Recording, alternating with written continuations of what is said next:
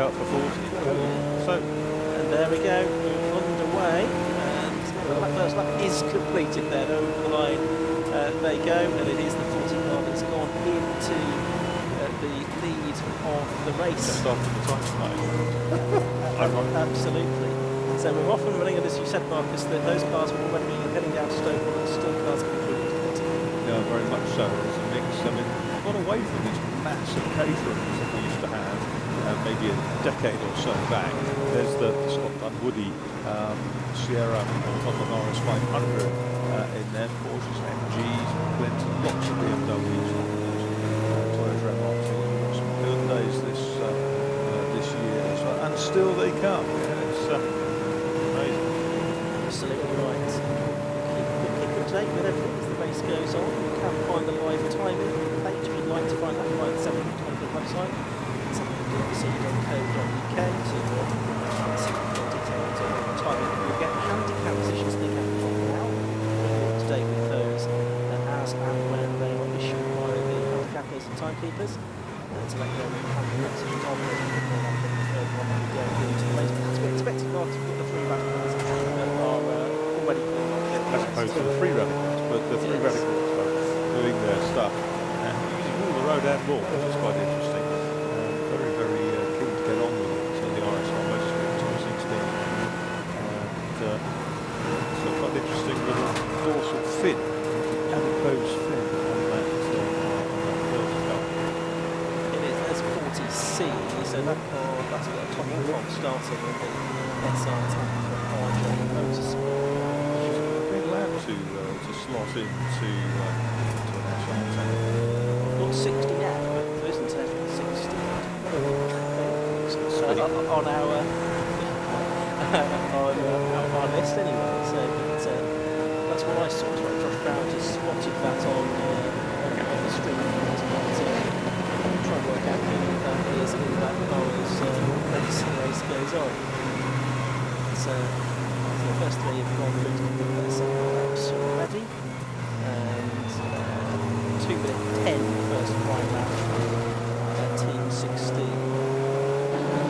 The losing car 44, that's 41A, so that is Alistair Smart starting the lap of SR10 departure. We're watching the Fiesta Sierra even. You mentioned that Steve Scott on his RS 500, he's in the team Futura Classico. It's interesting, isn't it? Because he's had an interesting season. He's the gearbox failure and engine failure on it. Works the car hard, that's for sure. Earlier in the year. Yeah, he's from Hartford. He races as well. He's just seeing his car there. Caterings as well. Yeah, you mentioned earlier, we don't have the boards for caterings that we have in a few seasons. This year it was belching flame as they did traditionally. Rubbing on the front wheel arch. I saw the BMW just went out of the side.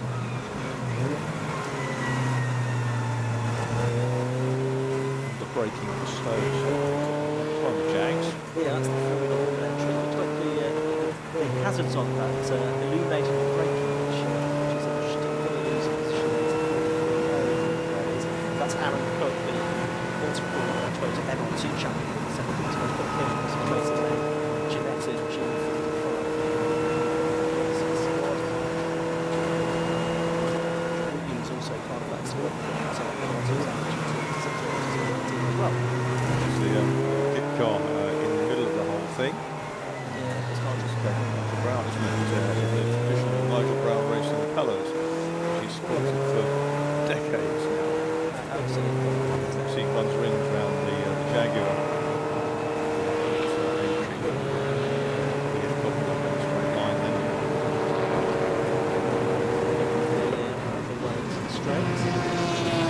There is the 67D car, and that is the that's Harry Yardley Rose in the Audi TT TSR Performance.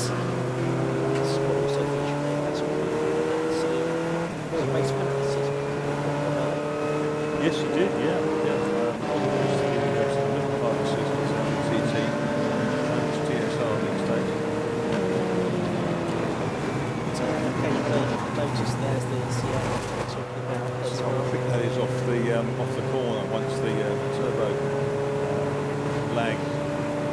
missed. Really moves strongly. I think we're going to see some good performances by the TCR cars. They go to be very quick and consistent, which is what we need over a 6-hour duration. That's right. And, what's helped swell the numbers of those cars is that sort of we have a GP tomorrow. Yes. I think some teams, drivers using it as almost a bit of for a test session. Strike as the race goes on. RSL Motorsport have the best lap of the race so far on that second one, up to 6.71. Here comes Scott Dunwoody in the Sierra Cozzy. Silverstone 25A on the inside, going with drives 65 Honda area Motorsport, buying up TCR cars.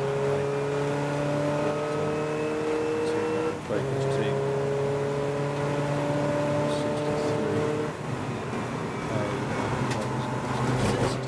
65. Josh was chatting to before the race, the 2019 TCR Europe champion, also a champion in Germany as well. Got a champion in that. Very experienced in top racing. As I said, first time racing in the Birkett. Different experience than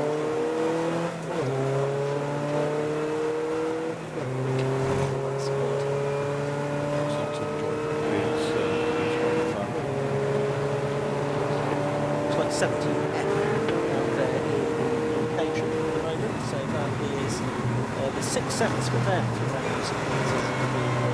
of the event. Charles Elliott out there, long-time racer, Patron graduate. He's in Super Sport on Patron. 42. 6/7 should have been 15.52. That's the mathematical logic that T348, which is actually Team 7, number 7 line, is then 3, almost 6. That's right. So, yeah, so that's the logic right there. They're just finding their feet now, aren't they? I mean, there's traffic all the way. And at the moment, in the Birkett 6-hour relay. Spread themselves out over just the lap. You've got cars which are quick in a straight line and sort of slightly more tentative around the corners. You've got cars that don't have the aero power for straight line. The Jag is quick on the straights, but through the corners it gets eaten up by caterham. And nimble motors coming with it as well. Yeah, that's the 60. Now the Jag just gets back on the power and let's head down to the pit lane, Lewis Sports is there.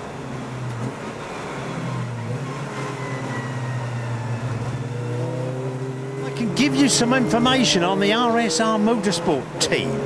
Currently in the lead car is James Lane.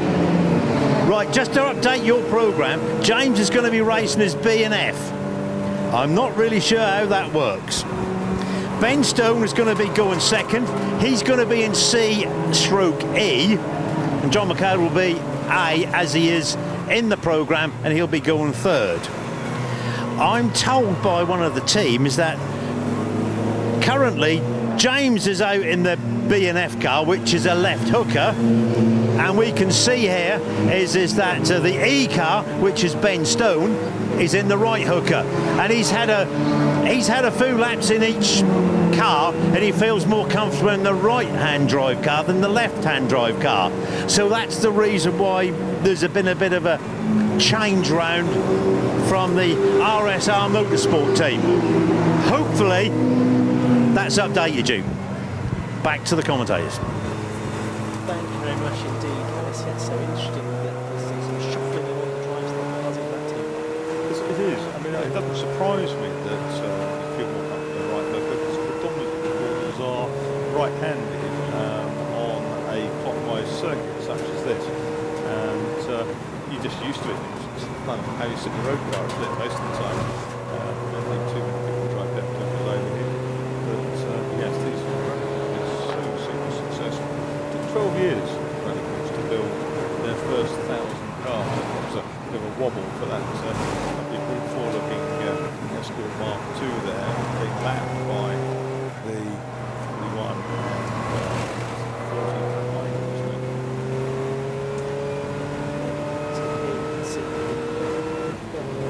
That's just how much quicker in a straight line it is than some of those production cars. It is just, I think, is that behind the RJ Daytona race? It's 41 ahead of 40, that number on the dash. Shoe right there. So they're turning right through the RXR Motorsport 516, which is the one that has its going off scratch. That is 16 seconds ahead already of the next two seconds by that intense second stage in the race. This is a tussle that could go the distance given reliability. It could, but that's a big if, isn't it? To say that some drivers that are ready to car drivers, it's cars behind them. So their 41 was an advantage coming down into the Beckett's at the flick lap, and because 40 was faced with having to lap another car, and then the balance switch with 41 getting involved. They're all running their own race, and allowed 40 to come scorching back as their underbraking car disappeared out. So we are just over 15 minutes into this race. Rider. Outside problems on screen there for one of the BMWs. That's 44C. So that's one too many. So that's Richard Phillips.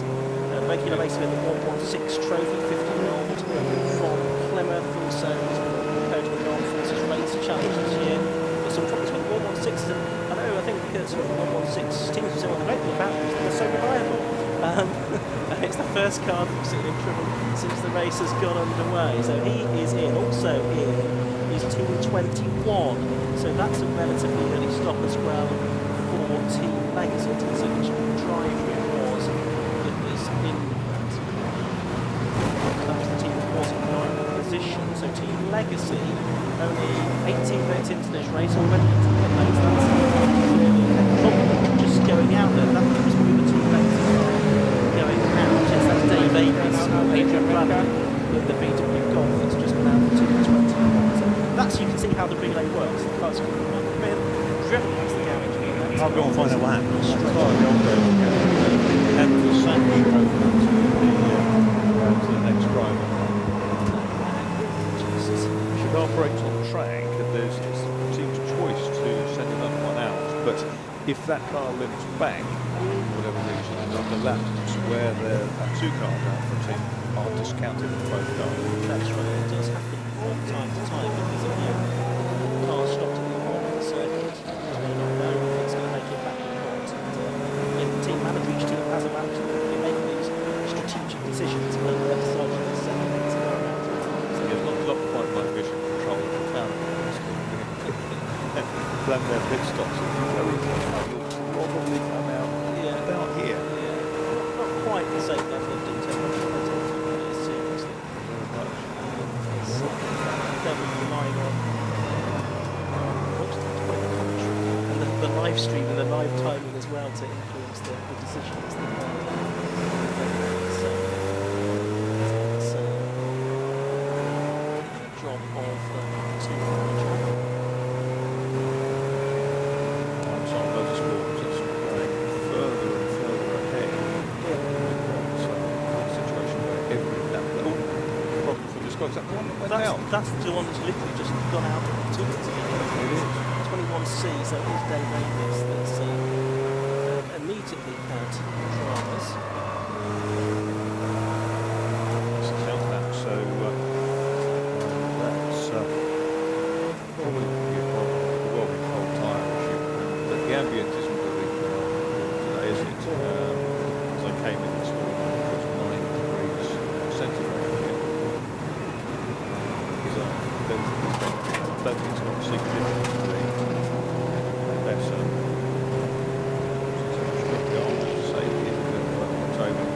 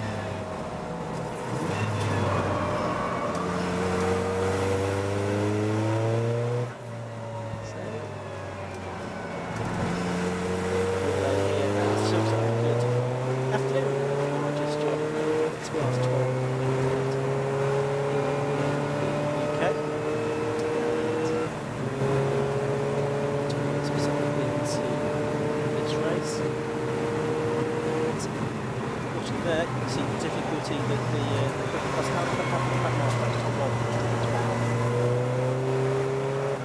Yeah, they're running in third place. Tom also racing an error at supercharged Honda engine. Very well to fight. That's the fuel championships. Weeks ago.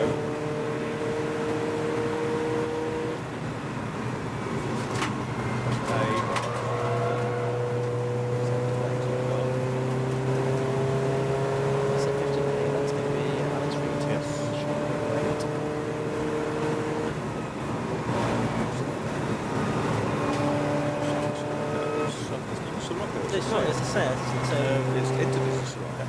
Right, let's consult the spreadsheet, see if I've missed something off my handiwork. We've started to do that is the issue up there that they do have a Seat in the team as well, so it looks like they've just swapped it around. I think that's the 14B car, which we've got the tyre running, which is on Copperton's BMW.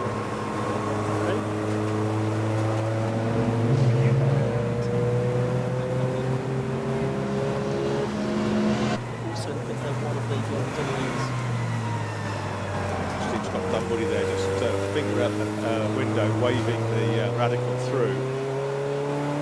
There's even the quicker cars, and Scott Dunwoody and Tony Flavin running in 11th place overall in that Sierra. Very cognizant of the fact that there are still faster cars around. Smoke from one of the Hondas there, coming down to pre-war circuit.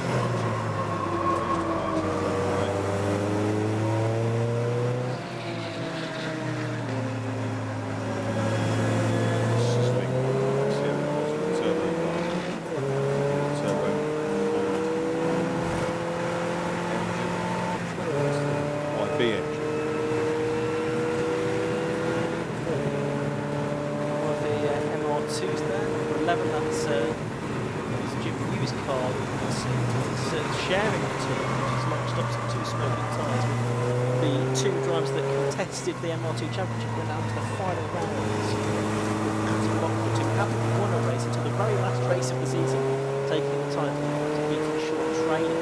Did a Dunny Hall, I think it was winning a championship. Yeah, always being there. Absolutely, it's very consistent. Short training, lots of winning. He did have a disqualification for technical infringement last on in the season, which sort of set him back. Hit him hard, yeah. 16 diving down the inside, making 3 places in one braking manoeuvre. So the RSR Motorsport is leading 21 seconds now.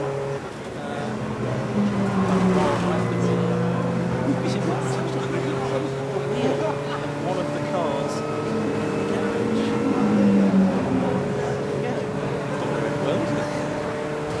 this will marks the Silverstone circuit. Seventh, I'm back at Mike, he's done so well in the 116 trophy this season, multiple races. I think that we saw the Mini coming in, a few guys at number team easily.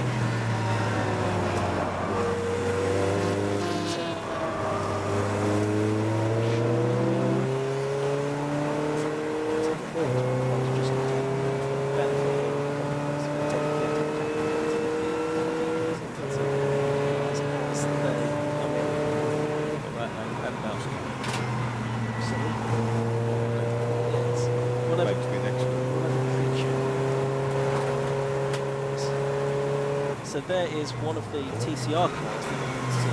That is the Team 6 car. And so that's Triple A's Racing, the car currently in 6th position. Car C. So Car C is a full name driving to the TCR. So, yeah, as I say, in 6th position overall at the moment. For context, they are doing 2:19s. The leader, well, the last time he did 2:11, but have been 2:6. During the course of the race.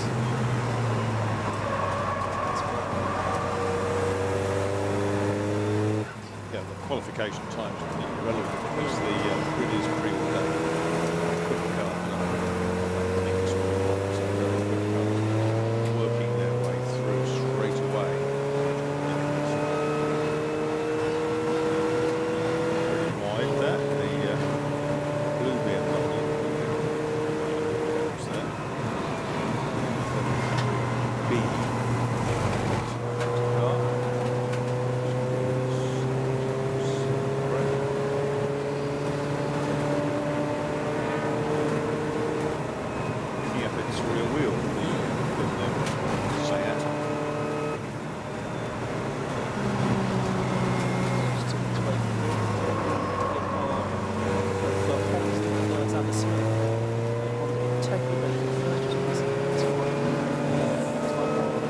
Civics just behind as well. And the Seat making its way down, trying to set the car in the second position.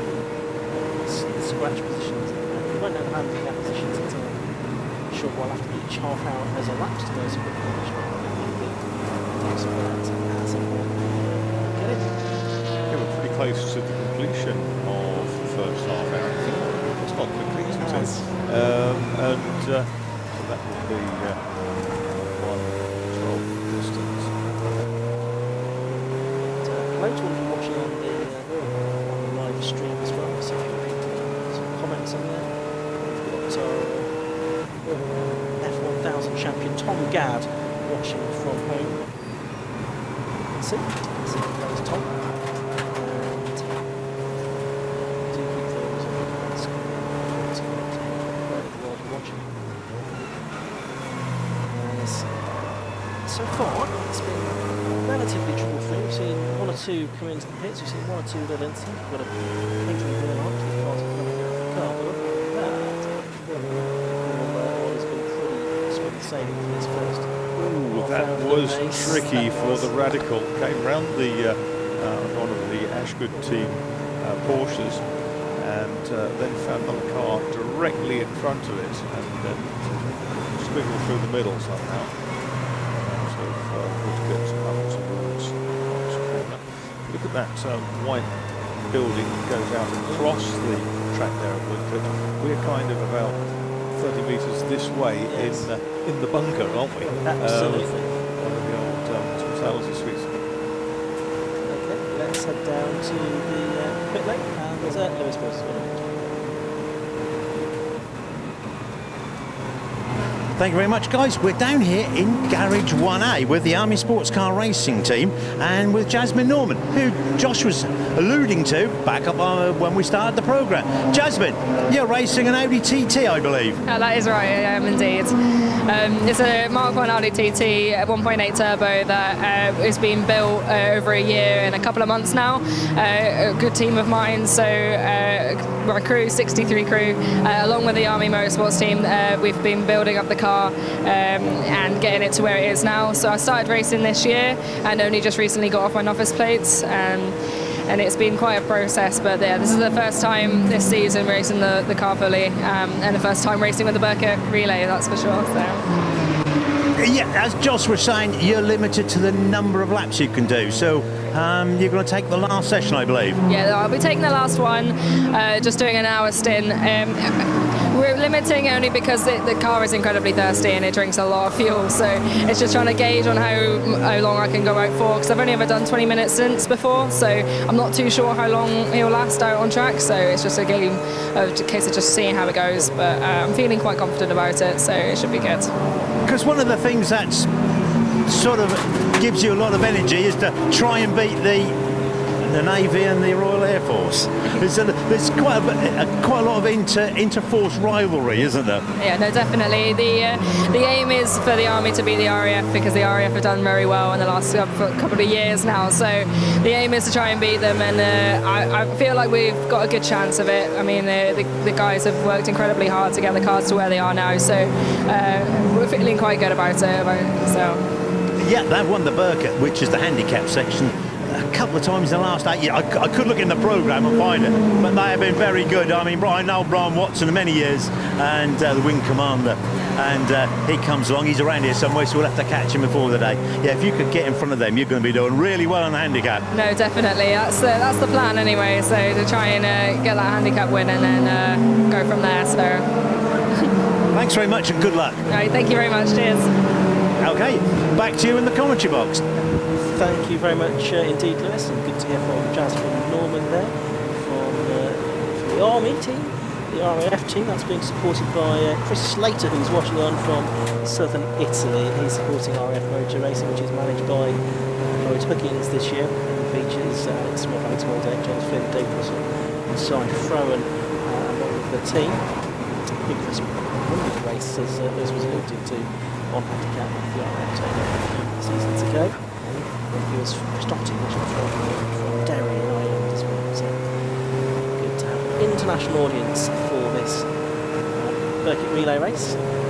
2023 version, first ran in 1951. It's various different circuits over those 7 decades or so since. They're settled now at Silverstone, back where it started, but numerous circuit layouts over the years. Of course, the original Grand Prix circuit here has changed so dramatically since the first non-championship races, the first round of the very first Formula One World Championship in 1950 here. But the circuit has evolved, and we've used 2 versions of this current. We're currently on the Pucko Grand Prix circuit, aren't we? Although we did have a couple of years on the historic version of it, which has a sort of a smoothed out approach, a speeded up approach to Club Corner. It's not so heavy on the brakes of certainly historic cars. Gearboxes as well. Watching the 27B car on the live stream at the moment. That's the Dayton Motorsport by Marco Anastasi. That's the car, or the team that can take up its position on the second row of the grid. Marco in that Ginetta G56 GTA. He's a 43-year-old software engineer from Edinburgh. He's raced in the Elite Trophy, the Ginetta Academy, and the Brit Car Trophy as well. Amongst other competitions. And that team that went in running in 19th position, so they're on 12 laps completed. A lap or so behind the leading Radicals at the moment, which is still Team 16 RSR. We're now more than half a minute ahead of the next round. Yeah, 14 laps to establish the half minute buffer, if you like. There's 3 amigos there. Winners in the past. Obviously, this race does attract teams in return year after year after year. For many, it's the highlight of the club season. It certainly is. We can see, I'm trying to see which of the cars that was in Team 24, the red Porsche. Probably going very slowly in the back. Far side of the hangar straight. Okay. Pick up onto the moment 15, car there's 15D.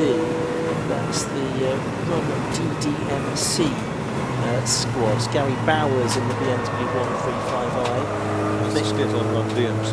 It is indeed the Guys in District Motor Club. Absolutely. So, Gary driving that class 52-year-old business owner from Northfield. She's been a champion in the World Sports World Championship run by DMC. That car actually has a 3-litre twin turbo engine as well. That 135i, so modified. And where is it running in the moment? It is not in the top 20, so I'll search further down. Right screen. It was in the top 20. Oh no, it is in 66th position out of 70 at the moment. One too many, the team that's bringing up the rear at the moment, which is Team 44. The 116i squad of Woodward and Tony Partridge and Richard Phillips. Well, Richard Phillips was the car that was on the pit lane very early on, wasn't it? So that explains why they're on the back foot a little bit. They've only got 3 drivers, I think probably 3 cars between them as well. Yeah, that hits hard when you have the car go down. So may potentially lose that for the rest of the afternoon.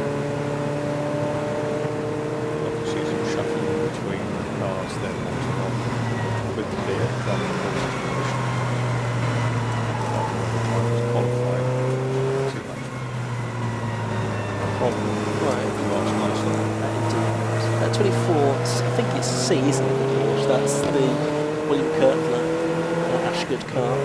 Box dress, he's the 20-year-old university student who's been racing the Carbon Porsche Championship, races with the 750 Motor Club, and also doing some CSCC races at the 2000 car to XXS.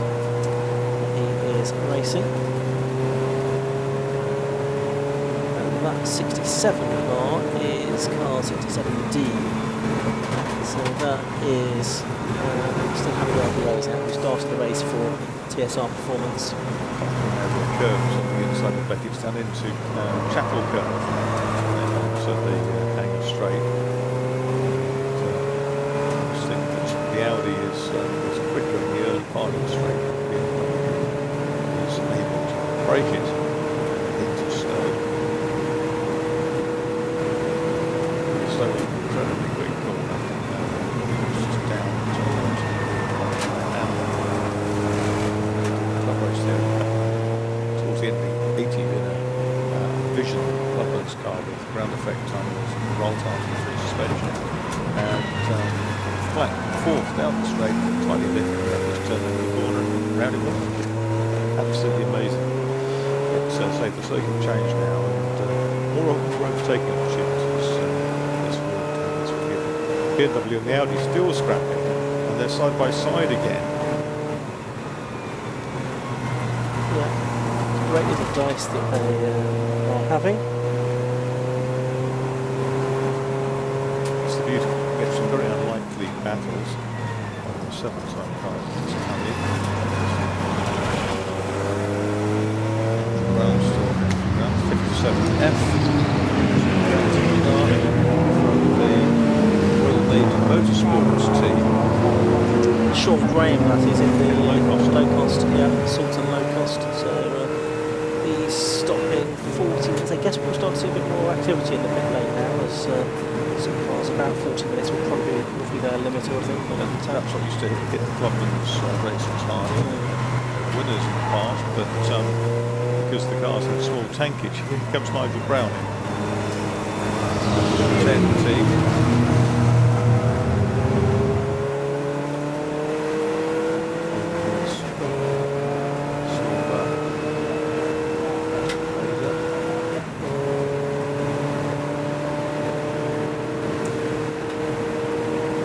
Those of you wanting the full entry list, I'll try to put you in the direction of that. If you're at the circuit, of course, you've been able to avail yourself of the programme with the fantastic artwork on the front of it by Gary Cammy Search, producing the artwork for the Birkett Relay programme.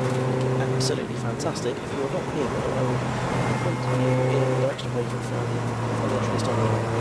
Yeah, so I get very envious of people who can do who can draw paint or design the outside by skill set. Absolutely. But the programme cover is absolutely magnificent.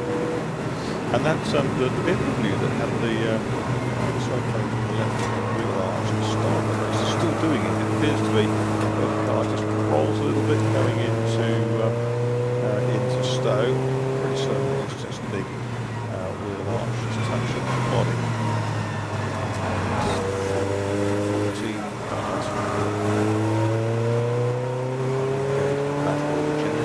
The 16 Radical.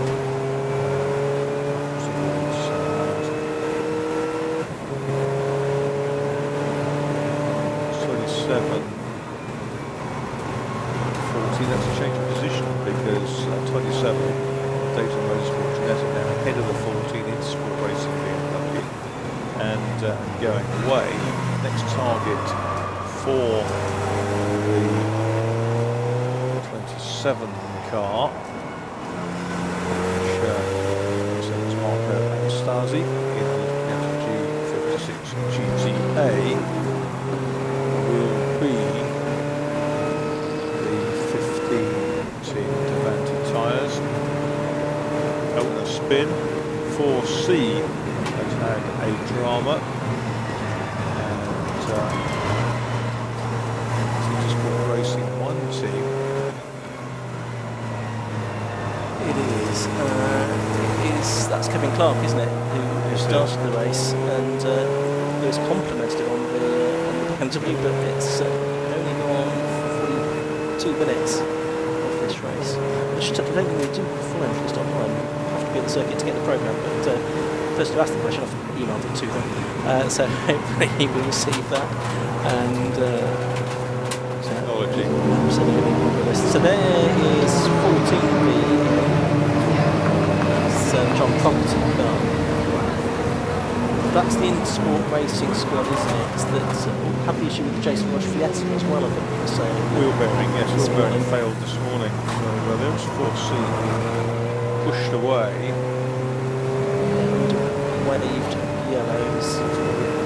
A car as well, which has the Sandra driving it. Eliza Sevilla's come in, the Jaguar XE, the Formula Woman car, team 23. Squad also comprising Steph Saul, Lindsay Jones, Steve Salvetti and Davide Chandler. I'm just wondering whether the Kevin Clark car, the punctured front right, it looked a little bit lacking. Lost another car out. Hopefully that will be hooked back because it's a double-driven car. Something simple.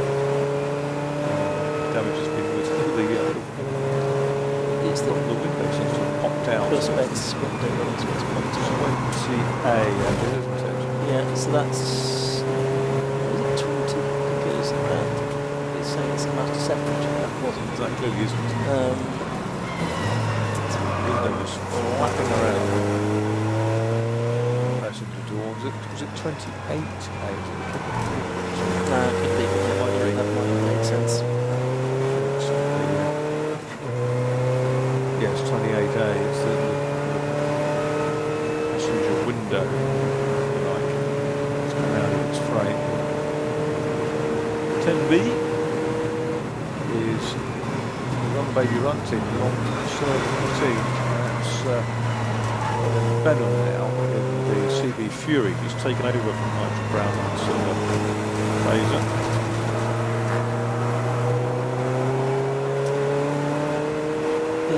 Entrance of just it's got a lot of time page 70 website with lifetime front entry time car with a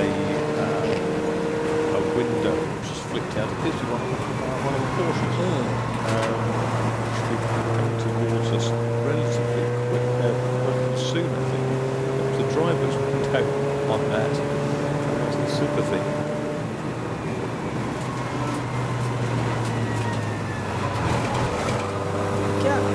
First to second is coming down, so if I had a change RSR Motorsport on that, that's come down to 22nd. It was north of half a minute, which suggests that Team 16 may have come in. Spotted that on our monitor here. Got so many screens to look at in the concourse, it's difficult to know where to look. But so the gap is from first to second, it's coming down. It may be that James out there, yes, last laps. 210 for the leader, 211 for second place. 40, 41 third. Is 10 seconds behind RJ Motorsport. So RJ Daytona. No, that's that gap that's on the screen is 30 seconds behind. It's to your right, because the gap from second to third is 30 seconds. Oh, is it? Okay.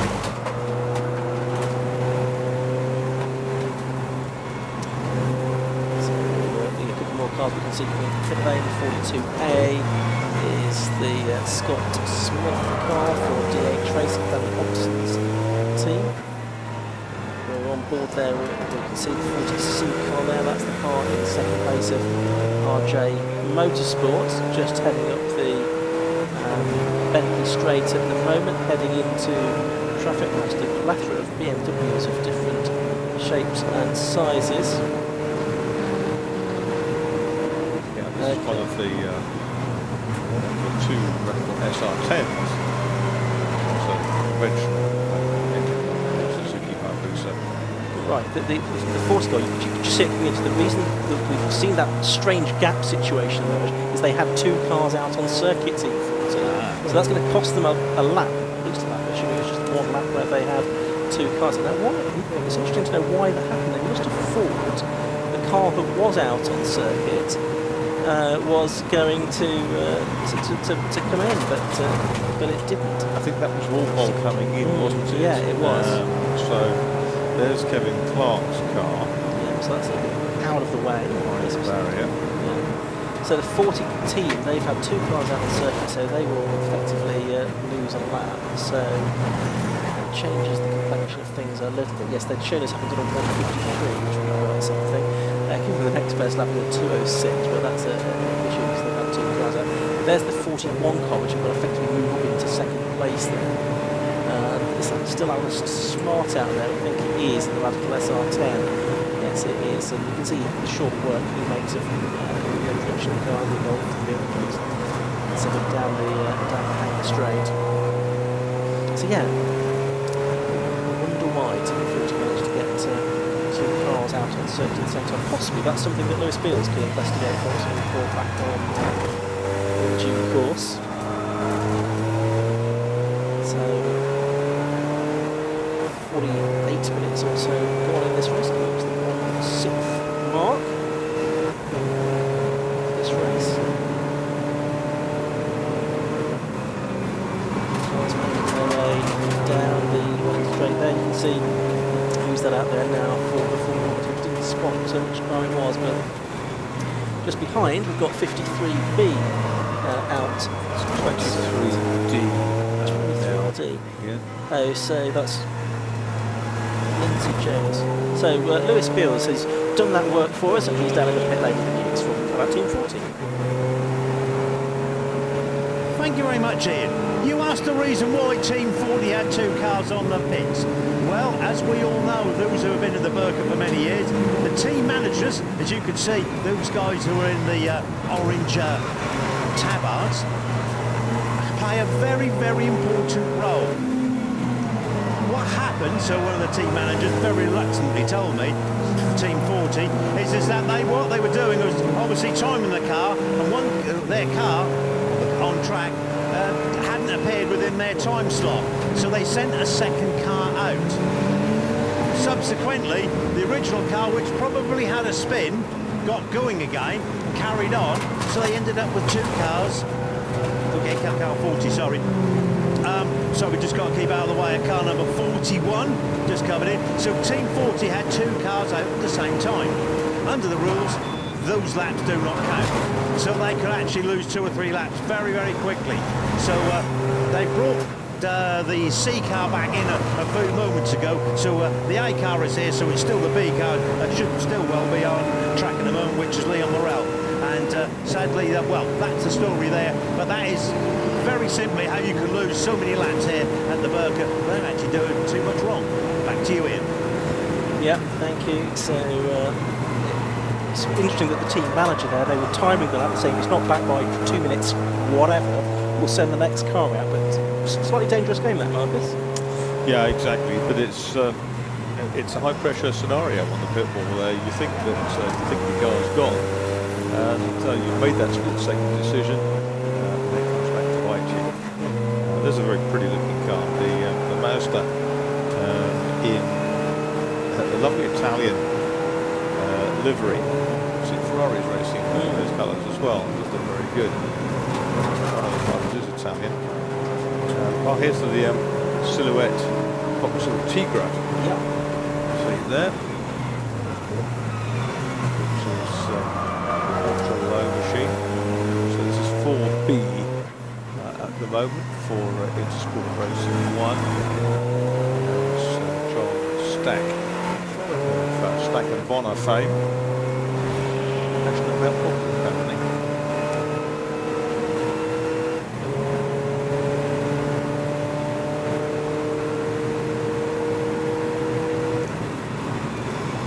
The Tigra Interceptor T52C and Interceptor Racing running down the past. 52C see in that car is Gavin Bristow, isn't it? Yep, and he's a 43-year-old director from Arizona, actually. He's raced the Mini Challenge in BMWs in the US, and now in the UK he's racing with the classic model Motorsport and Silverstone It's not brilliant seeker, is it? It's plastic fantastic. Exactly. It's a tube frame chassis. And here comes the Davanti team's VW Sirocco, which is 15B. It's change of drivers, wasn't it? So that car.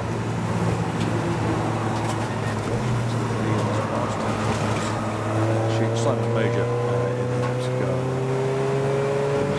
His young don't have any handicap positions, but maybe it's after the first one of the race has elapsed. Ivan Major, one of the greatest speedway racers of all time.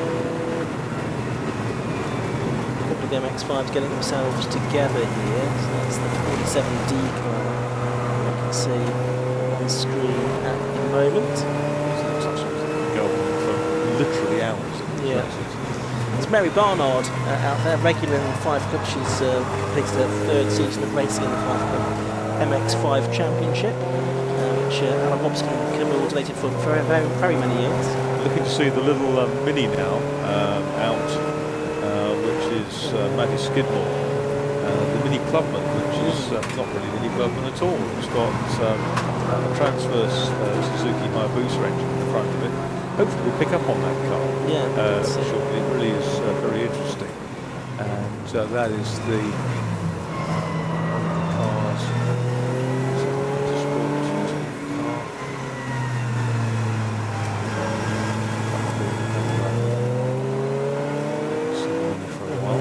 See it in a second. That's the car with the window hanging out there. It's still doing it. Kevin Philpott of TRO.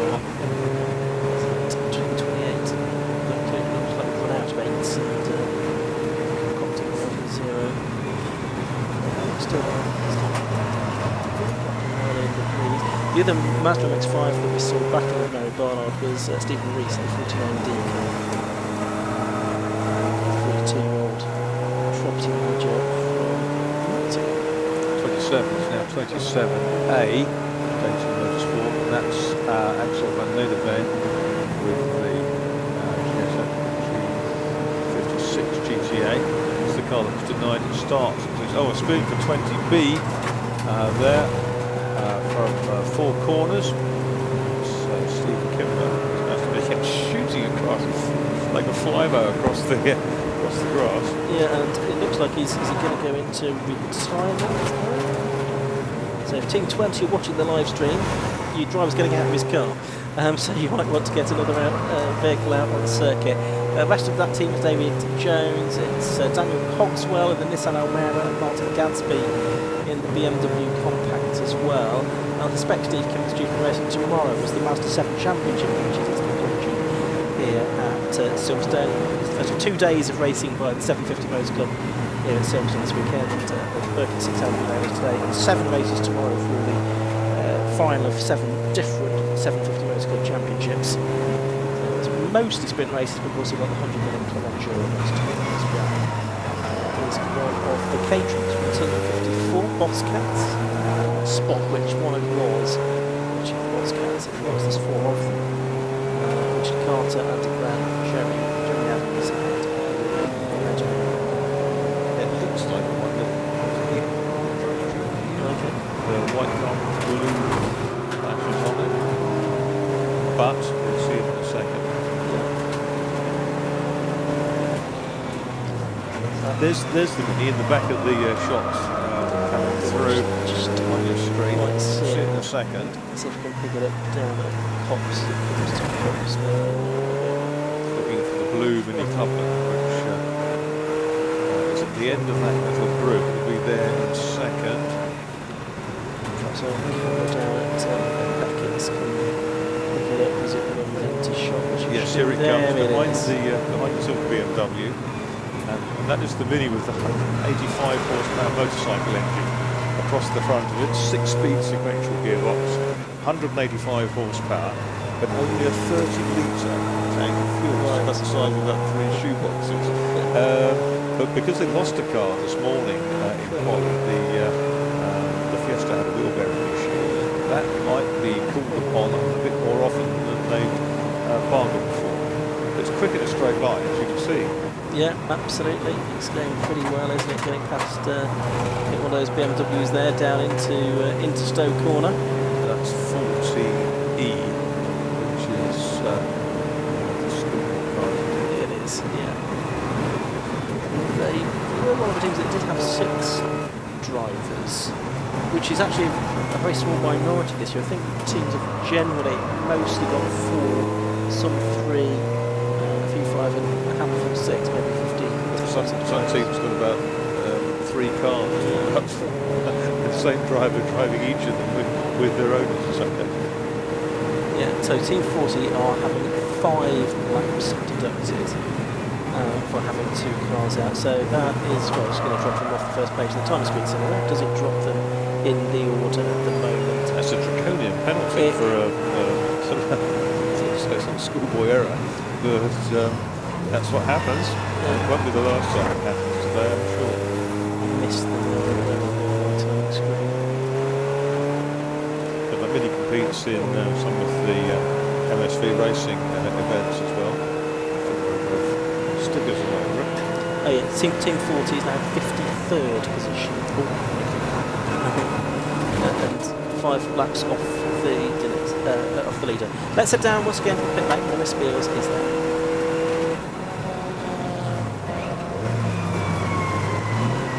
Thanks very much, and I'm up here in garage number 11 with Alex Kersley, who I taught many, many years ago. Good morning, Alex. You've also won the Birkett, haven't you? Yeah, it's a few years ago now. 2016, am I right? I think so. Yeah. And the second the year before. Yeah, second the year before, yeah. So we've got the hang of it, and yeah, we know what to do now. So who's in the team today? We've got Paul Lorry, who's out on track now. He'll be coming in any second. We've got Paul Smith.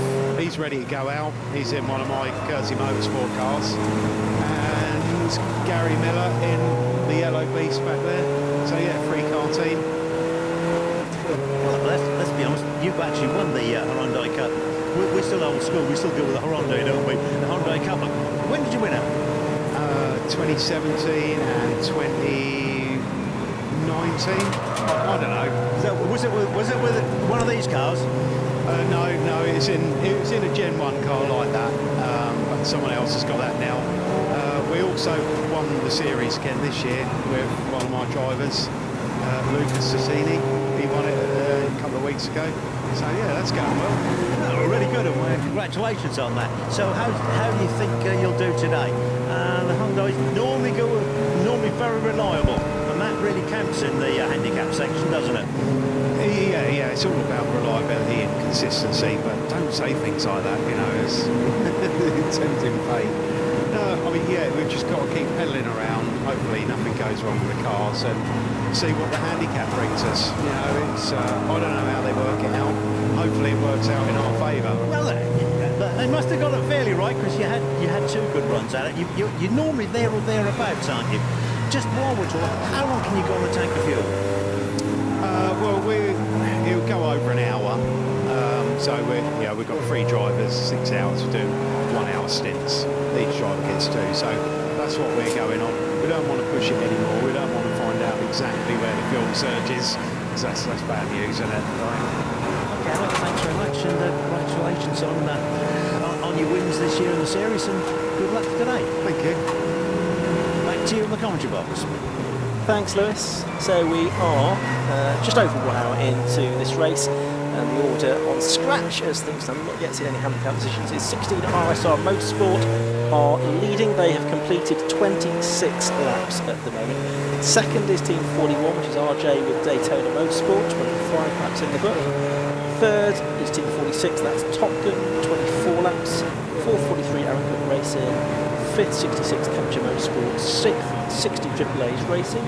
732 Atomic Racing, all on 24 laps. 854 Boss Cats. 9th, 67 TSR Performance, and running out the top 10 of at 3 Darkside Developments. They are one of a whole load of teams on 23 laps, and they are on screen now, Marcus, as I'm going to make way for Josh. So that's the Darkside Developments car then, which is 3A, which is slot parking. Golf TDI at this point, apart from the twins, built a very successful business between these cars. Many of them diesels. Phenomenal power and torque out. You'll see how neat he's being in this car. Slot parking down through Maggot's corner. Negotiates one of the Mazda MX-5 as well. Consistency, isn't it, Josh? So through traffic, there's no point sort of just trying to zap past someone if you're particularly in a compromising situation for the next part of the corner. There you see, you had parking trying to overtake the blue car. Oh, and 35's had a big whack, unfortunately. And you saw then the Radical was going past him. He had to bail out of the overtaking manoeuvre to park it. 35. Oh, and the Mini's broken as well. They're giving it such a big up, and the Skidmore Mini, which they didn't know how long it was going to last, that's had a problem somewhere. Marshall's picking the opening the bonnet. There's a headlight from the Porsche that's being damaged. Oh, and the ladies' Jag has had an incident as well. And I think they've only got 2 cars, even though there's 5 or 6 drivers. There's only a spare car in the garage, basically. Although they have got their GT4 Lotus Emira in the back of the paddock, so whether that might be called upon later on. I'm not so sure that's they were qualified, did it, that car, because it was just down to show. That's made a mess of that wing. And it's Lindsay Jones, I think. So I wonder if that's related to the Porsche, which is the Walker family, I think. It may still been John Walker who started it, the father. But yeah, Lindsay Jones, who I think's done very little racing in the past. He's going to be bound for the pit lane in that damaged Jaguar. It looks fairly cosmetic, in fairness. It looks like it's just ripped the outer skin off that, and they might be able to pop another wing onto it. But rather smaller damage than the Porsche had. That looked pretty wrecked. The Porsche is terminal, I'm afraid. It doesn't look very well because it's hit the rear suspension, the rear corner. And you can see there, it's just completely broken the rear suspension. Buckled that in. So, yes, that's... Yes, I think that's John Walker, so that's 35, which is Cap, Dads and Lads. They were inside the top 20 as well. Oh. And we've also lost Marcus, number 15, the Devanti Tyres car, hasn't been around for about 10 minutes according to the timing screen, so that was a front runner at one point. And that... They had the green Sirocco, we saw that, so I think it came in this find out. But this could trigger a safety car because the Porsche does need recovery. That's right, yeah. It's not going to be an easy tow, is it, with the damage on that car? So, notice one car, there was another one off now, that's 53. C was that? There's bits of debris lying in the track, I'm not sure where that's come from exactly. I wonder if that's near the Porsche. I wondered if it was, that's just out of Abbey, isn't it, down towards the loop. I think that was possibly... the Mini's on shooting off to the outside, and the bonnet's up over the windscreen. So that's it's dropped down again. Because the marshals did undo the bonnet, didn't they, to check what was going on, so whether it's not been completely fastened up again. So, yeah, Matthew Skidmore, I think, decided not a good idea to drive back to the pits, and he's put it off. There's been quite a lot of drama since I've joined Jim Marcus, it seems. With just an hour gone, as Ian was saying. Jeff Bloxman walked in here with his camera, we didn't expect it. But I had just come from speaking to Jacob Ebris, so whether that's related. Yep. And so the Jaguar was at the start of the race. 23 now is the C driver. Which is our NT Neves. So I think another... Yeah, Neves first name apparently. Oh, right. Look that up in the... Somebody else has progressed well in that first stint is Aaron Cook, isn't it? Because he's got that Janetta up to 4, but I think started much further back. But with slower Toyotas to go in later, not surprised. But I think the first time Aaron Cook's driven that Janetta G55, the 3-time MR2 champion. That'd be quite exciting, wouldn't it? Yes, a big step up from an MR2. The Jaguar that's come out of the pit lane is pretty slow, I think it's fair to say. It's been passed by one of the Mark 1 Mazdas at a pace. Going out into this field where everyone sort of settled in after an hour, etc. It will take a little bit of a while. It's a heavy car, and They're coming past at speed, aren't they, Marcus? But the important thing is to do, as any driver without large experience in these sort of things, is use the novice class on the back. Stay where you are, do your own thing, and let the faster drivers, faster cars, find a way around you. It's not for you to evaporate, you can't do that, but it's an outlap into this race is pretty daunting. About to be lapped by one of the radicals, the one that had that penalty, which has eliminated them really from any contention in the scratch or in the handicap. So I guess an overall podium is still possible because the radicals are that much faster than the rest. It's the three radical teams this year. And yellow flags, I know, being waved there at the marshal post. Yeah. I'm guessing that's where the Porsche is. Well, I think we're just after Abbey. Oh, no, we've got safety cars, so we've got you suggesting the safety car is likely. And it's always in the Birkett, it's difficult to know whether it's a good idea to pit during the safety car period, because of course the pit stops are so short. If you go from the front of the queue to the back, you actually find yourself behind 60 plus other cars. You could do that, but I think you can probably judge that if you're fairly well into your session, this would be a very good time to do it, because they've seen the damaged car on the side of the track. It's not like it's a surprise, and they can see, even at the speeds they're going, oh yes, that's been fairly knocked around. It may well take 2 or 3 laps to get it back onto a flatbed. And different to the past, obviously now with this live stream coverage, there's loads of teams in the pit lane with this on in the pit lane garages, and then looks now into pit to car radios, which traditionally I think was banned, wasn't it, until recently. So that sort of changes how you can run the strategy in these type of races. So the number of BMWs I was mentioning on the grid walk earlier, BMW, was it, they're top for a car to go racing in, Marcus, and it shows in a race like this. Yeah, that's right. It's become the sort of probably the car to have, mark to have. Models, the 116s, there's the M3s in E36E, E46 specs. Probably one of the CPU ones as well. Yet. So there's the Renault Megane safety car. It's been used for a number of seasons now, that station. Yeah. A number of laps around the country. It's one of those races that yeah, that's right. Yeah, nobody's anything racing Meganes today. There's lots of thing cars that you don't see very often. Clear, I think. The remains of the 7 type wing that's been there for about an hour. Notice there's quite a few Audi TTs on the grid as well, which again replicating there's been some at Castle Combe. There's our 1-8 series for those types of cars as well. That's what's kind of triggered that, I think. You can buy them pretty expensive. The kit to put them into racing trim is yeah, I saw the 1-8 series their last round at Snetton. There was over 20 of them, which was very impressive. Good looking cars. They are. So, but go back 5 years ago, there was not really any racing at all. I don't know.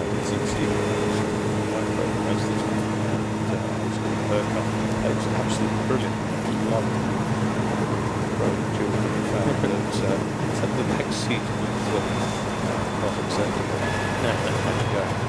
It's a bit like my Mini, there's not much racing in the back of that either. So, see, one of the I think it's the only Mark III Macho MX-5 just going through shot there. There's lots of Mark 1. The Mark III is the one with the yellow livery with the Italian tricolore over the rather nice. That's the car with the MGs. Josh Bromley, who's a regular in the MX-5 series, went on the MG Championship before, so he's reunited with his MG mates to race here, and that's what's good about the Birkett, isn't it? And you can race with your mates rather than against them. There's the Nissan Alvera as well, which has been out before. The world's recent colours. Yeah, it's... They ran an Alvera, That's a part of the fun, isn't it? Do with these things. That's the Davanti T3 Sirocco. It's vivid kind of curly green colours. Yeah, that's 13th after delay of some description. I think it's fair to say there are some teams more used to the Birkett and getting the strategy right than others. So that is going to become apparent over the next 6 hours or so.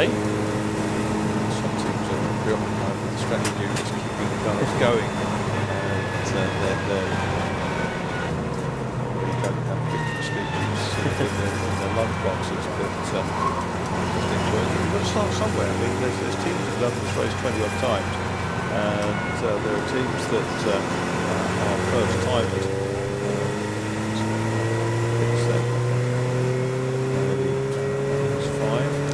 Lead Radical just went through though. He's not quite put a lap on the RJ Motorsport car, but he's basically the best part of a lap ahead. And that car did have more, didn't have any credit laps, the RSR Motorsport car. It's got some quick drivers in as well. Yeah, so every lap they do counts. They don't get any sort of bonus laps to advance things, if you like. Yeah, James Lay, who's part, I think, was this year's Radical Challenge champion. 46B, that's Paul Cook, regular 750 Motor Club racer. He was on the grid, initial grid, and then with the last minute they swapped him out for one of his co-drivers. They had a shuffle round, a last minute strategy change. I think qualifying sessions running a little bit later than what is regular, sort of caught out a few teams. There was quite a few cars very late to assembly, but I think we got all 70 cars in at the start, despite all of that. Yes, we had the car that was missing from the second row, but the car in a cracked screen or something. Okay. Yes, that was so happening. Yeah. 27. Yes. And there's the car there. Okay. They've obviously well, that part of that Ginetta team, Ginetta GT Academy cars. See Paul Hinson's out there in his BMW Compact. It's got a 3-litre engine. Tomorrow he's doing hot hatch and club enduro as well, so he's got a busy old weekend. And that team have got chocolate, so I found that was a good place to spend the last little while. So there is John Walker's car, very damaged I'm afraid, which is a real shame. John Walker, regular in the Carmel Porsche Trophy, which we enjoyed a couple of months ago at Snetterton. He was one of the front runners then. Driver from Berkshire, former Caterham racer. But I think that Boxster, Marcus, is going to have a lot of work to do over the winter. Absolutely. But they're tough things. It'll bounce back. There's the Elmira that you just mentioned in British Touring Car Championship livery when Laurent Aiello won the BTCC. And that car that he won the championship in, the actual one, was Apparent Hatch early in the year, driven by Jake Hill to win the Super Touring Power meeting that happened in the summer. Jake Hill's been the person this year, hasn't he? He's a very rapid young driver. He's obviously Goodwood doing historics. There's a real passion in driving, which is special. I think there's a good driver's club. Rather than strictly focused on what they're doing, which they are when they're racing, is they actually enjoy other bits, other parts of motorsport as well. It extends their career too at the end of that career. Lewis. Lewis, bit to it. Thanks very much. Here we have Damien Pit 3B. We've got Formula 1 with team. Sorry, I'm getting it up. We have Lindsay Jones from Formula Woman. Lindsay, you've just had a bit of a crunch up there. What happened? I'm not entirely sure what happened. So I was just, driving along, and then suddenly felt a big crunch on the right-hand side. Glanced across, there's obviously another car there that had hit us. So yeah, unfortunately, I don't think it's picked up on the TV coverage. So yeah, we need to look into it. Oh dear, not too good. But come on, tell us a little bit about Formula Woman and your part in it. So I've been with Formula Woman for just over a year. So Formula Woman is an initiative aimed at getting more women involved in motorsport. And the Jaguar project is a new initiative that we've got to get some girls, sort of out on track that have completed their training and sort of trained with the academy. So yeah, this is actually my first race. Not of good baptism, though. No, absolutely, no. Yeah, but Silverstone is rather daunting, isn't it? It's very wide too compared to other tracks. Yeah, definitely. The width of the circuit is something that that I've noticed, and I've never driven Silverstone prior to this event. So yeah, it's been lots of new things to take on board. So, are you enjoying motorsport? I am enjoying it, yes, even despite today. I'm a bit frustrated, but, you know, we're still enjoying it, and that's the main thing. Was it just cosmetic damage, or was there any mechanical damage? I think it's possibly just cosmetic. I need to talk to the guys looking after the car, but I think we should be able to run later, hopefully. Lindsay, best of luck, and thank you very much. Thank you very much. Back to you in the commentary. Know a little bit more perhaps than what we did earlier, but the presumption is that was related to the John Walker incident. But if it were, John Walker's ended up with a lot more damage than what they have. But going back to that point earlier, we were talking about young drivers. The other thing, I think, particularly touring car drivers, there's a different attitude to previously racing in the Touring Car Championship, potentially because drivers have to bring their own sponsorship, where you had a factory drive in the past, really, didn't you? And therefore, it's a little bit less carnage and perhaps it once was. But there's John Walker's Boxster back behind the barriers, Marcus, so it shouldn't be too long before we can get racing back underway. I was talking to Anthony Reid just last weekend, a week ago, at the Image Race Cars 50 years reunion. He drove the Works FF4 back in 1979, and he was saying that his historic racing, the Google factor, has extended his career by about 10 years. Yeah. And this is a guy who finished third at Le Mans, won quite a lot of BTCC races, some of the teams, and loves his historic racing these days. Yeah, he was part of that Super Touring meeting as well, and he's 98 Primera, so they had 3 of them all together, which was fantastic to see. Period of the British Touring Car Championship, obviously, which was very popular. Anthony's done some stuff with the 750 club, hasn't he, over the years? He did historic 750 Formula as a one-off thing at Anglesey, which is totally different aspect to what he's raced before. But yeah, I think to a Porsche 962 or whatever, I think that's probably opposite ends of the spectrum. But he, like a lot of these people, just love their motor racing, don't they? Do whatever they can get their hands on. So we're hoping the safety car lights might go out. The first car behind the safety car had won the 116 trophy car, so probably got the slowest car on the grid. So on one of these restarts, Markers, I guess especially some of the sprint drivers have got to remember what they're doing here, and they don't need to dive up the inside at every opportunity. That's right. I mean, it's going to be a big batch of cars arriving into the first braking area with quicker cars behind the 116. Of course, that's the Formula One pitch down by the wing, and we'll then see what the main time lines up here where we are at Woodford. See the second place car there, number 41, the DJ team car, got a big light on the roll bar of the Radical just to try and help the slower drivers see them coming. I'm not sure if you've done any of these races, Mark. I guess you haven't. In the Birkett before, some of the lower sports cars, quite hard to see them come in on the flume cars. I can assure you, in 1999, when I was on the After Tax team, Chris Hart's Glover's team, and we did manage to win on scratch. It was so wet at Snetterton, just to fight for survival. We couldn't see anything anyway, and it was quite surprising. We were able to outrun the others. The sort of MG engines. At that point, I was in Barry Webb's car, and it was just amazing. I totally just tried out. 24 years ago. Toby Partridge is the first car behind the safety car, the 48-year-old from London, regular in the 116 trophy, and is coached by Steve Soper. I think Steve was here yesterday, I'm not sure if he's here today They as were well. precious partners at one point, weren't they? And Toby Partridge did really well here in the races August.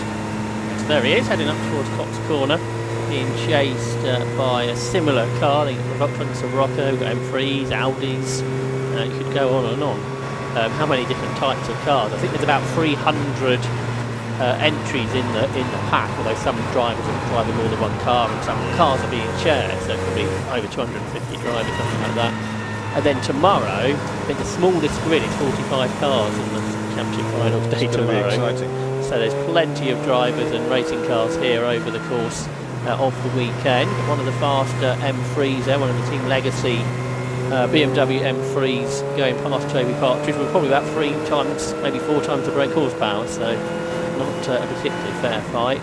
And It's funny, only since that 116 trophy has been running, I noticed quite a few of them are out and about on the streets. yeah, it was always the way, isn't it? You've not heard of a car maybe, and then you see one race or see one on the road, and then suddenly you see lots more. Yeah. So yeah, there seems to be a lot of BMWs at the front of the safety car queue. David Partridge has got a couple more. The 3 litre cars coming past him, down towards the Vale. One of the BMW Z4s there as well. I always find it remarkable they turned that into a GT3 car, got a big V8 in it and loads of downforce, because as a road car it's not anything overly special, a 3 litre engine, and it fits nicely into this. But the GT3 car, a big step up from that, and they went on to win the big GT races. Yes, a good old V8 is special, isn't it? 4 abreast. 4 abreast, yeah.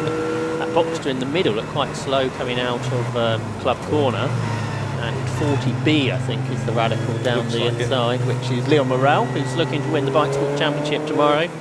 Leads the championship headed in. He won the championship back in 21. The Boxster is 59. 2 Boxsters going either side of the little MR2 Roadster. Yeah, the 59 car, the one's a bit slow, is the all-women's team of Jess Wilkinson, Sarah Wood and Zoe Kyle Henney. We've got another Boxster in there. Lots of Boxsters on the grid, isn't there? 39A. Spin for 29B, I think,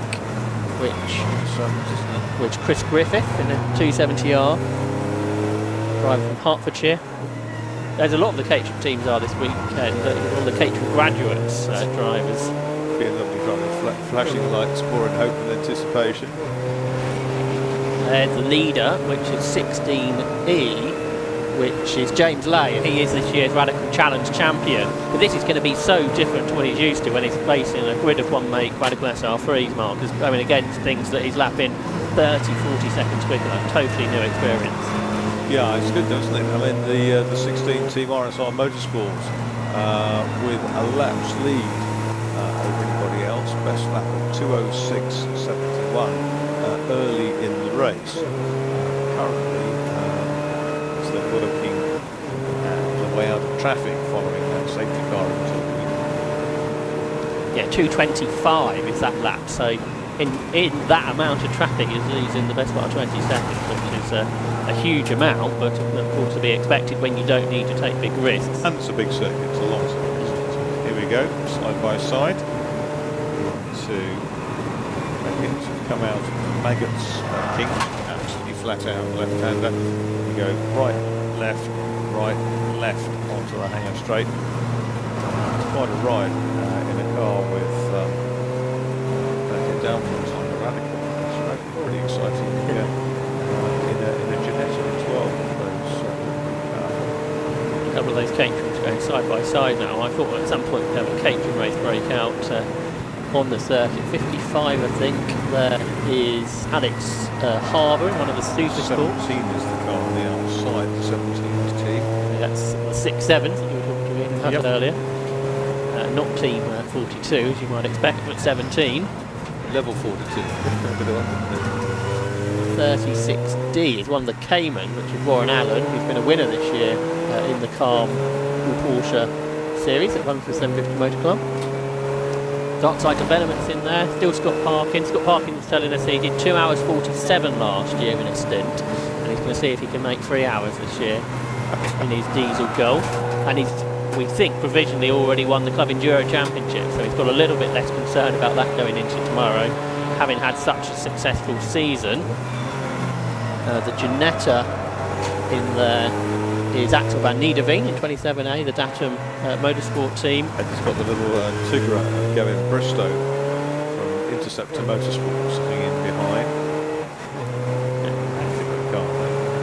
14C had a spoke coming out the back of it. That's Klaus Cookier's M3. Kuika, there he goes. Smoking well. And that's for the pits, I wonder. Allegedly. The Datum Motorsport car there in 9th, and the Darkside car's 8th, so this is the battle for 8th position on scratch between Scott Parkin and Axel van Niederveen. Yeah, so 27 is moving up well, and Tour's work cut out. It's probably pretty evenly matched. Janetta's got a little bit more power. Goes around the outside at Woodcote and ahead, up past us. There's Cox. I think the Golf's got a lot more torque. Diesel got phenomenal torque. Oh, one of the overtaking moves there, right up the outside on the curves. The car behind them in 10th place is the one we're on board with, the Atomic Racing MK, the Cup 200 car.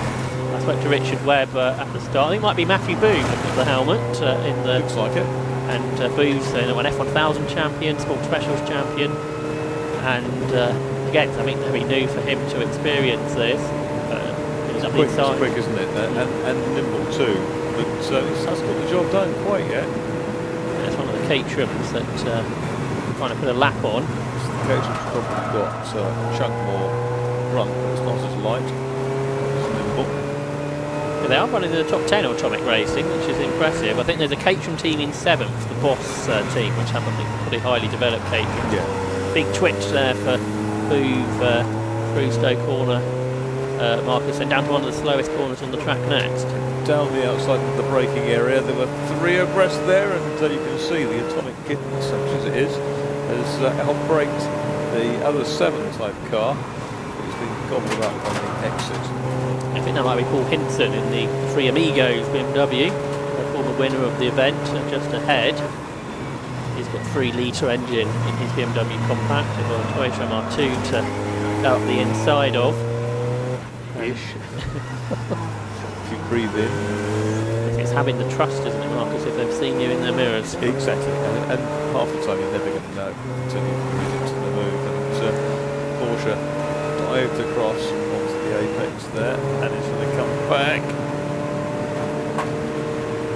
I think that might be Liam Wright's 944 Turbo, which he eventually gets ahead of. That was a good example, though, Marcus, of that loop section where you can take lots of different lines and they all have roughly the same speed, whichever line you take, whether it's tight in or fast out. But the MK is quick in a straight line, isn't it? Of course, he knows that the BMW on the outside is boxed. As he goes in behind the Porsche box at Brooklands, most go on the outside. That's one of the Ashwood cars. It's a 24. Yeah, that's the Ashwood.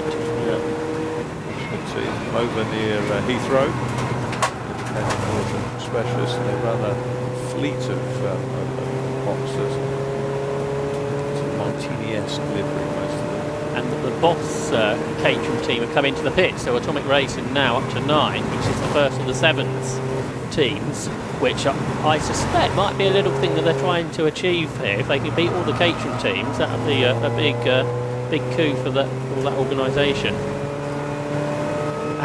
Down the Wellington Straight is just full of cars, which includes the Radical trying to make progress and all those lap penalties around the outside for Liam Morrell of 59B, which is Sarah Wood, Boxster S, and the 2nd place Radical car there, the RJ Motorsport, the Daytona team machine goes through.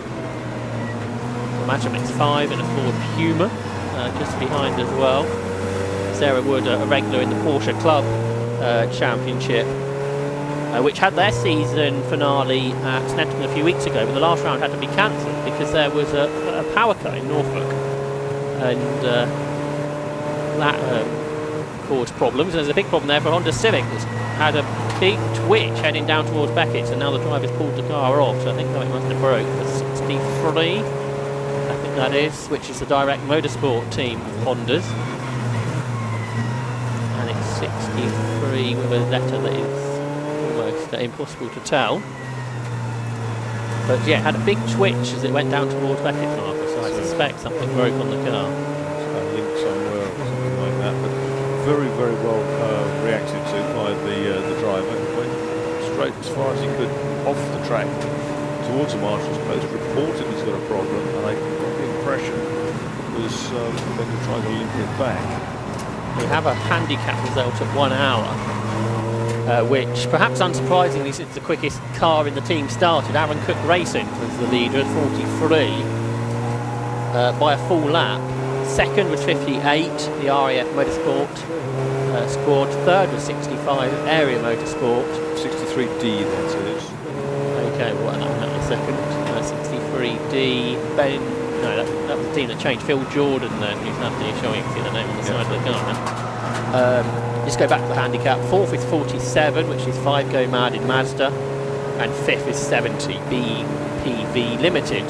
But at this stage, the handicap not terribly important, because as the different teams get new cars in, which may be quicker or slower, that will all change up. Yeah, it's evolving. There's Rory Allen's Boxster. The Golf is not far behind the 89 car. Which is Team 3, 89 is the race number for tomorrow, so that makes it slightly confusing, doesn't it? It certainly confused me. So that's Scott Parkin, 33 I think, driver from South Yorkshire, who owns the, yes, we need to look at the number on the window rather than on the door today. So he, twin brother with Ryan, they both run Darkside Development, diesel specialists, and they put together this Volkswagen Golf and then an Audi TT as well, which will be out later. Trafford King there in 42B, one of the front runners in the Type R Trophy this year. He's in the Danny Hobson squad, Team 42.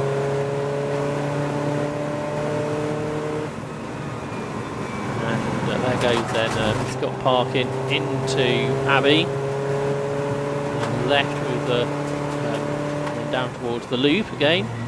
And he has now dropped 6 seconds behind the Axel van Niederveen Janetta, so Janetta is a little quicker. But he's also being caught by Matthew Boom in the Atomic Racing MK, who's 9 seconds behind, but a couple of seconds quicker. And there you can see the gap between Janetta and the Golf. It's quite large now, so Axel van Niederveen going well.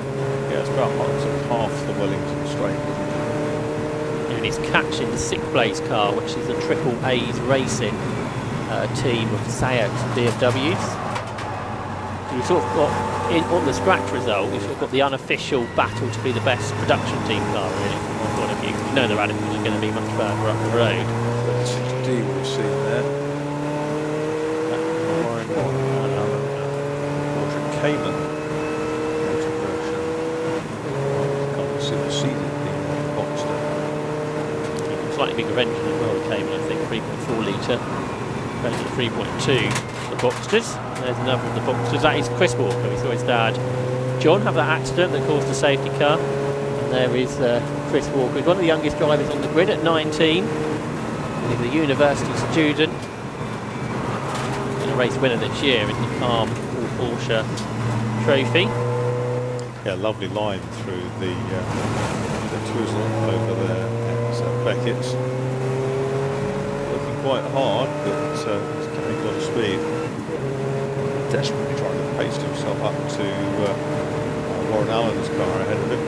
So the Darkside Golf snorting along behind. Yeah, I suspect the Walker family team lost a bit of time with that incident, because it takes a little while to react in the garage to get your next car out.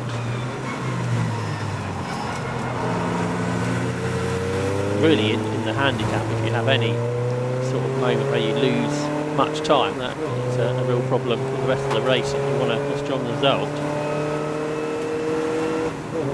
Lap in 56B, which is the BMW driven by Nick Hills, a compact, part of the Army Sports Car Racing team.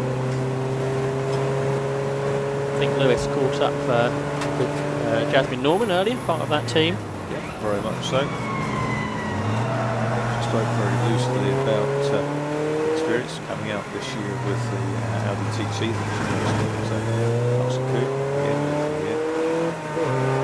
Yeah, she's also racing the Armed Forces Challenge, which the car I think probably suits a bit better than the Coombe series. It's a little bit outgunned, so to speak.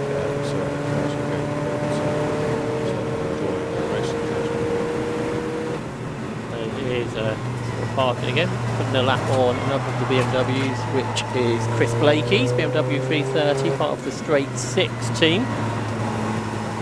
Part of the BMW Car Club series he regularly races in. Again, a 750 Motor Club run series. Jack settling in now, still being able to take it left, right and centre in the corners.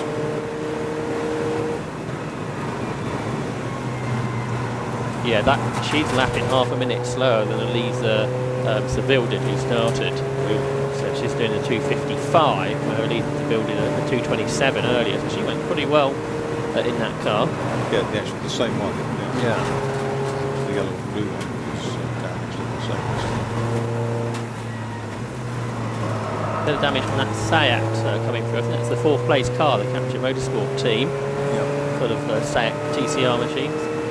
There's the Aaron Cook racing car, but now it's the Toyota GT86, which will be massively down on power compared to the Ginetta. So yeah, it's 25 seconds a lap slower. So that on the scratch, that's what's just going to put them out of contention. But on the handicap, it should all work its way out, and they are, of course, the handicap leaders after an hour. But now with a much slower car, and that will adjust when we get our next bulletin in from timekeepers. And we thank Terry Stevens and his wife Avril, because this is their last weekend. It's the 750 Club timekeepers after so many years. It's extraordinary. When I first met Terry, I'm sure in Thruxton back in the day, down that way and over the way. That's been absolutely omnipresent at 750 Club meetings. It seems like decades, I'm sure it is. Just behind the Toyota there was the Brutec Racing team, who won the event last year. This is Phil Adcock, I don't think was part of the team last year. Just behind the Toyota GT86. He dived down the inside there and had a thought about trying to take him into Loughborough, but was got to work out a bit more carefully, because the GT86 is a pretty agile piece of kit. I'm surprised we haven't had more of a race in the UK. Sure. I think there's a full championship in Australia for them, which I think is backed by Toyota Australia. The GT86, there's a twin of it, isn't there? There's a Subaru version. It's Jim Cook, Aaron's dad, that's out in it, who's a regular in the MR2 championship. I'm not sure how much he's raced this GT86. That might be getting used to it. But 10, 15 years newer than the compact that looks down the inside. There wasn't much room there, that's for sure. They've got a fairly slow Golf just ahead of them, perhaps just out of the pit lane getting up to speed. They've got a Mark 1 Mazda trying to chase them down. 15D, I think, is the Volkswagen, which is Ray Collier, who's a former Cochrane Cup champion in MGs, and he is part of the Davanti tyre team, which I think he's a tyre test driver for the road cars. So he's just been passed by this pair, Mark. One see Phil Adcock just battling down to try to work out the 3 corners ahead where he looking at a chance of getting back on terms with Jim Cook. Mazda 48, was that? Yeah, 48A, which is Andy Bailey, who was the winner at the last meeting of 5 Club at Donington last month. And they're all being passed by the Ashton Motorsport Ginetta. It's up to 6th now, and up ahead of the AAA's racing team, which may have made a pit stop recently. There's then Phil Adcock still trying to get past Jim Cook down the inside, and he finally does it. We must have been watching this pair for about a lap now, and finally Phil Adcock has squeezed through and ahead. Now that Ray Collier is up to speed in the Volkswagen, he is repassing this Toyota. I just wonder if had a bit of smoke trailing the GT86 there for a moment. So we'll have to keep an eye on that to make sure that doesn't cause any more of an issue. Just being passed by a number of the 3 Series BMWs. There's the 40 RJ Motorsport team. They're up to 15th now. They were 50th something, so they've unsurprisingly been progressing through the field. For the Radical, I think Leo Morel at the wheel. He swooped around the outside of Phil Adcock and Ray Collier as well, up across the lines. That is a completion of 37 laps for the RJ Motorsport team, still 5 laps though behind the leader. I think for 5 laps they were penalised. I believe having 2 cars out at the same time for that team earlier in the first hour, which is a big no-no at the Birkett Relay. Therefore, you get basically double the amount of laps taken off of you while you have two cars on the circuit. Race leader, though, done 41 laps. RSR Motorsport team 16, so that's the team of John McLeod, Ben Stone, and James Lay.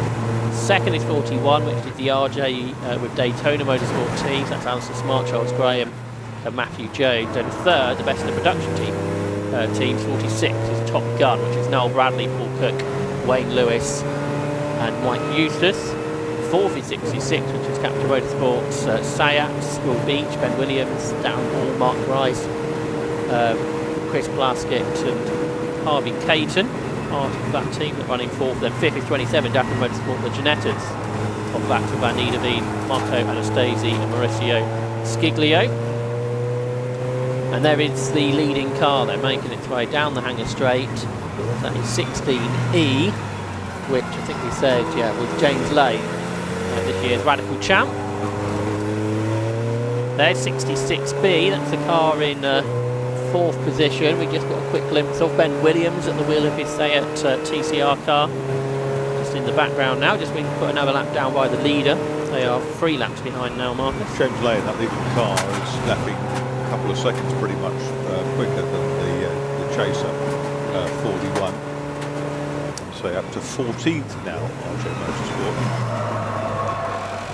That recovery drive. I suspect they should get to third, but they're still a couple of laps behind, I think, to get there. But are lapping probably about 10 seconds lap quicker than the BMWs and the Seats. The RJ car at the moment, 209.3 was its best, 209. In fact, it's just improved to 209.22 last time round. So it's lapping within 2 or 3 tenths of the second race car's best lap. But the last time round, 2:31 for that team. This is about a 7th position on scratch because Matthew Booth is caught and past Scott Parkin. So when we looked at them earlier, the gap was about 10 seconds. And Matthew Booth then has got himself up ahead of Scott Parkin. But Scott Parkin, because he is not pitting with that massive fuel tank in the diesel Golf, it means when the others pit, he rises up the order, and that is all beneficial on the handicap, of course. One of the big things about Le Mans in the diesel era, wasn't it? And the cars are so quick, so fuel efficient, and so reliable that it's not the endurance race that it was. It's a 24-hour sprint. Yeah, that's right. And now with the new era of Le Mans, no diesels involved, lots of manufacturers, all balanced performance, they've all got basically the same lap times, and therefore it's flat out driving all the way, which is probably different to an endurance club race like this, although because you've got generally fairly short stints and lots of cars, if you're pushing pretty hard all the time, it would probably be a lot more respectful in traffic than it would be at Le Mans. So there is 32C, which indeed is Matthew Booth, up to 6th position now on that last lap. He did a 2 minutes 28.1, which compares to Scott Parkin's 2 minutes 31.0. Just ahead of them, though, Axel Van Niederveen, now half a minute ahead, has just done his personal best lap in the Ginetta, a 2 minutes 22.39. Yeah, that's right. Running in 5th place overall, 27th. That white car of Van Niederveen. So you see that there's first and second on screen, RSR and RJ, a full lap between them. So yeah, that pace advantage that the RSR team have got of now in less than 2 hours is a full lap. The speed differential off the corners is quite something, quite astonishing. They shoot past completely breast. Yeah. Oh, particularly slow as well. Ambushed. And Rob Johnston in his Sienna had to take to the grass there as the Mini ahead of him didn't move aside, as I think he may have hoped. Now, beginning of the season, Rob Johnston told us this would be his last season of racing, so that is the case. He's having his last weekend in Absolute Specials tomorrow. Again, a long-time successful racer over the years in kit cars and recently Sport Specials. Yeah, that Sienna circuit has been developed over the years. Now, this Mini looks very slow, doesn't it, heading down the Wellington Straight now. 28, I think, which is... A bit of a bomb burst as they will arrive at the same time. Yeah, the TRP team full of Minis, that one. Yeah, the car coming into the vicinity, it looked like it was. That might have been. Genuine, I think there is a car in the penalty box just past the commentary box. Back on board with Matthew Booth, he's still in 6th position and starting to pull clear from Scott Parker through the Beckett's S's, one of the best places to drive, Marcus, in Britain. Yeah. It's quite something. And the downforce at Radical would be quite something. I remember trying rocking it on the oval, but it wasn't the going down the oval, the banking that was the interesting issue with an SR3. It was the amount of downforce to make the slow corner. I think that is 46C, is it not, that's in the penalty box, which is the car in 3rd position, if that's the case. The Top Gun team, which I think that says 46C, which would be Wayne Lewis, who was at the wheel. But that's a drama for the top production team on the scratch order, which isn't an official award, but it's one I always have to keep an eye on. Because you've got those BMWs and you've got the TCR cars, which are all fairly similarly paced. But it looked like it wasn't a quick penalty for that team. It's in there, sort of, rather leisurely kind of officials walking around. And, we'll stay there until we wave you out. So. That's right. There's the car in 2nd, which is now 41B, which is Charles Graham, long-time racer here, and he's twice a Birkett Relay winner, 2019 and 2021 on the scratch result. Trying now to unlap himself because he's re-caught James Lay, perhaps surprisingly, and they're nose to tail now. They go through Luffield, and up the inside looks Charles Graham. They go either side of the big Jag, and can Charles Graham unlap himself here, Marcus? He can, but it was I think a bit of help from James Lay, who thought it preferable to go off into the curbs than put himself in the firing line. That was quite something. That was a slow lap for James Lay, 2 minutes 18, 5 seconds slower than the car we're watching. So Charles Graham going quickly, and we wouldn't really expect James Lay, who had been going really well, to start losing out. So we keep an eye on that. Same with his championship heritage, James Lay getting used to endurance. The blue and yellow Jags now back and fixed, the wings being patched up, and the pink and turquoise one has come off, so a 4th driver out. We've got the handicap results after 90 minutes, and it's still the Aaron Cook Racing team that lead in 43, but they're no longer a full lap ahead. We've got 3 teams on the same lap. In 2nd place, 25, which is Futuro Classico, all those 1980s saloon cars. And then in 3rd position is number 7, which is Team 348, the 116 Trophy trio of Simon Croft Lopez, Freddie Tatham and Matthew Highcock. They've gone up the order. Then in 4th position is 69, which is Stan 2 Hollerton Racing, which is another team of BMW 116 Trophy cars. And then in 5th position, the Madram X5 team that were up there earlier, 47, which is the Barnards, Jimmy Rivers Fletcher, Arden Wardley and Andrew Robinson. So it's only them and Aaron Cook Racing that have stayed up in those 2 bulletins at an hour and a half. It's interesting, we've got 2 116 Trophy teams up there, which may, and then of course that's going to be a team that should be quick all the way through. There'll be no variation between which car is out there, because it's just the driver that makes the difference. One of the Toyota MR2s we look at here is 19C, which is Gareth Baxter, who's a 36-year-old police officer from Northampton. So looks after these parts. And Gareth Baxter, a long-time MR2 championship racer. More recently in this Boxster, I think he raced the Mark 1 before. Back in the 1960s, we had John Gott, who was the chief constable of Northamptonshire, racing very regularly in his ex-works Healy 3000. Tremendous racer. So we saw the penalty for number 46 Top Gun, and I think Lewis Beals has headed down there to find out what's happened. Well, thank you very much. Here we are down in the penalty area, and there we have 46C, which is Wayne Lewis's car, part of the Top Gun team. Here's the information I've been provided with. Wayne unfortunately overtook under the safety car, which is one of the big no-nos. So he was asked to come in and serve a time penalty. And out there'll be a board, as we can see. Someone also was being given a black, that's a black flag. He was probably given a black and white flag to serve a 5-minute penalty. However, as he's come in and stopped here, one of the other team cars has gone out, but he'll have to now come and serve it. And here is Wayne himself, who has actually been to the clerk of the course. Doesn't look particularly good frame of mind, but he's actually been to the clerk of the course and had his wrist slapped. So the 46, whoever out at the moment, I don't know, has got to come and serve a 5-minute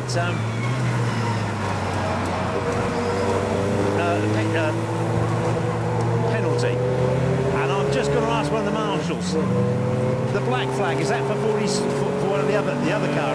Maybe 62 because we haven't got 62 in there, you've got which is a drive-through. Oh, 62's in for a drive-through as well.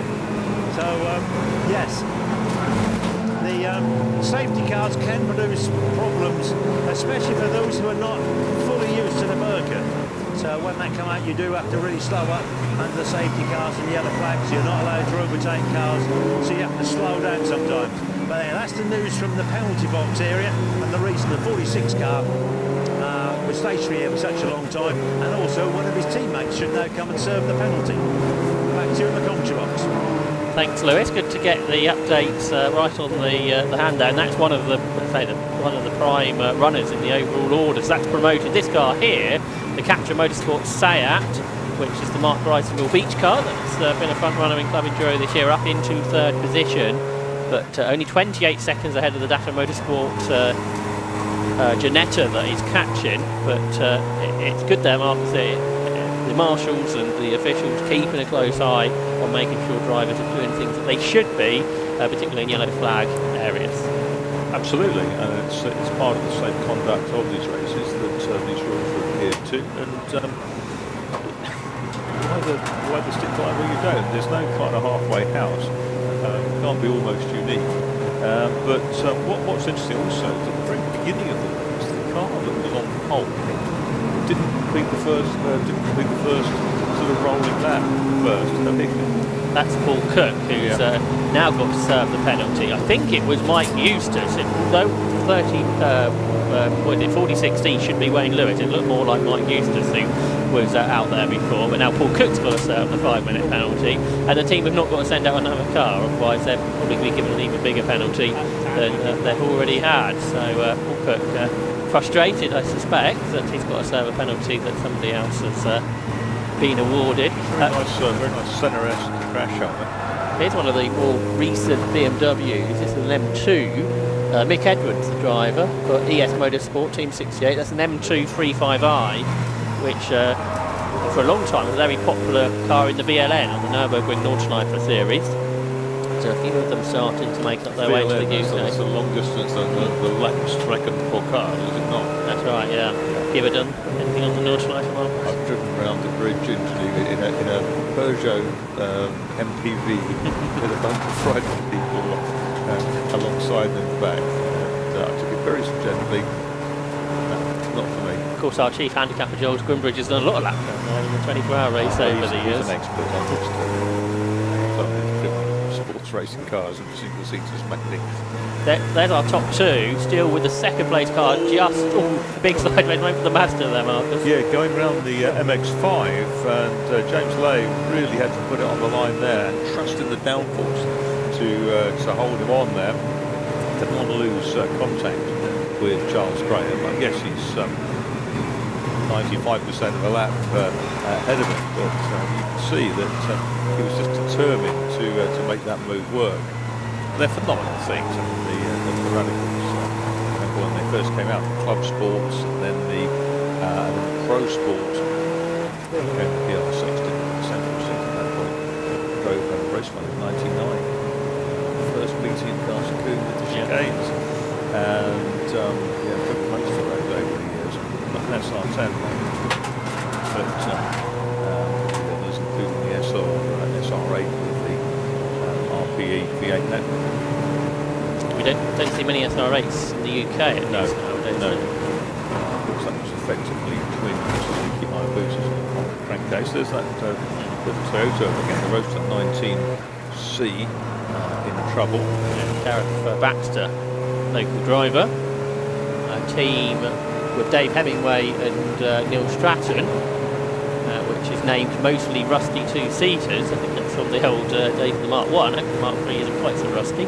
But unfortunately this one isn't going very far at the moment, which is a problem for them. But he's parked it up near a marshal post, so good driving there. Meanwhile, Charles Graham still ahead of James Lay on the road. Charles Graham driving well here, the boss of Daytona Motorsport karting in Milton Keynes. Last lap was 1.5-ish seconds quicker. Yeah, they're both quicker that lap than the previous one, with less traffic presumably, 2 minutes 12s.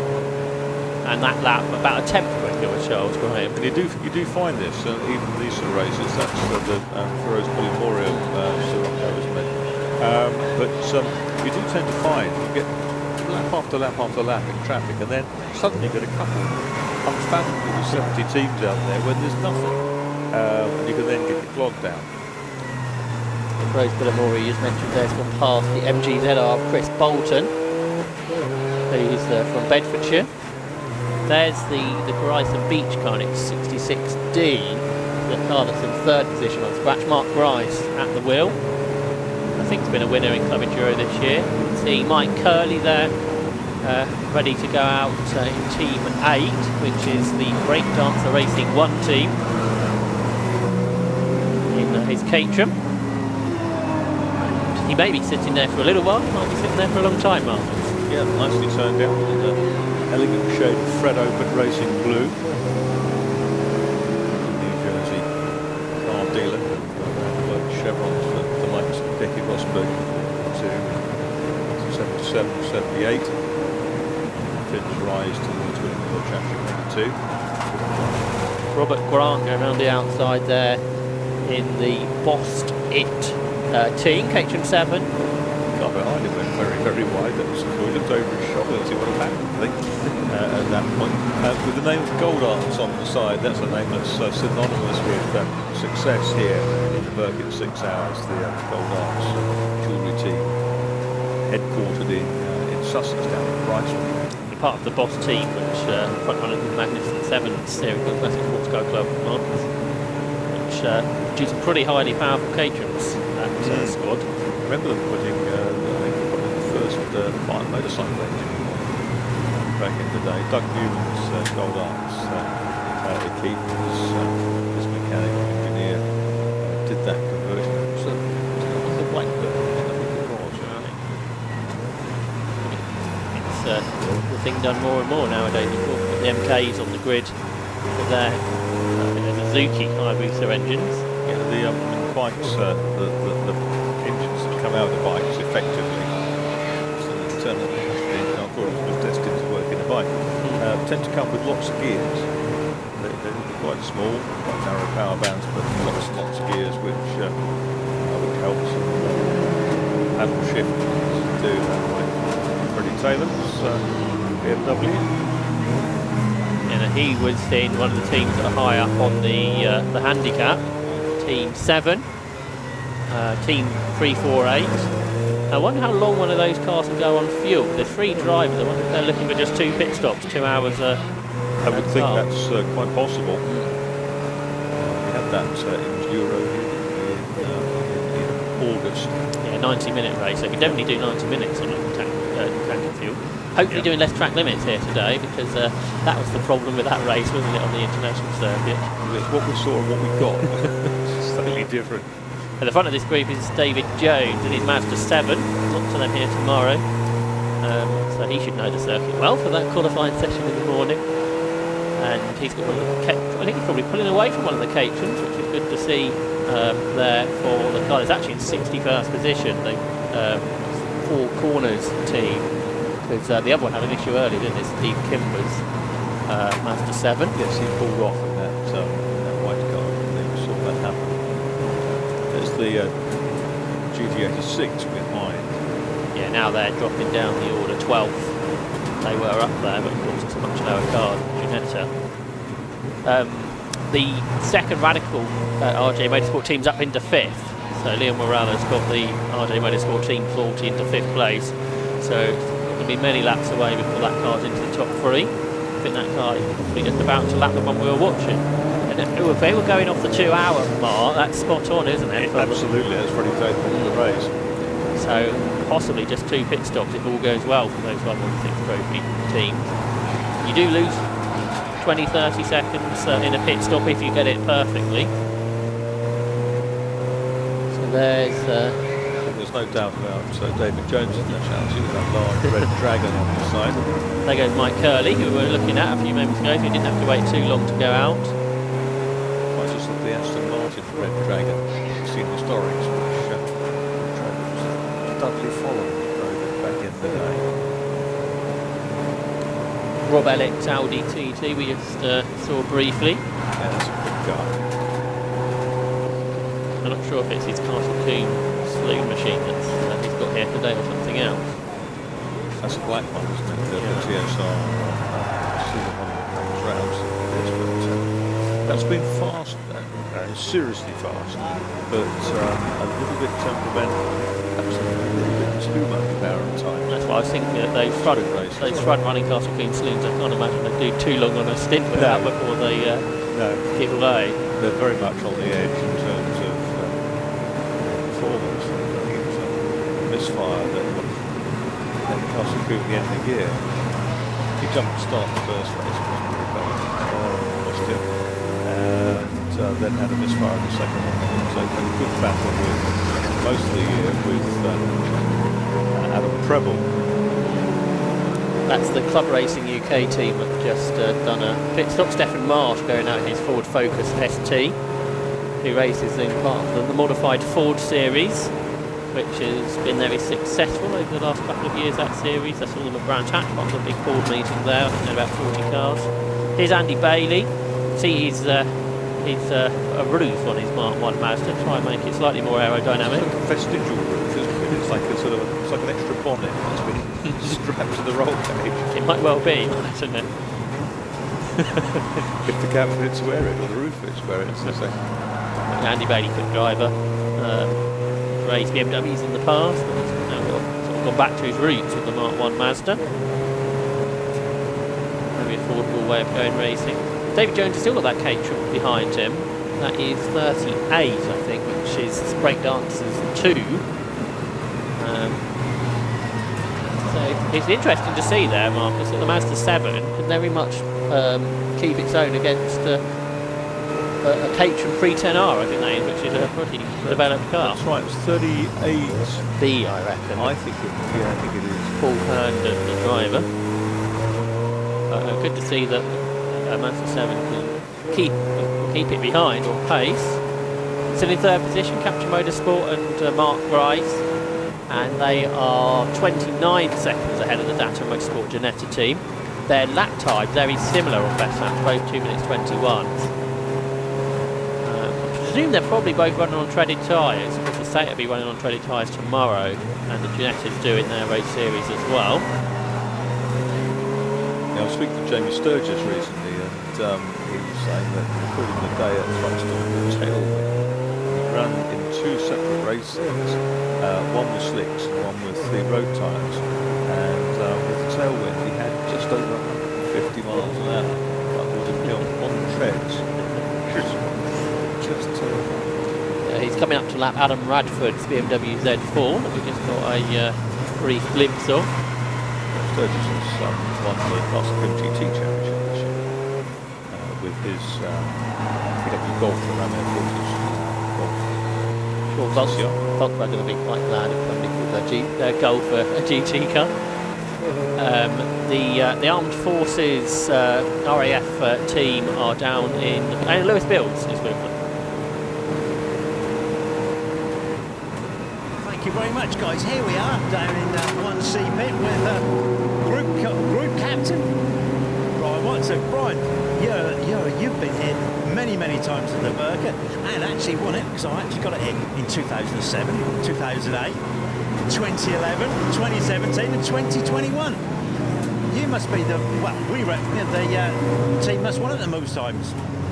We certainly enjoy it. It's a team that, it's a real team event. 750 put on a really good event here.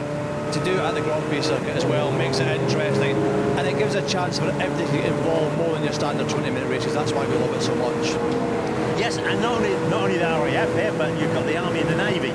And when I looked at the 1.5 hour handicap positions, you were all on 37 laps. But of course the RAF were ahead. Yes, we've got 2 aims today, well 3 aims: enjoy yourself, try and win the handicap race, and obviously beat the Army and the Navy as well. And for the first time this year, we've got a car powered by synthetic fuel. So the BMW about to go out for the next step is pure by carbon neutral fuel, and it has been all season. So it's a first at the club level of getting it after that sustainable motorsport aspect as well. Do you think that will come in the RAF as sustainable fuels, or is that something you're working on, or tell us? Absolutely. So we are working with the engineering team within the Royal Air Force to bring synthetic fuel in, and we're using this as a test case to feed back into the Air Force as to the value of it from a sort of petrol car perspective, because we see that there's a number of areas we have to go after from a sustainability perspective, but certainly the number of vehicles we have. If we can show the value of this and how reliable it is, that will help us understand what options we take forward going in the future. Well, that's great news. They say motorsport improves the breed, and hopefully it's going to improve our armed forces as well. We can but try, absolutely. It's always about innovation, and that's what we love doing. And anyway, the guys are doing really well. It's pretty close, as I said, all on 37 laps, an hour and a half. But fingers crossed, I know the Army got the fastest car out at the end, so we've got a bit of work to do, I think. It's all about strategy, and as you well know with this race, the last 2 hours, the last hour make a big difference. So we'll see what happens. We've all got our strategies, and we'll see what one plays out at the end. Yes, Brian, you're the master. Haven't won it 5 times. You're the master of this.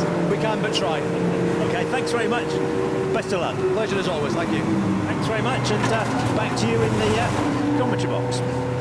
Thanks, Lewis, and good to get the insight there. Meanwhile, Sean Traynor, I think that is, with a bit of smoke emitting from his MR2, Marcus. It did look that way, didn't it?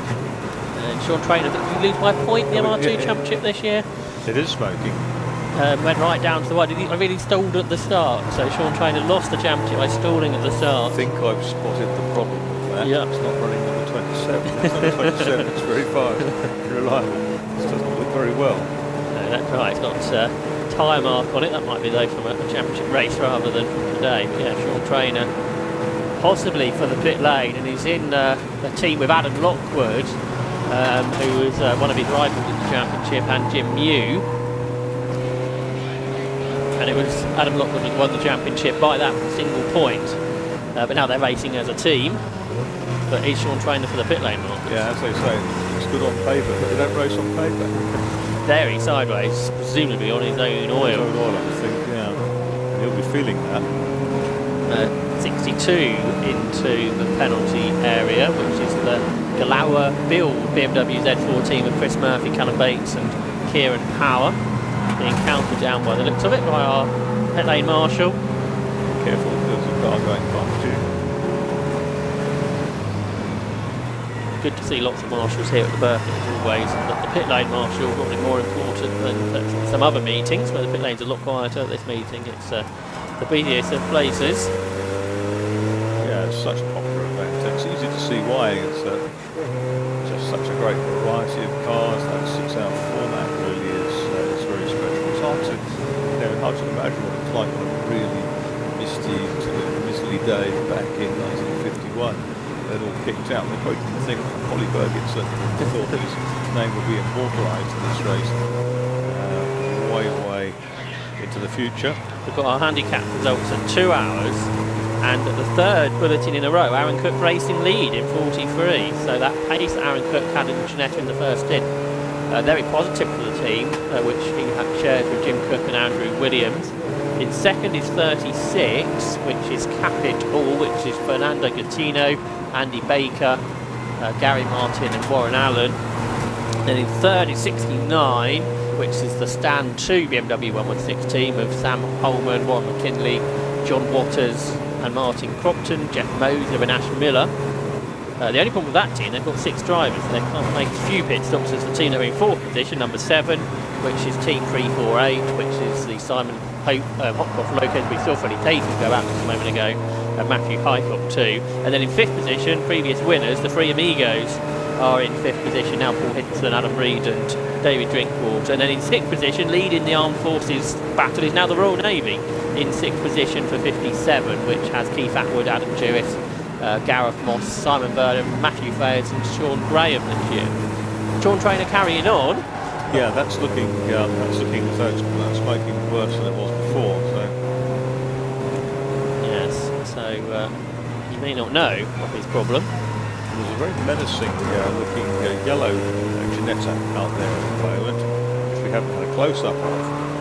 That was in the area of Sean Trainer's car behind the Dyson now. That's Kevin Turner out in a Caterham, but not the Kevin Turner you're as familiar with, Marcus. Not my boss.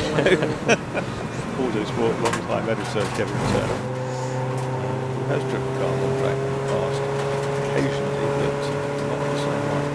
Yeah, this one's 56, a trader from Kent, Okay. who races in the Caterham Graduates Racing Club. There's the Ginetta 27C, so that's the car that's in now 5th position, Datum Motorsport, and that is Mauricio Sciglio, the driver, another G56 Academy car. A sort of wide beaming sort of smile on his face, doesn't it? With that bright yellow. Ochre. Yeah, that's Jasmine Norman, isn't it? No.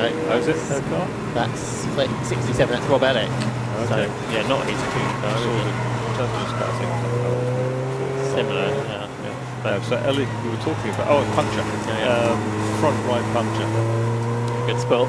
That's why he was going slowly. This is one of the Audi TTCR 1-8 series machines. But yeah, puncture, which is pretty unusual. I think it's the second one we've had in the race. Earlier on. I heard over the grapevine that it was the Clark BMW might have had a puncture, but we haven't seen that back. He's not going to make it to the pit. No, so that's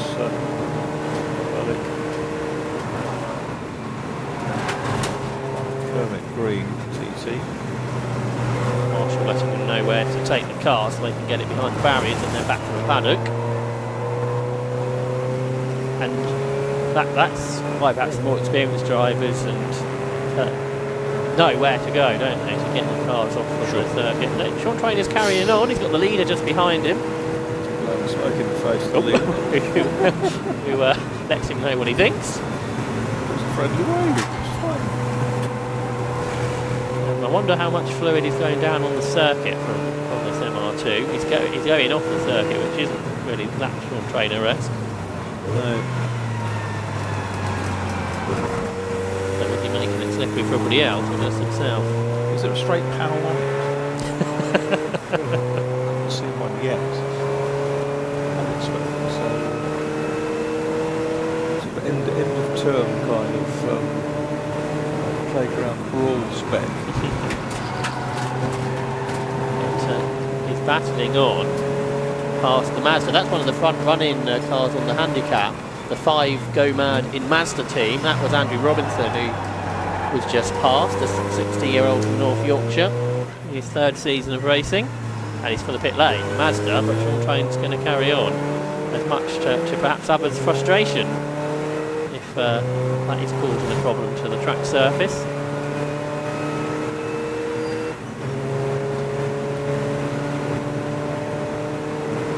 Cox corner. Yes, there's nothing that he's feeling that sort of suggests that it's anything. But I think he probably smells it, even though it's behind him. All that. Pick it up. There's the RAF into the pit lane, I think. Yeah, David Russell, who we just heard about, heading out. I saw that. It's changed colour now from that flat blue that it was before. And it's absolutely superb. Design delivery. That'll take about, cyan, that's Anton Landon, isn't it? He's probably the quickest of the team. Yeah, we saw the Rob Austin car earlier on. Anton's a little bit quicker than Rob this year. He's been racing in the kit car / now Sports Records Championship for 20 years. Got Duratec engine, that's Diana, 58-year-old from Cheshire. And going off the races we saw at Snetterton, that could be one of the highlights of tomorrow if we get a good battle at the front of the Sport Specials field. We've got some mixed grids, haven't we? Yeah, they're with Mazda 7s, which I'm sure will be an excellent race amongst themselves. So. And they'll look kind of like they're from the same sort of ilk, won't they? They'll look compatible. There's Ash Hicklin, who's in the RJ Motorsport Team 40 now. So then Morel went out earlier, now Ash Hicklin. Apparently Ash Hicklin's been racing a Bentley Continental this year, at the Bentley meeting earlier in the year, which must be quite different to the Radical. Just different eyeline, I thought. So the RJ team, I'm talking about them potentially getting back to third. They are back to fourth now, and they're 23 seconds behind the Capture Motorsports TCR car. Yeah, they're going 10 seconds a lap quicker, so yeah, it's going to be a couple of laps then, and job done. That's right. So leaders have done 57 laps in 2.25 hours. And they're now a full lap ahead again, I think, of RJ with Daytona. After, I think, another pit stop for the second place car.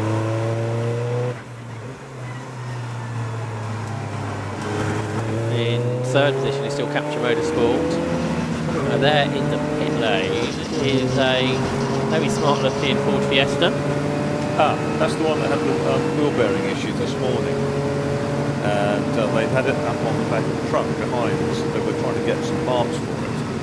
And that's good that they're back going again, because of course they've lost the Mini Hayabusa Skidmore. That went fairly early into its stint. So they're very much reliant on as many cars as they can muster. Jason Rudge, who will be the driver of the Fiesta when it heads out. The Morgan's still going. Not sure if Richard Mitchell's in it still or not. He is sharing that +4 with Tim Parsons. He's a former Morgan Challenge champion. Richard Mitchell, who won the historic Formula Ford Championship a number of years ago, Marcus. We hadn't done anything with Cedar Racing of note since then.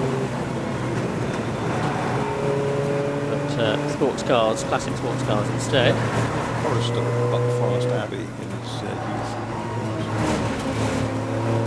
Yeah, I think he might still be involved in some of that stuff too. There's another of the Sayats. Looks like Phil Nibbs won. He went very well at Donington at the latest round of Club Enduro. Looks like the leading car is still that of James Lay, so he's driving economically too. His last lap was the 1700ths of a second quicker than the RJ car in fourth place. 1388. 2 minutes. Yeah, because the RJ team, especially with Morel and Hicklin, two quick drivers, aren't they? So it's a real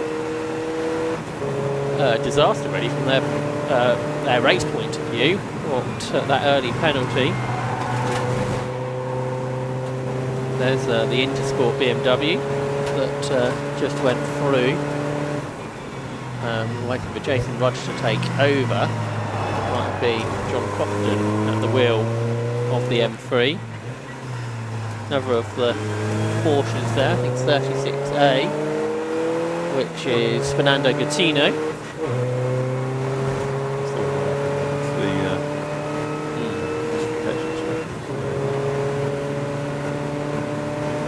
One of the Hondas ahead. Honda Civic's such a popular car over the last few seasons. The last couple of laps has been the battle between for 15th place, 15 Devanti tyres, quarter of a second ahead of the Sport Racing Ford number 14 team. Well, look at these guys all of a sudden have got themselves together, heading down the Wellington Straight. There's Ash Hicklin, the car in fourth, shortly to become third. Yeah, there must have been 20 cars all in shot there for a moment. There's Toby Partridge in his 116, and there's Tim Parsons by the looks of it in the Morgan now. 31E. Tim Parsons, who's been a Morgan Challenge champion in his class, I think, this year.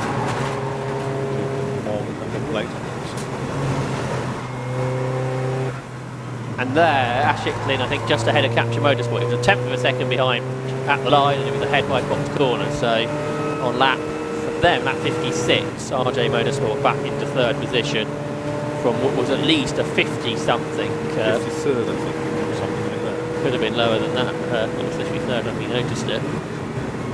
So progress has been made, but I suspect that is the end of the progress. Third position, they're 3 laps behind the next car. Misfortune runs, wasn't it? Or very strange. The sixth leader in.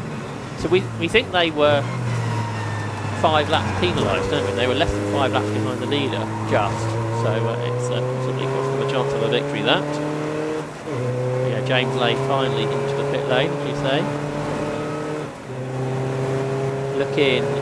Oh look, Scott Parkin's still going. So he's had 2 hours and 20 in the car, at least. And still going on without pitting. There he is. Well, 60 laps, so James Lay in. So it's a lay in. You can have tomorrow morning with the clocks changed. What's the longest you've done in one stint before, Marcus? I did the 24 hours here, the broadcast 24 hours in RX-8 stuff.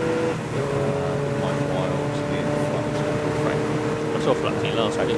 Yeah. At the festival. Yeah. He tried to be very fast and tried to match the lightweight but so we finished second last. I suppose probably an hour and a half, something like that, but an hour and a half in the dark. Middle of the night with pretty iffy conditions. I mean, qualifying conditions, but atrocious at that point. Garage filled with water, same for everybody. But I did get clobbered like one of these Monaco Chevrolets, which was patiently so that I could get through the middle of the Beckett's complex, which was very odd because it had about 4 times the power we had in a straight line. He'd waited about 3 or 4 seconds to have been there. But no, didn't inflict any damage. Let's just spread it aside. Just fine. Very interesting, a very different strategy because you get involved in those races and suddenly, unlike a sprint race when really it's just down to the driver and what you do, etc., you feel responsible for all those people filling the pits who are, up all night doing the sort of the chores, if you like. Unfortunately, a lot of people who do run the cars have no ambition to drive them and actually get their kicks from preparing them. But it is one of those things that you think, if you're going to go off here or something like that, Porsche in trouble, then I've got to sort of slip back to the pits and face the masses, which won't be a very comfortable chat. I was with Paul Truswell last week, who was also commentating the Formula Ford Festival, and he was saying, because now he does some strategy with race teams, he says it's so much of a difference. He said if you do something wrong in commentary, nobody really cares that much, but if you make a mistake on the strategy, say leave the car out and lap late longer than it should do and it runs out of fuel, it impacts a lot of people. Yes, exactly that. Whatever the 36A's issue was, the Porsche is now going strongly again, so whatever happened is kind of happened, or... It's Fernando Gattino, and that was of course one of the cars high up in the handicap, wasn't it? Yes. The Capital team. There's that Tigra that's still going. Yeah, that's changed colour of late, I think. It's because it's come out of been out of class a bit Had the MK trying to go round it. And here's another of the 116s. That's Simon. That's Freddie Tatham, I think. 69. No, that's the that's the Statue Hollerton team. Sam Holman, Warren McKinley, John Waters, Martin Compton, Jeff Moser, and Ash Miller squad. He was high up on the handicap. Swapping out Shicklin charging along. Oh, a bit of a sideways moment. One of the MKs behind. And Gavin Bristow is at the wheel of the team, who apparently is from America. Arizona. So he's probably travelled to Furness to be here today. Taking a wide sweeping line through the Beckett's S's there. Looks a really cool thing. They're based on the National Hot Rods. Yes. Silhouette machines. After Mansfield Intersport Racing 2, running in 23rd position.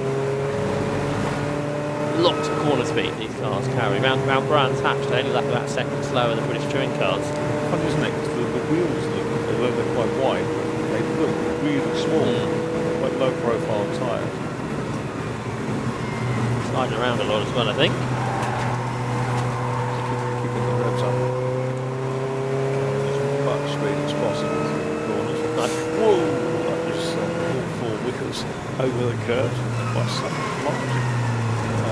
The Atomic Racing MK behind was being lapped. We didn't quite see that, but that by Ash Hickton is now going around the outside of the Vauxhall Tigra towards Farm in the Loop. Jason Rudge is out there now, that Fiesta. Quite a wide body on it, hasn't it? I don't recall it was like speed Fiesta in that spec.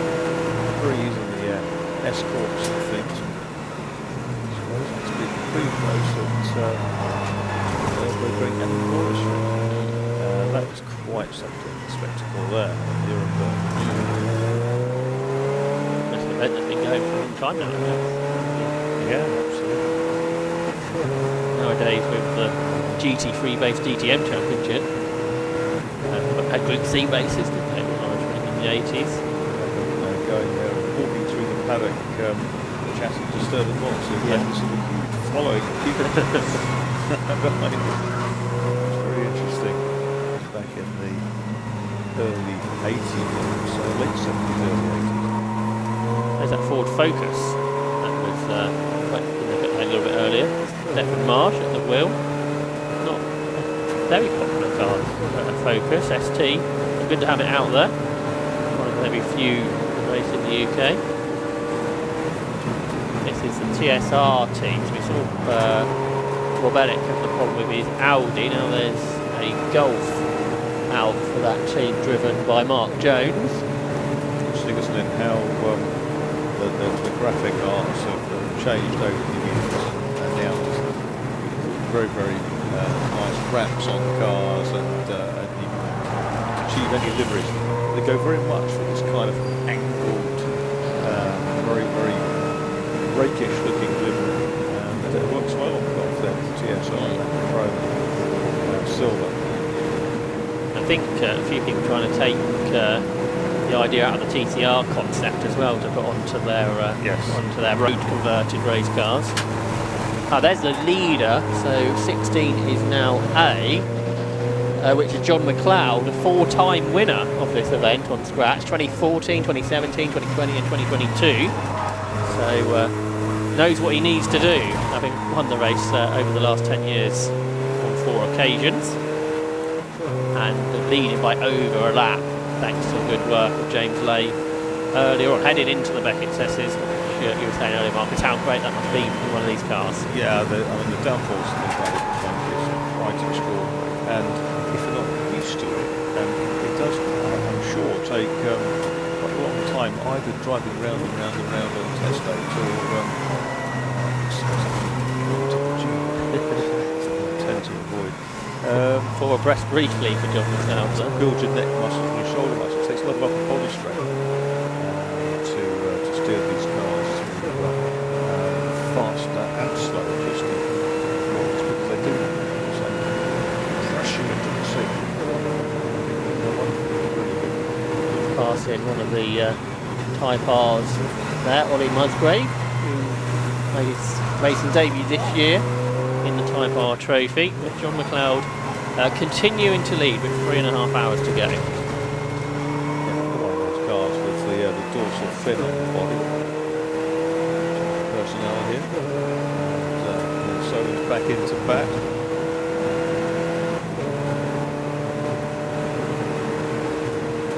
It's bubbling up nicely, this race, isn't it, Marcus? It is. As soon as I left the commentary box an hour and a half ago, it all happened. There was lots of incident all of a sudden. We had that safety car. A little bit more settled, but the handicap race in particular seems to be quite interesting.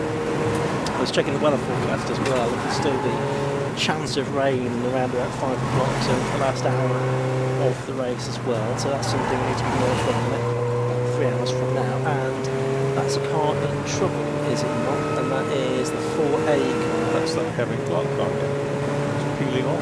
It is just Sapra now at the wheel of it, but that's a car that's already retired once from this race. It is now retiring again. Just Sapra out with very quite an experienced racing. Has done lots of racing in different categories. Everything from school GTs, BMW Championships to a few hard I was saying this morning over the winter they'll re-shell that Birkett up their M3s, the one that Lucky Kera had the big bang in at Donington.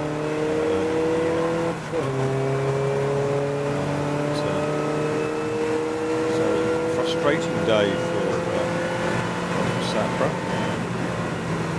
Not very far earlier on, didn't get very far. It's broken again. So we are just over 2.5 hours into this race, not far away from halfway.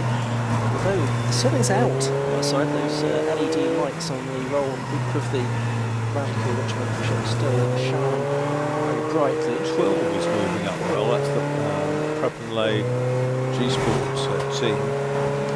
Just 2.25 seconds behind the Darkside development group number 3. And that's the battle for 7th place. Yeah, Prep and Lay, Lucy Dack, the manager of that team, has 5 years at Birkett. They've twice won their class. And, best tin top team last year. They also had the fastest tin top lap last year as well with that particular team. They're closing on Darkside, and last time around the Darkside car 2:26.9. Prep and Lay G-Sport 2:17, and that's Darkside again have gone through 2:27.4 at 6 seconds, 6.66 seconds suddenly. So that's coming down rapidly. The Morgan is in trouble, which is bad news for that particular team. Actually, into the pits came the Prep and Lay G-Sport. That's why. Okay. It was closing, but yeah. So that is Parsons, isn't it? In the car that Richard Mitchell started. Team 31, very random races. Yes, that's one of the teams put together by the 750 Motor Club, a collection of drivers who otherwise wouldn't have a team to them. Trevor Gregory is running that. Looks like Hot Hatch and Clio racer with the 750 Motor Club. Nigel Brown's back out. Did you return Yes, absolutely. It's waiting for Nigel to come start once again. So almost empty Wellington straight there for Wellington. Yeah. Cars as well spread, of course, all the way around the lap. There's the Formula Woman entry again, the Jaguar, very easy to pick out. Who's at the wheel there at the moment? Is that F? I can see. 23E. 23E. Now. So that's Abigail Chandler at the moment at the wheel of that one. Just behind is and that's 68A. Yeah, that's Matthias Radstock, his low series cut car for ES. It looks like he had a spin at Stowe there, as he was off onto the runoff areas rejoining the circuit. Now it's put to the inside of Stowe Corner, which is an interesting place to go. But he's back into the race, and there's the Morgan there, which is just on the edge of the circuit. So I suspect that the officials, they'll see that on their CCTV feed that they have in race control. Just pop the lights out, and maybe that's to see if there's one more turn to start a motor without the lights on. Absolutely. So a couple of BMWs heading down towards us. The Interceptor team car that's replaced the Vauxhall Tigra, the two-frame Tigra. Yeah, this is Russ Humphrey that's out at the moment. It's the rapid in that car. In 1998, Castle Coombs Blue Car champion. He's also the Vectra Challenge champion in 2001, the electrician from Oxfordshire. So yeah, we'll be very back with that particular car. bit of representation from Castle Cooper here this weekend. They had their championship finals a few weeks ago. Which you were at, Marcus? Yeah. I was at all park. Safety cars at the ready. The lights are flashing, so I'm sure that's going to come out. There's a 34 car in the little refuge behind that. It's also been abandoned. I didn't see the letter. I saw the 34. But Which is the Cat Trans team at Samson Drive, which Gravestock and Clayton Sampson, the quartet that make up that squad. Russell Humphrey there ambushed the safety car is out. And that is 2 hours and 37 minutes into the race, second safety car period of the race. Perhaps just worth drilling down the leading positions on scratch at the moment, and I'll give you an update on handicaps. What if they're up to date? Yeah, on scratch it's 16 RSR Motorsport, 66 laps. In second place 41 RJ Daytona, 65. Third team that lost all those laps early on. 40 RJ Motorsport, 62 laps. Fourth is 66 Legal Class B Capture Motorsport with TCRs, 61 laps. They're Olympic 17 clear of 27 their class rivals Dayton Motorsport. In sixth is 32 Legal Class C Atomic Racing. It's the Ks on 60 laps. Also on 60 number 3 Darkside Developments, third in Class B. 54 Boss Cats. Fourth in Class D, and number 12 Prep Relay G Sport, weighing out 60 laps, then 9th overall, 10th overall, 65 Area Motorsport on 59. So the up in classes, Class A Breakdancer Racing leads that by the looks of things, including the number 8 cars, and they've got 58 laps. Nearest rivals first page of our screen, so some breakdancer racing are doing very well. Sam Daffin's Fiesta is looking very smoky indeed. Increasingly smoky as it sits there at 30 miles an hour behind the safety car at the moment. I suspect he's not going to be much longer for the racetrack, but he's got quite a bit of time if he can get back to the pit lane now, because he's driving along much more slowly than he otherwise would. So we're now exposed it to overheating as well as well. Yeah, you can't. It might be better just to park up and off the circuit somewhere. One of the points where you could get back into the onto the internal road. Could use the driver of the blue Peugeot behind, thinking, sure do you know? There's that thing down to the circuit. That's not even a gypsy's warning. That's not very well at all. No, well, he'd be well advised to pull into the international pit lane, I think, which is just coming up on his right, and he's on the wrong side of the circuit to do that, I think. Yeah. And because if he'd gone into that, he could probably have made his way back onto through the internal roads to the pit lane. But that's not what he's done. Barry Mill's there. He's been recovering cars and racetracks since I started watching racing in the 1980s, local to Mallory Park. Very familiar face of the bit of circuits doing race recovery. Here dealing with that number 31, very random races. Morgan of Tim Parsons, 31E. Morgan Challenge Class Champion this year. He's been racing with the Swinging 60s, the SEC Champion Series in the Lotus. Looks like we've got a 2.5 hour quality in it, which we don't, as far as the handicap race is concerned. Well, has the Fiesta pulled off now somewhere? I didn't see it. It did. Yeah, it looks like it's gone from the safety car queue, which is probably relief to everybody else. It's got here yet. You mentioned the blue Peugeot, which was another of the Team 31 cars, very random races cars. So that was William Hornsey, wasn't it? That's out there.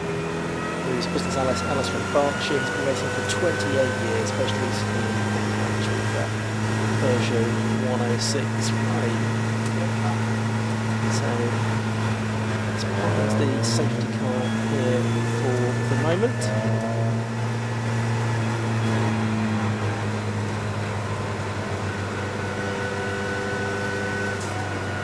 So 3 hours and 19 minutes to go, almost at the halfway stage in the Birkett 6-hour relay race here at Silverstone on the Grand Prix circuit. It's the first of 2 days of racing this weekend from the 750 Motors Club. Back here tomorrow with championship finals, and you can also watch that on the live stream courtesy of Alpha Live as well. So head on to YouTube or the 750 Motors Club website. Strong entry tomorrow for that. Yeah. Very much so. We've got 3 shared grids and a single grid for Club Enduros. We've got Passion and Alpha's going together. We've got the Mazda 7s and Sports Specials going together. Bike Sports and Sports 1000s going together. Bike Sports think they're their biggest grid of the year. And I think the smallest grid is in the mid-40s, which is sensational, really. I think the attraction of the Grand Prix circuit has encouraged some drivers that have not been out too much this season. So we're very much looking forward to that. A few things still to be decided across the various championships. A few still to be crowned. Some titles have already been sewn up at previous meetings, like Jonathan Lister, he's already the Mazda 7 champion. Scott Parkin from Jura, I think, has already confirmed as champion. Turner in Sports Specials, for example. But there are still a few things up for grabs. Notably Hot Hatch, that's going to be quite interesting tomorrow. So make sure you tune our way. I think we're live tomorrow morning at 10:40. Well, it's not from 9 o'clock for those winter circuit racing at 10:45. 7 races for us, as I said. Intention is, of course, we're losing out. I don't think we lose light tomorrow because of the hour change of clocks. Clock's not back, but that means that it is pretty pronto. Yeah. Certainly by 5. Yeah, I think the idea is the timetable will just finish at 20 past 40, so we'll see if that happens. Otherwise it will be a bit dark by the time that Sports 1000 and Bike Sports cars finish their second race. So we don't want a Formula Ford Festival 2022 style debacle. No, that's where the storm rolled in, which had been predicted all day, and the race lasted 2 laps before it was red flag because of inconsistent conditions, and didn't really start. Although I think the sun just came out eventually. They had a rather successful 2023 with thankfully. With the exception of trying to start for the 75, which seemed to take about a day and a half. It was painful to see that unfold. I watched that on stream in the conversation because it was just one thing after another. So there you go, it was an awesome fight. It was very good, very good race. So, behind the safety car here, hopefully that Morgan be recovered to time. I think possibly only one more lap behind the safety car. And then we'll be able to go racing. Yeah, it's a straight toe, isn't it? Rather than an aerial lift. Don't yet have the sort of update, they're not as quickly as they were half an hour ago, unfortunately. It's a useful feature behind the safety car here at Silverstone.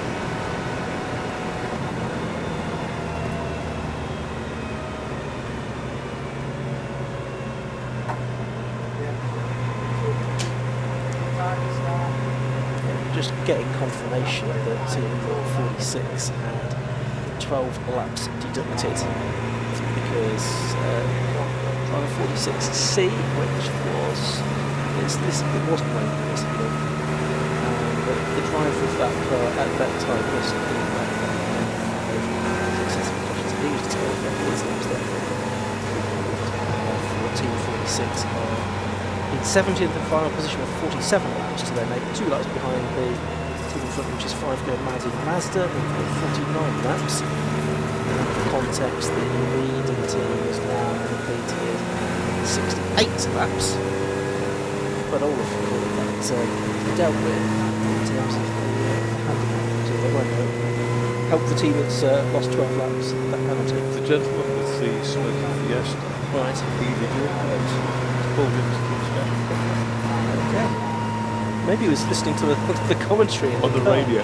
Yeah, Radio Silverstone's on 87.7, so listen to us in the car. Sterling must do that. I think that the TT in Cooper was 60 or 61 when he won it in Ferrari short wheelbases in the 250 GT Berlin. Different cars than you.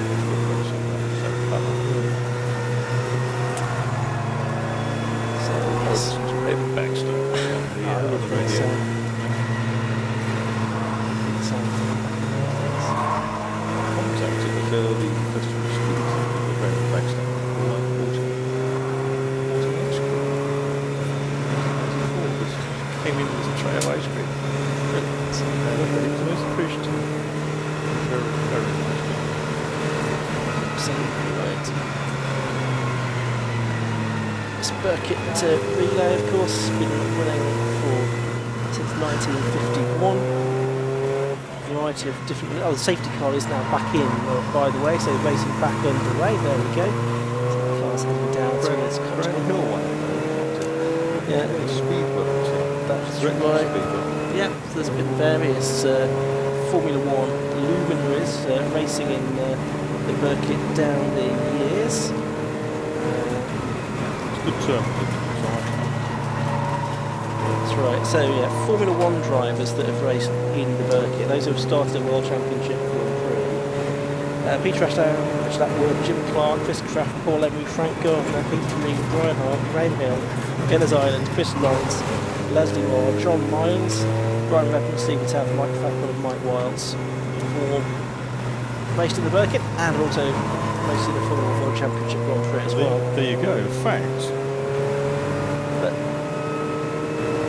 well, save that thought, Marcus. Let's go down to Louisville as a bit late.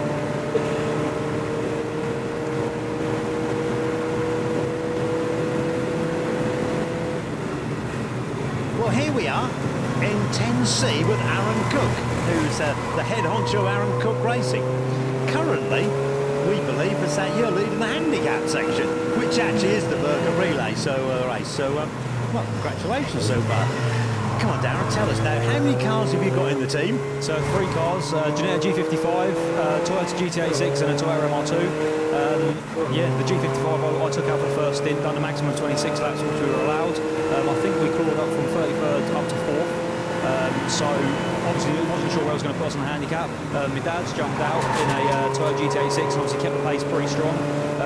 And yeah, we're still leading. Andy Williams is out there now putting on a good show. So yeah, when he comes in, hopefully we're still at the front and we'll go again. So what's Andy driving? Andy's driving the Toyota MR2 out of the MR2 Championship at Mark III. He's doing well, he's lacking consistently, and as long as we can carry that to the end, hopefully we'll be in a good shot. Yeah. So you've got 3 drivers all doing what we call a round robin, is that right? Yeah, exactly, added to the challenge, I suppose. So if we can win it, at least it'll be an added bonus. But yeah, it's still early, there's a lot to happen yet, and I'm sure the people behind ain't too far behind, so we'll keep pushing. So do you think the key to an early lead was the Janetta taking out and doing all the laps straight away? Yeah, I think it helped, and we also got lucky with no safety cars. The safety car come out just after I come in, so we was lucky there. We managed to really stretch the legs of the Janetta, climb our way all the way up, and we didn't get stuck in. Not in too much traffic really. There was a few clumps now and then, but it all sort of spread out pretty nicely for that first stint. So yeah, I think the G55 definitely helped, but that's out now, and we just got to deal with what we got. So we'll see how we go. Yes, that is the one thing. If you've got your fast car out when the safety car out, because everybody was travelling at the same speed, exactly. And you're clocking up your laps, you see you can't take that advantage. So yeah, a lot luck plays a big part in endurance racing, doesn't it? Oh yeah, definitely. I mean, we won this not the overall. We won our class a few years ago. There was myself, Sean Traynor, Dan Sylvester, Ali Topley in a team with Rose Motorsport, Patrick Run, and we won the class. But again, like you say, you need luck to help you along the way. And even if there's one little problem with one car, it throws it wide open. So well, basically, you've only got 2 cars then. The GT86 and the MR2. Yeah. So if anything goes wrong with one, you're gonna have that's going to be a cause of problem. Yeah, exactly. So we really got to try and keep them both going. But this car here, great, reliable, and it's also for sale if anyone wants to buy it. But yeah, bit of a raced or rallied. Exactly. Aaron, thanks for that, and good luck for the rest of the day. No worries. Thank you very much. Cheers. Back to you in the commentary box. Thanks, Lewis. That was Aaron Cook from Aaron Cook Racing, who the team that was leading at 2 hours, but not leading at 2.5 hours on handicap. Let's put the data positions through now. So I can tell you that the following teams, all on 66 now, but in this order at the moment. Team early 6, Capital leading by, what are we looking at? About half a minute there at the moment, I think. Second, 45 for 3 Amigos, double winners in the past of the handicap element of the Birkett Relay Race. Third on Team 18 Special K. Fourth is Team 43, Aaron Cook Racing, which took it out there. Then in 5th place on 65 laps, spending a lot of time on 65 laps, all the way back down to 21st position. It's Random Racers, Team 30. Royal Navy, crikey, that's looking a bit busy on screen now, isn't it? Royal Navy Motorsport, Team 57. Mazda Dudes, 48. Area Motorsport, 65. Mazda Misfits, 49. And Team 348, Team number 7. They complete the top 10 at the moment. In terms of the classes within the handicap competition, which is where the awards are given.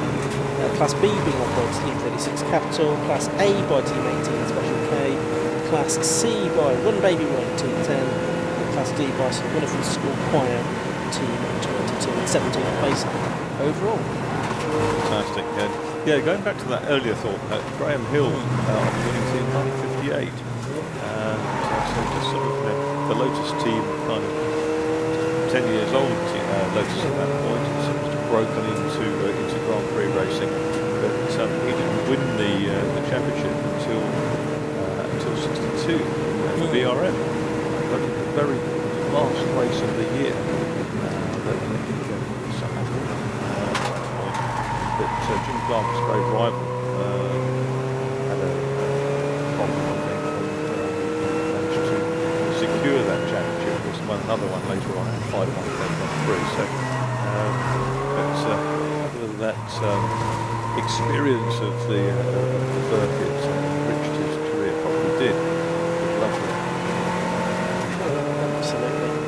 And there's too many drivers to mention who also competed in the Le Mans 24-hour race, as well as the Birkett. But back in 1978, a contemporary Le Mans prototype took part in the Birkett 6-hour relay race, where Ian Gracie with his Pesca 308.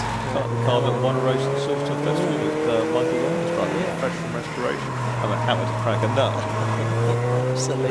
Baked Bean, as he was known. Yeah. Which is his nickname. Yeah. So that was back in 1978. That completed Birkett. We had sponsorship from a restaurant called Reptility Lolas before that. A restaurant down near Earl's Court, Il Palio di Siena, which is the horse race around the square. It used to be annually, and it's now twice annually. Yeah. Tuscany, Siena. And Baked Bean was quite a character. He once rang me up at Motorsport magazine and said, we're going back to the ball this year, and we'll take a flagpole, hoist the Union flag over the paddock. I didn't kind of doubt it. That 78 relay was at Donington. I think then the second season after that in Rio, Donington. That was then the only circuit there. The handicap winner that year were the Angle-Mog Saxons. And the scratch winner was the Porsche Club GB 911 team.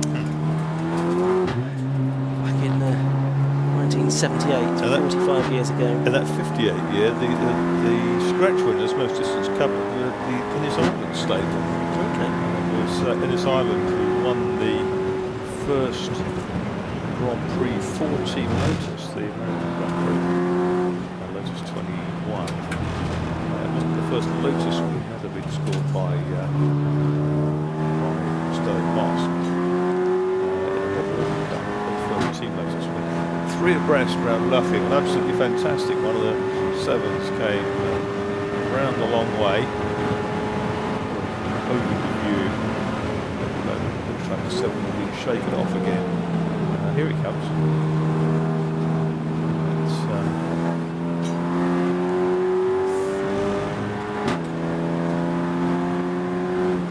The 34 team in 34th position, the Cab Trans team, that's getting support from Amelia Sampson, who's watching from the UAE on the live stream, and I'm sure that she's related to Ed and Clayton Sampson, who race within that team, driving some Richard Edge years that make a last spot. They're just about halfway down the field in 34th position.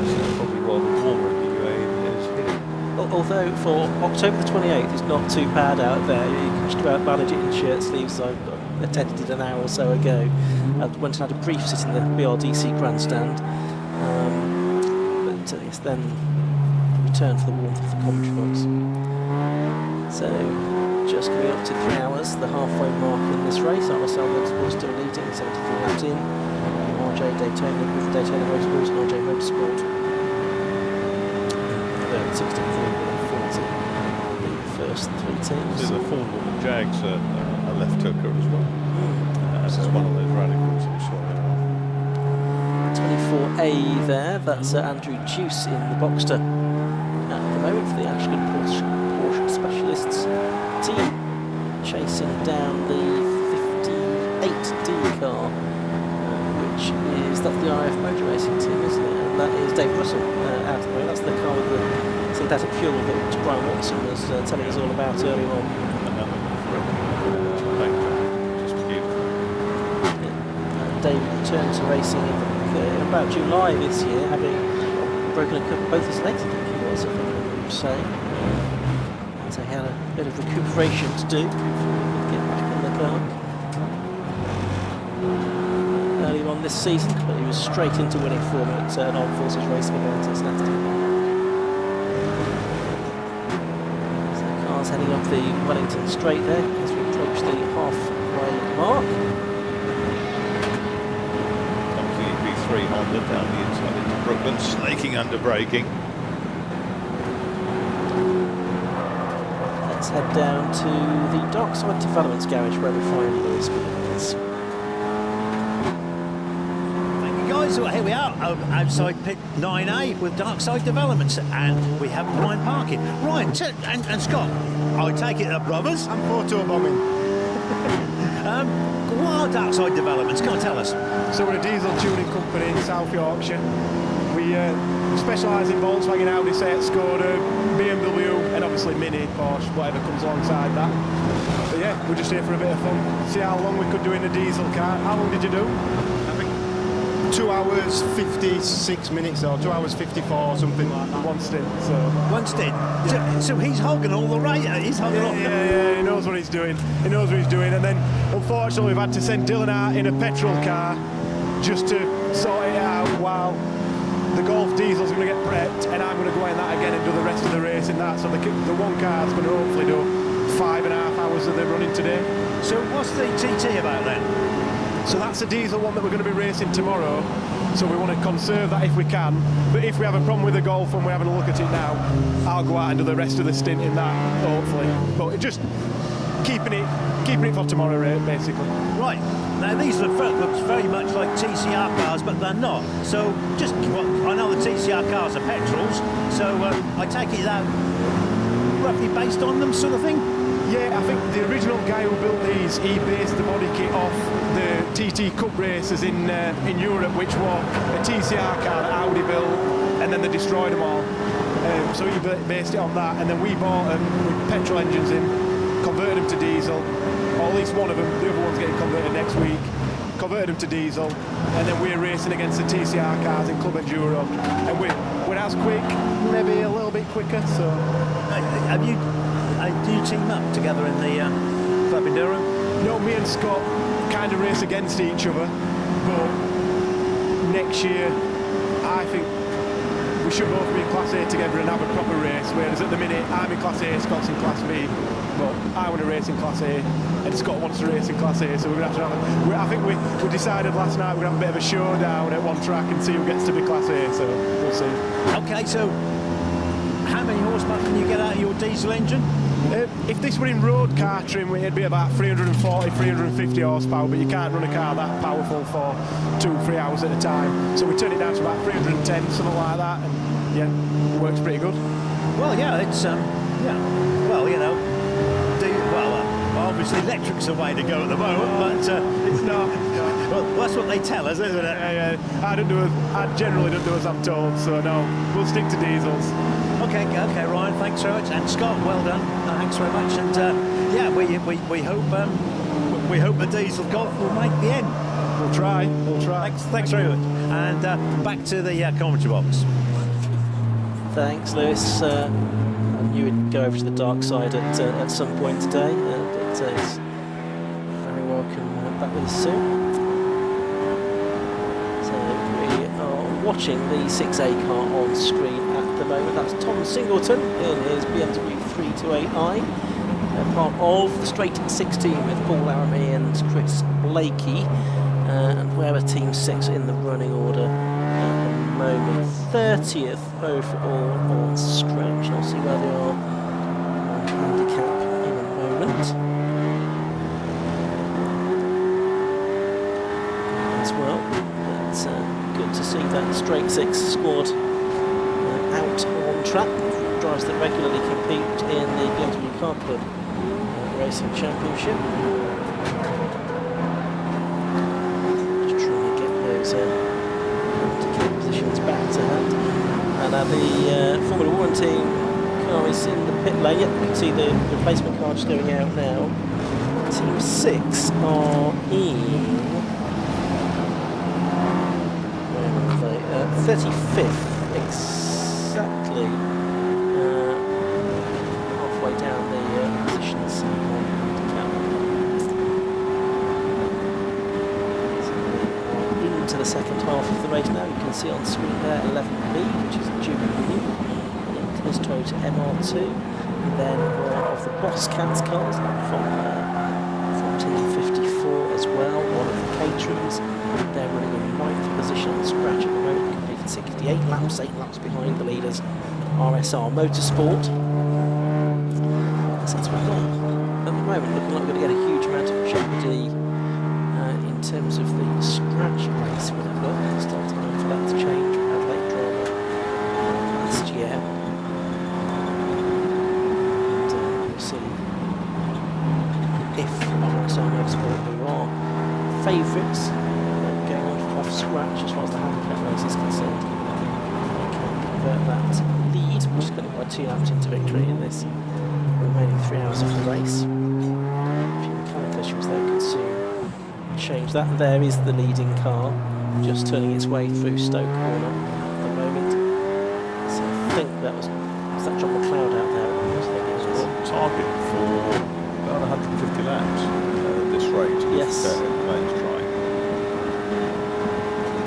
Yeah, should get that amount of laps in. Obviously, dictated to an extent by the weather and the amount of safety car periods that you have as well. And worth noting that handicaps are adjusted for safety car running as well. Team 37 out on circuit with their MG.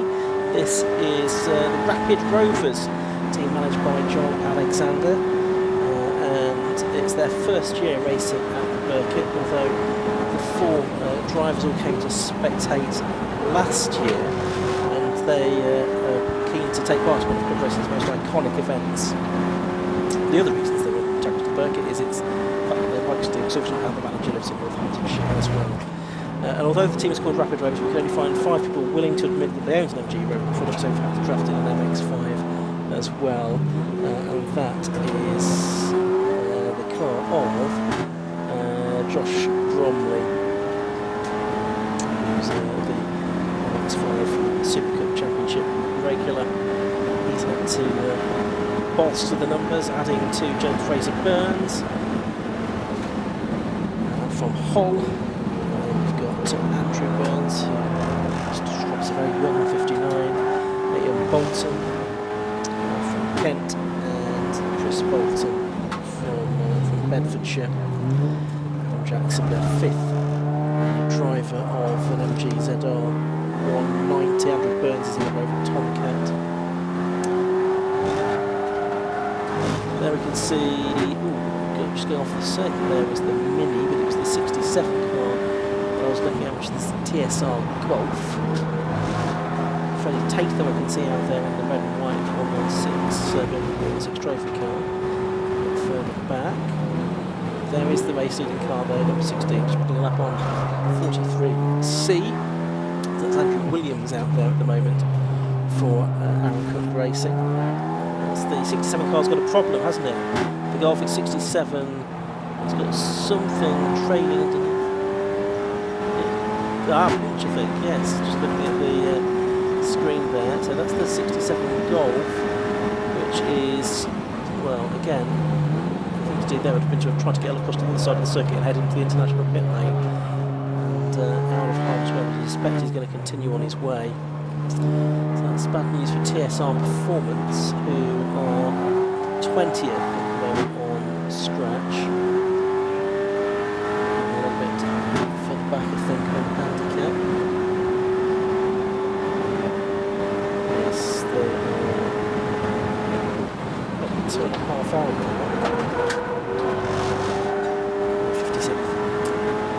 There's another of the Radical squad, so that's the 40 car, which is Ash Hicklin out there promoting his Radical SR3 for RJ Motorsport. That's the team in third position.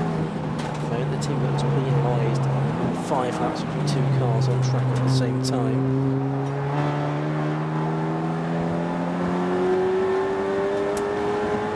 So the Wellington Straights, they go. There you can see those LED lights shining bright on Ashington's car. Oh, and that, I'm sure it didn't mean to park it like that. We saw he had the problem, 67B, isn't it? So that's Mark Jones in the Golf, but quite how is Mark inspired to get it into the gravel? If that's just on the exit of club, I think. I'm not quite clear, because he looks to be sort of limping it back to the pits, but has put it into the gravel. It's not that far off the edge of the circuit. Quite a wide piece of green concrete behind the curb.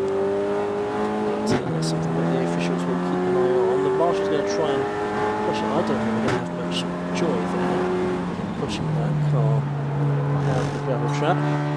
Yeah, the wheels are just spinning. They're going to spray marshals with gravel. He's not going to get out of that, I don't think. So that's going to be an outside intervention. Into the pits comes Team 66. That's the car in 4th position, Capture Motorsport. So that's the Will Beach and Mark Price Cooper that's going. I'm not sure which one was at the wheel at the moment, but that car has now come in to the pit lane.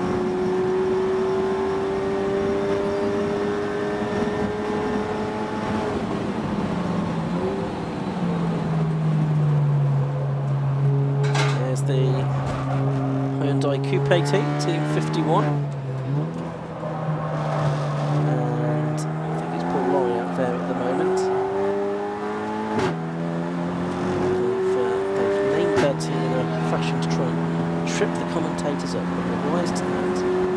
Let's head down to the pit lane. Lewis Beals is in the pit lane, and I think he's going to hear from the Capital team this time, Lewis. Capital team is here in 8B. We've got Warren Allen, this Porsche Cayman. Warren, currently you're leading the handicap section, which is good news for you. Hi Lewis. We're doing our best here. It's not raining. I've done my first stint, so I'm waiting to go out after the current car that's out there in about 45 minutes. So yeah, we're doing well. The team manager's doing a great job, and the Calm All Porsche boys are doing a good job helping us out as well. So that's really good. Yeah, you've got a Cayman, the others have got a Boxsters. Yep. And you were telling me you're somewhat quicker. How much quicker? At the minute, I'm 15 seconds a lap quicker than the other guys in the team.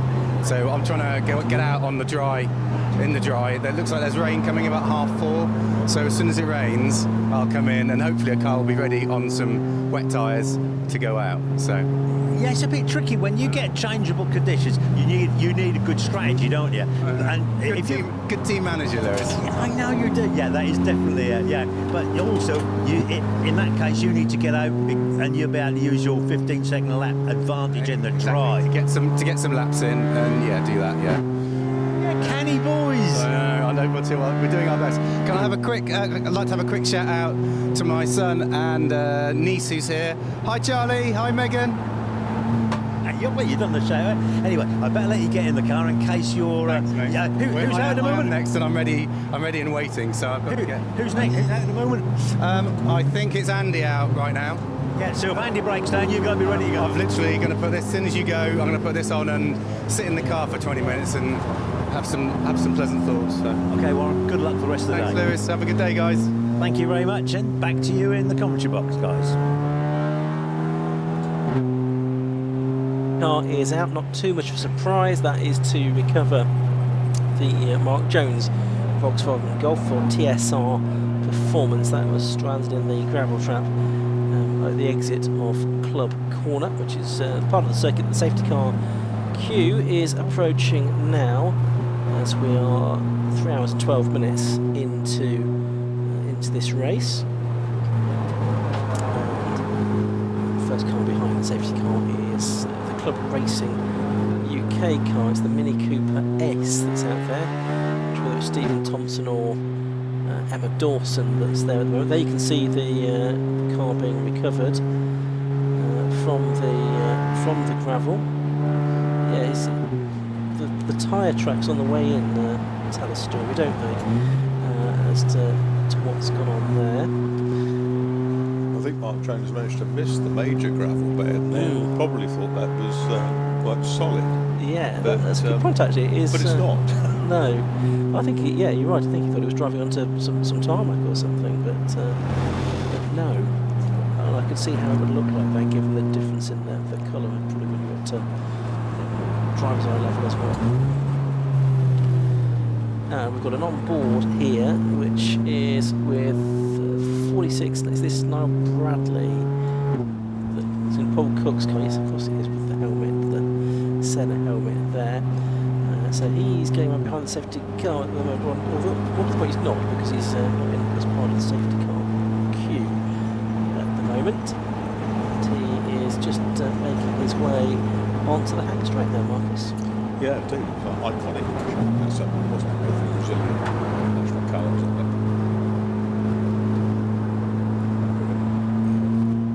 Very fondly from his days of Formula 4, Formula 40,000, Formula 3. Absolutely dominant Ford Formula. Did get beat occasionally. He did. Frank Bradley beat him at Snetterton 40,000 by choosing the other tyres. Okay. And the track came to him, which was pretty impressive.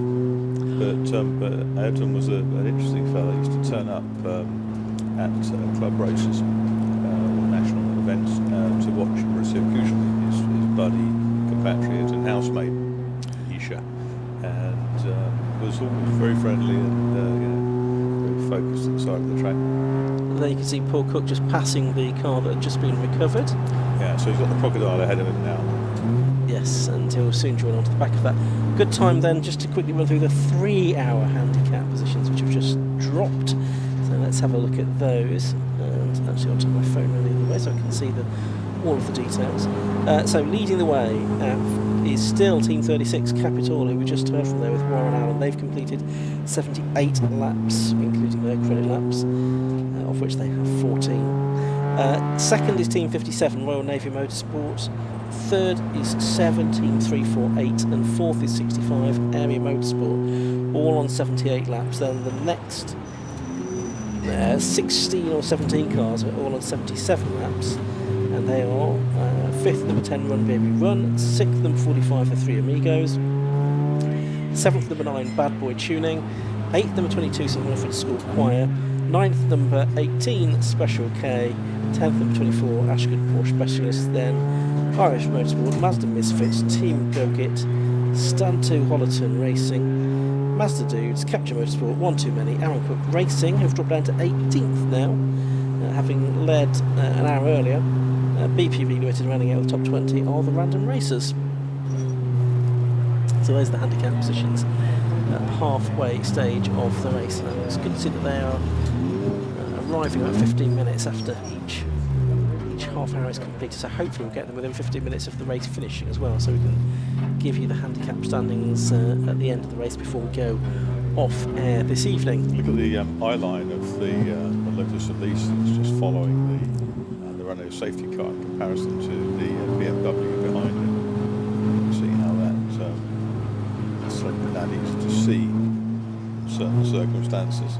There's a very bright yellow nose on it. It's the radical coming through, 16A, race leaders, and this comfortable lead of AMAP. Oh, the Mini's back out, the Mini Hayabusa. 40 is Ashika. Let's head down to Lewis Beals once again in the pit lane. He's got one of our radical drivers this time. Yes, we're here with the race leader, Ben Stone. Ben, you're in the right-hand drive radical. You were telling me you don't like the left-hander. No, I tried the left-hander in quali this morning, and it's a little hard to get used to because obviously spent the whole experience of racing being on the right, so yeah, it's a bit different. But yeah, so luckily James has taken the left-hand drive, and I've got the right one. Yeah. Yeah, because that always amazes me. Half the cars in the touring car championship are left hookers, aren't they? Luckily, I've never driven one of those, so don't have to worry about it. But yeah, it's James is a left-hand driver, but still doing a mega job. So yeah, it's mainly down to him that we're in the lead, which is great. So you got 3 cars. Who's out for you at the moment? We've got John McLeod out at the moment. Who's doing a good job. We lost our advantage because of the safety car, but luckily we were already a lap ahead. So we've still got that 1 lap buffer at the moment, which is great. Because all the cars go on the same speed now, aren't they? Exactly. Yeah, exactly. Yeah. So John's done this before, and he's won it before, hasn't he? He's won it 4 times. 4 times, yes. Yeah. He's really is a Birketteer, isn't he? King of the Birkett. Yeah. So if he wins it today, touch wood, then he would have won it more than anyone else. So yeah, all in his effort. And how many times have you done the Birkett? I did it once, and I did it last year with John. And we won it last year, managed to win the scratch race. So yeah, we're trying to defend our crown. You're going well so far. I take it you've got your fingers crossed on the weather. Well, yeah, we don't know when it's going to come in, or whether it's definitely going to happen, but or who's going to be in the car. But yeah, it will certainly mix things up a bit. Everyone's got their wets prepared, so I guess we'll see what happens. Okay, Ben, thanks very much, and good luck for the rest of the day. Thank you. Cheers. Just as the race goes live. Yeah, indeed it does. So safety car has pulled back in, and the race is back underway with 2 hours and 41 minutes or so of the race left to go. It is Team 16 RSR Motorsport that have 81 laps now in the book, 2 laps clear of 41 RJ with Daytona Motorsport, and another 2 laps behind them RJ Motorsport Team 40, and then another 2 laps behind them 66 Capture Motorsport, who are on 75 laps as things stand in the scratch part of the race. But as we've been saying all day long, it's the handicapped race that is the main prize in the Birkett, and I think we've established that at the halfway mark we've got about 20 cars all within a lap or so of the lead, so that's going to be very tight indeed, and it's not beyond bounds of possibility that one of the teams that are in the top 20 at this point that will come through to take the win, especially if we do have changing conditions, which a couple of the drivers we've heard from recently have mentioned, Marcus. Yeah, I think it's one of those things that's been on the cards. That was really, really tight with A being given the opportunity to wriggle through the lead radical that was lapping him, and there's got a lot of poke, clearly. He's just getting past. There's that Lotus again. Now that's actually in the Mazda Misfits team. It's Steve Rees, the 42-year-old property manager from Nottingham, current Darlington District Motor Club champion, who was a member of the team that was first last year, his 3rd Birkett, and he's the only non-MX5 in the team. It also features Dave Brown, Joe McCann, who also manages the team, Steve Reed, and Nico Favreau as well. Is Ash Hipkin out in front of this group and coming through to complete another lap. He's up at Brooklands now. You've got 3 cars wide, a little bit further back. In the middle of that was the Nero Stratton MR2 Roadster. Certainly a podium finish on more than one occasion in the MR2 Championship this year. It's one of the most interested 2-seater squad. Down the classes on the A class, still led by Breakdancer Racing, and they're in 19th place overall. That's team number 8, which is flying along. Best of the Bs, Capture Motorsport in 4th place overall, 66th in Daytona Motorsport, 7 by a lap at the moment. And then C Atomic Racing, they're currently in the pits with the 32 team, and they're being chased by the Run Baby Runs, who are in Team 10. The of course led by the top 3 overall. Relay Sport Team runs 4th in D, 5th in D, that's now 12.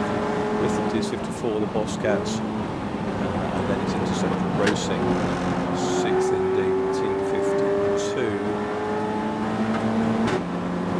I think there's a change for the Birkett Relay and Darkside tussle. Classes D and E respectively, less than half a second now between those teams. And we were just watching on screen there, you can see them again. The 3 amigos are out there. David Drinkwater, it is, out there at the moment, 4-time Hot Hats champion. I think he's preserving his own car for tomorrow's Hot Hats Championship decider. He's out there in Adam Reed's car at the moment, 48-year-old IT consultant, I should say, from Hampshire. Does lots of endurance racing all around the world, does David, but the stalwart of the Birkett has won twice a win as part of the 3 Amigos squad. There on the screen you've got Run Baby Run, Team 10B. They are still running in 11th place overall, and it's Colin Benham that's out there for them at the moment in his CB Fury. He's a former Sports Specials champion from a few seasons ago. He campaigns that car in Class B of the championship, which is the sort of secondary class, that class championship structure. It's based on power to weight ratio. And the third class is also for the MX150Rs. And he's just tucked in behind the number 31 Lotus for very random races. So that would be Alan Ball's Elise. And they are just heading past the pits. We can see the reflections there in the windows. It's the Endurance Ground Centre, isn't it? Above yes, the pit lane. In it, the British Racing Drivers Club office at the ops end of that centre. Been around a long time, circuit manager, so Silverstone. And there is 67F, so that is the TSR pumps cars. They've now got, that's Tony Rogers now out in the Audi TT, bright orange car. To replace the one of Mark Jones Golf that was travelling on top of the Replaced the Bob Ellick TT, which was off somewhere else on the Wellington Straight, moved off into the refuge. Yeah, the Cobb doing very well in the standings, they're doing well down there, 36th at the moment. The old Dutch national racing colours, the orange. Yeah. And, just going toe to toe with Alan Ball's Elise. Dutch national racing cars will see them. So that's probably carrying going under both of this Porsche back in the early 60s. The car that's just catching them now is the 21, I think that's 21A, Adrian Bradley for Team Legacy, who are 13th on scratch at the moment in the BMW based squad. Those BMW are always going to be towards the sharp end of the field.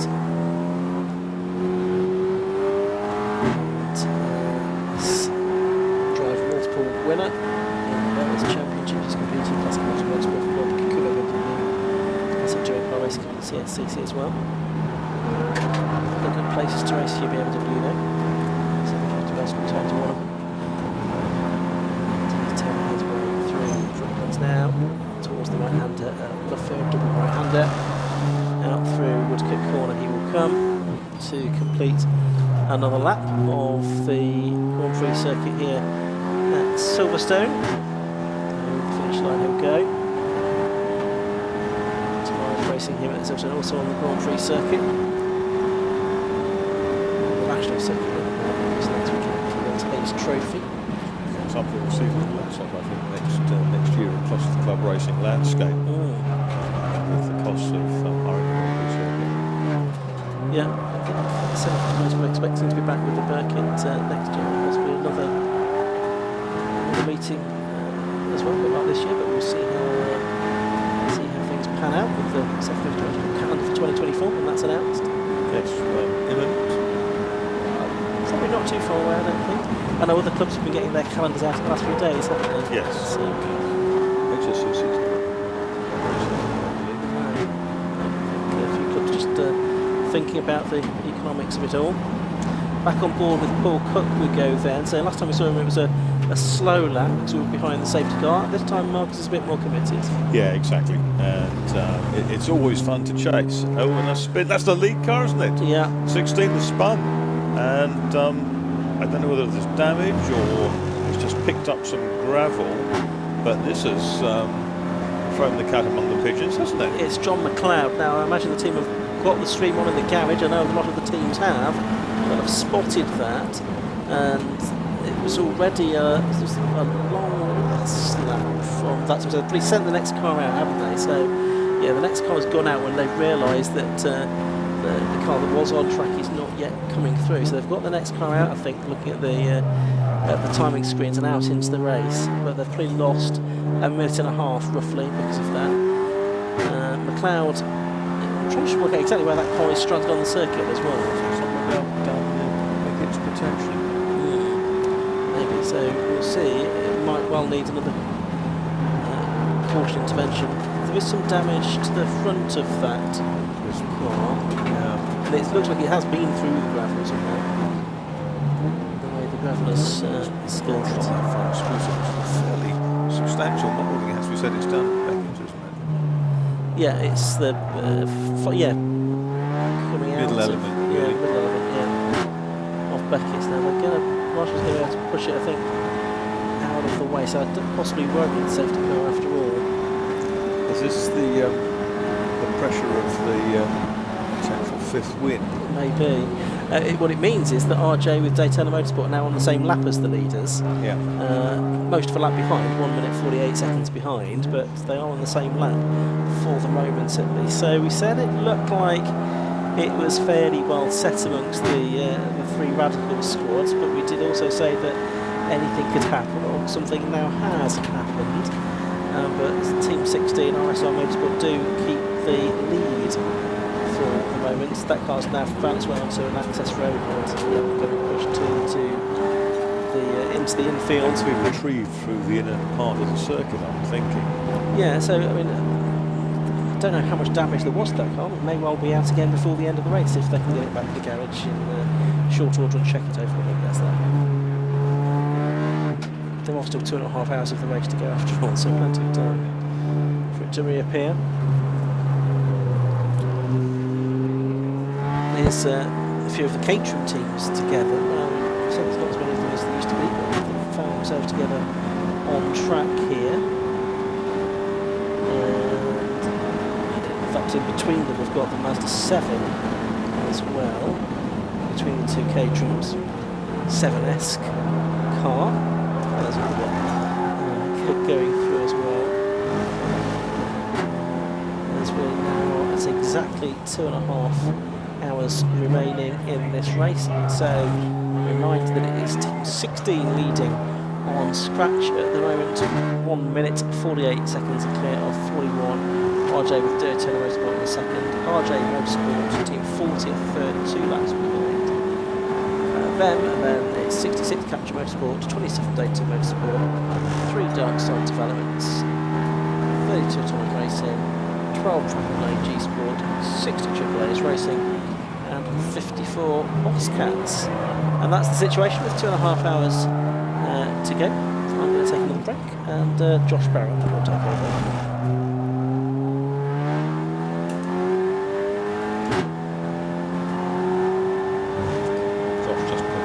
Headset on. Lewis is in the pit lane with our Team 16, the team that's just had the lead car that spun. Thank you very much, Marcus. As we can see, Ben Stone, who we were speaking to only a few minutes ago, is now being strapped into the 16E car. I did just have a quick word with one of the team ladies down there. John's car is being recovered as we speak. and it was James Lay who had to make a very hasty exit from the garage here in 6B. So he's got out to hopefully keep up keep the lead up for the RSR Motorsport team. John being an old Birketteer, a 4-time winner, should really know his way around, and he did pull off the circuit, as you can see on the TV live stream, and the team are now trying to recover it. So at the moment we have James Lay out on the circuit and Benstone getting themselves ready. As we say, no matter how well you're doing, it can be a lap in the lead, that can soon disappear with just one minor hitch. Anyway, back to you, Marcus. Down to 20 seconds now, the gap between those teams, and you can see the car's been scuffed towards the rear quarter as well. So there's been some contact there, I think, at some point during the race. It might not have been that incident, but that's a real shame for John McLeod. Meanwhile, like you say, James Lay back into the fray for 16. I suppose that's what that gap is at the end of 86 laps. It is. 41 car comes, here it comes. Yeah, it's Alistair Smart in the SR10, the EcoBoost engine car. But James Lay immediately quick now, because 2 minutes 11.1. Radical champion. Yeah, so wasting any time to get back up to speed. Yeah. And the gap then is 35 seconds. And so, because a very slow lap for Smart, 2:26. But the drama continues on these commentary changes. Last time I came in, it was just after that something happened. This time it's just before. Meanwhile, I've just spoke to Liam Morrell about the other RJ Motorsport dramas earlier. He said that the team on the pit wall missed the car coming through twice, presumed it was therefore no longer on the circuit, so they sent the other car out and continued to miss the fact that the car was still on the circuit until it was too late. Because they weren't looking for it, effectively. They thought it had gone. Oh, and that's 12B pulling off. And cool, crikey. MG on the grass. Crossing MGZR. That's impressive. If it was 12B, that would be Paul Wood. That's that car being pushed behind the barriers on the other pit straight, the international pit straight. Test match special with all the sort of changes in personnel here, with Soers here coming in and going out.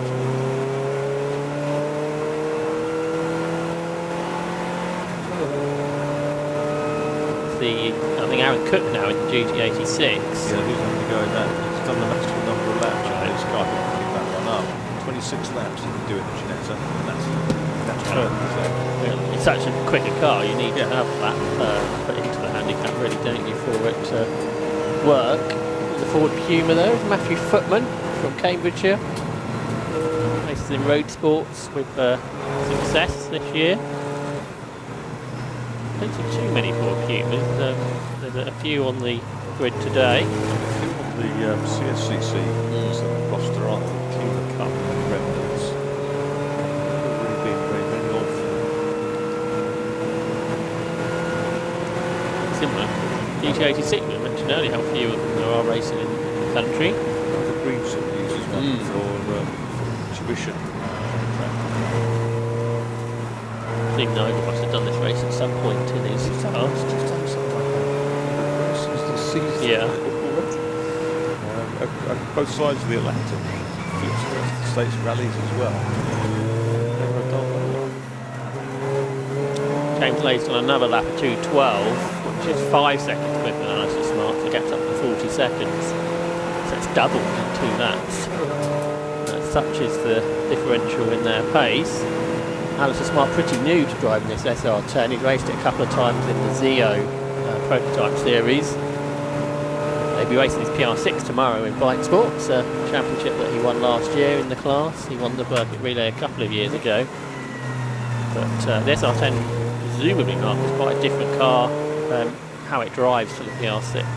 Yes, very much so, because the SR10 is a great deal heavier. It's well over 7 kilos.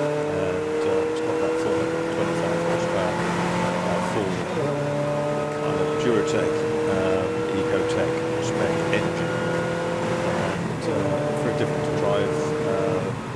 because the cornering capabilities are quite different to the Suzuki high-powered, diesel-powered SR3s and PR6s, etc. So the technique into the corners are very, very different. But yeah, interesting to have both here this weekend, and maybe we'll hear Lewis later on directly from the horse as well. The area motorsport team in for stop. Area Motorsport 11th overall on the scratch position, which is pretty impressive because they're mainly a team of Civics, aren't they? With an Audi TT and a Renault Clio in there. Thrown in. I think the Clio to Bradley, Bradley Burns. That's right, yeah. Rapid young racer go in a historic McLaren sports car at, I'd like to say Albert, about 5 years ago, and really impressed. So there is James Lay, the leader, trying to navigate his way past Volkswagens and Audis and BMWs as well. The entire sort of VAG model range seems to be sort of spread out around the circuit. So 2 minutes 14 was his previous lap. 2 seconds quicker than Alistair Smart. That's the area car that's gone out, which is the boss, I think, Rob Baker. In his, it might be Chris Plaskett possibly, in the capture car. 66, I think it is, rather than 65. The penalty area is a BMW F, which is Scott Hubel's 1 Series, driver from North Yorkshire. Races in the Northern Sports Cars Series. There's the leader. These Radicals have got this fin now, haven't they, on the back of them, which is pretty new. Absolutely. Whether that has, what effect it has, down to speak to the driver, I guess, but down to trying to clear up the airflow over the back of the car and more air over the rear wing.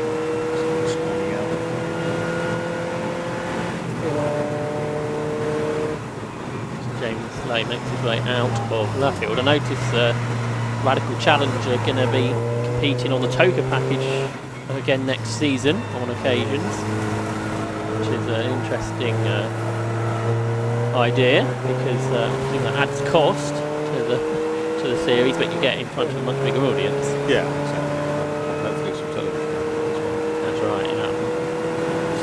Not sure what the hardcore Toka touring car fan base think of seeing sports cars on there. I'm interested to know really what Ginetta have made about their move away from that. I think Ginetta Juniors has sort of stayed at the same level, but there are other series that don't say have lost numbers. Freddie Slater, the Ginetta Junior champion this year already. He's a bit run away from that, hasn't he? But I think missed the last 2 meetings and still won the championship. That's right. And Reza Seaworthy has gone really, really well again. That's a year or so ago, just near me. Yeah. And I should have put that £100 on the race, shouldn't I? The reason I didn't, because I probably didn't have that. Yeah, Freddie Slater, son of Adrian Slater, was a quick Porsche driver 20 years ago. Already doing Formula 4, and I suspect he's going to be someone to look out for.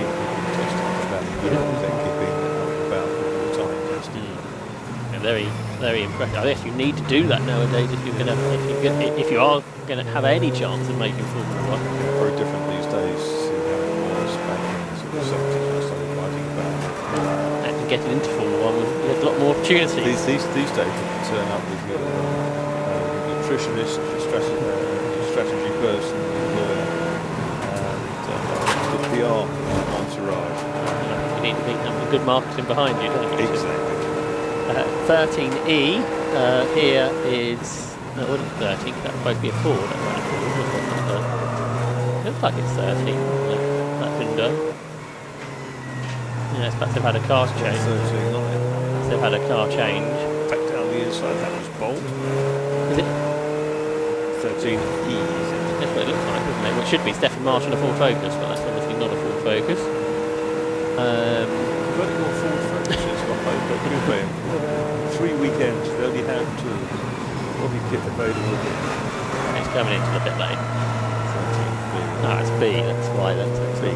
So that is Luca Stassini, who was the Hyundai Coupe champion this season. Won 5 races and had some good battles with the Rockets, father and son, Wayne and Johnny. I think you might be right, yeah. One of the Rockets won 4. 6DE, which I think is for Villamoria, isn't it? Ex-British GT racer, briefly. And the Audi behind. He's driven by Adam Blair, former British Formula 3 Class B race winner 20 years ago. One on the road at Snetterton a few weeks ago in the Audi TT Cup that got penalised for track limits. Which I don't think is the first time that's happened to Adam Blair in recent races that he's competed in, but again, good to see him back out racing. He was raced Formula Ford and Formula 3 after that. 2001, it was a very, very strong championship with 30 plus cars. They did a bit of Porsche racing before some time off, and then came back into club racing over the last few seasons. And he is in the Davanti Tyres team with Adam Reed, Simon Major, Luke Hayes, Ray Collier and Christopher Hayes as well. And one of the Caterhams just ahead. 54.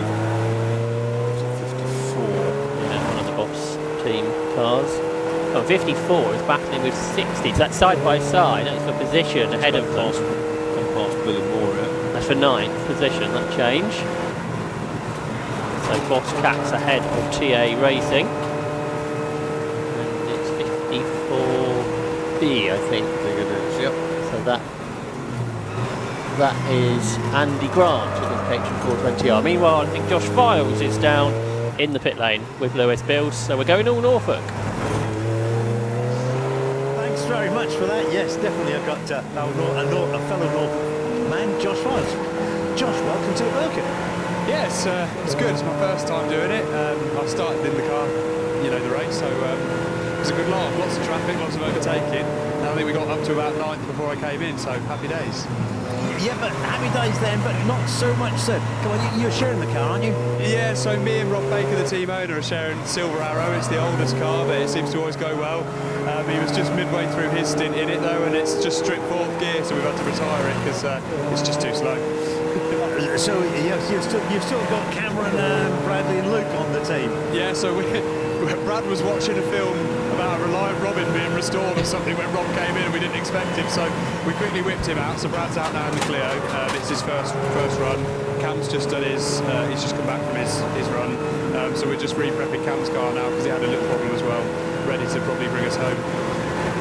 Yeah, so obviously prior to, I think you're being hassled there. Yeah, prior to your European campaigns, which were very successful, you did a lot of historic club sports racing too. Yeah, so obviously I raced the thoroughbreds in a TR6. We've done Goodwood a few times in a TR4 as well, and done some Silverstone Classics and stuff like that. So is that with Dad? That's with Dad, yeah. He was here earlier.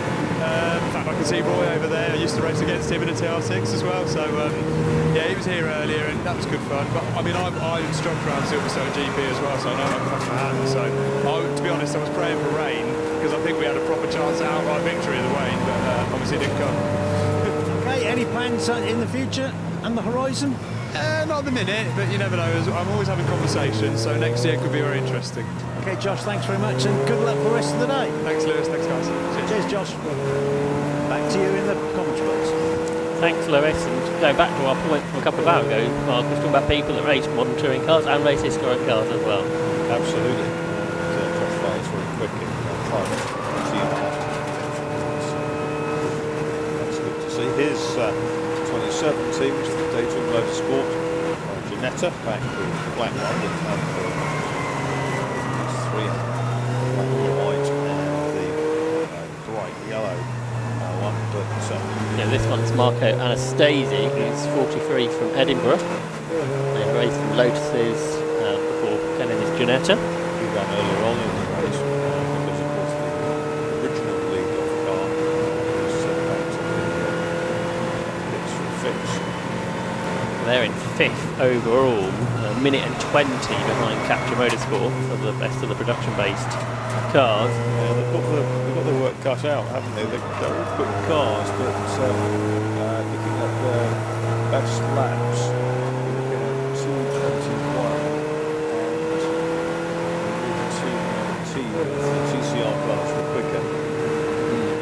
Then in 6th position is the Atomic Racing team of MKs. They've been on actually.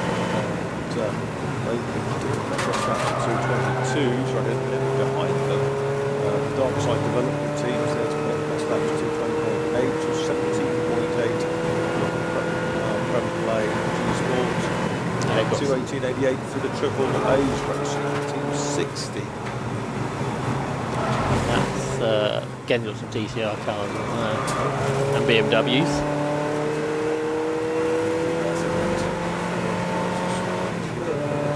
I think so, yeah. Now he shares Phil Nibbs' Sayat, I think, or the slow Mazda, which is the Royal Navy team, Simon Vernon, who's now going for a big slide on the grass after pulling off and into a spin. And the donuts are half donut. So that was all a bit weird, really, wasn't it? It just looked like he was going slowly, and then he's ended up spinning. So the Royal Navy, I think, have been quite high up on the handicap order as well over the course of this race. So that's and he's carrying on. So it's the Great Circle around Luffield. The quickest way, not straight to the national. Ultra Flame, the Cooper messes there.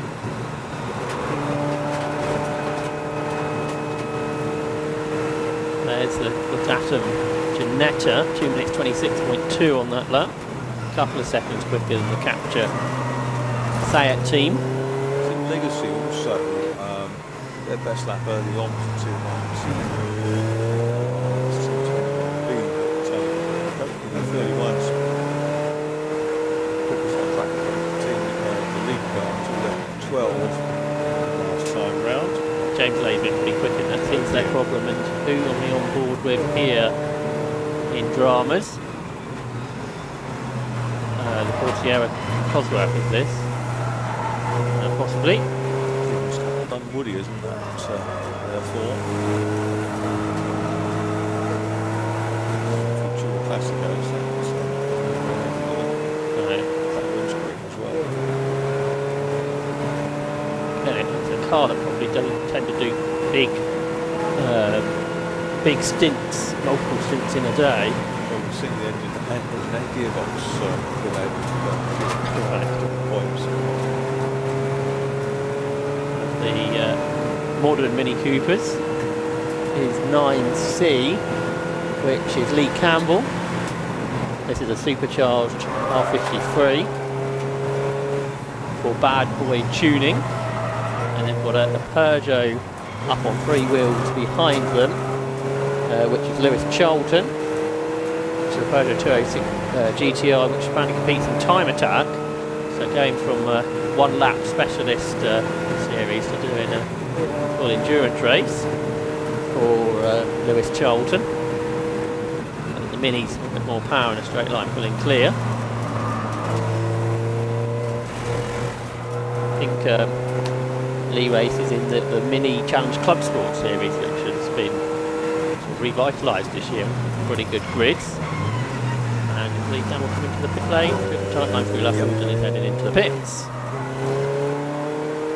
to relay to one of his teammates, who will be Charlie Newton-Darby and Andrew Hawes.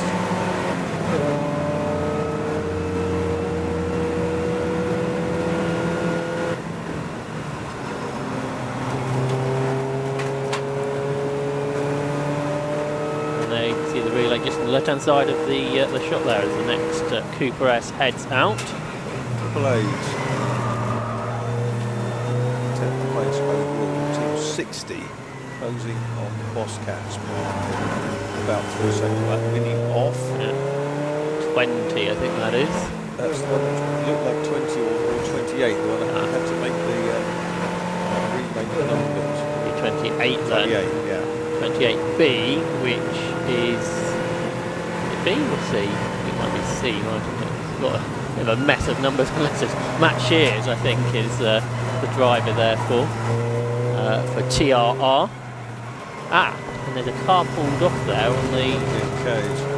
Now, is it a cut car or is it Stuart Thompson's Sports Special? That's a good point. It's 3/4 of the way down the hang straight on the grass on the inside.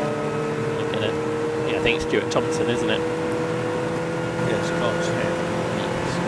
Part of Run Baby Run, which is a possible issue for tomorrow. Meanwhile, the 40 team attempt to relay into the stall for the new driver, which is Tom Walpole, and he's struggling now to get an engine in a first gear.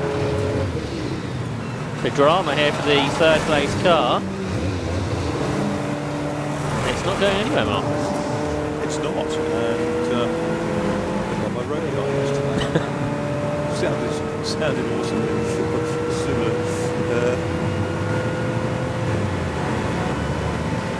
It's a bit of an awkward place here as well. Seems to fire up to first gear. This time he has got going, but that's lost about half a minute or so. Well, a couple of the Zs have got together. This is about as many cars that compete in the Z car series, seemingly sometimes. There's the Z car series one for Sergeant Lynn is Zephyr.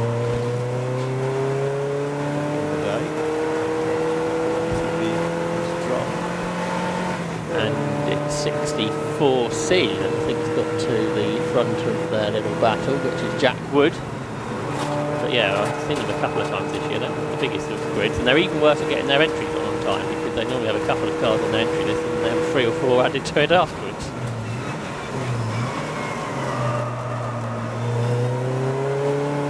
Both BMW Z4 3-litre cars. Front of the group is Will Hornsey's Peugeot 106, who will be out in hot hatch tomorrow. There's the only MX-5 Mark III, which is Josh Bromley, who's 26 from Derby. Had success in MG Trophy last year before moving up into the MX-5 Super Cup. Very competitive on Lake Series. It's a Cops exit, isn't it? For that right. To cut the curve in there is a gap that's diving through. Suddenly slowing down. Mark III MX-5, the only car I've driven on a circuit, Marcus, at any kind of speed. Is this significant? You know, is this sort of looking to the future? I'm sure. As I think you've had the same issue in finances, the thing that stops things happening, isn't it? You could say that, yeah. So this is Stephen Scott Dunwoody, I guess, being taken back after the toilet block. Times when parents have suggested you go on to the golf clubs and hack around or something and really enjoy it. Maybe snooker.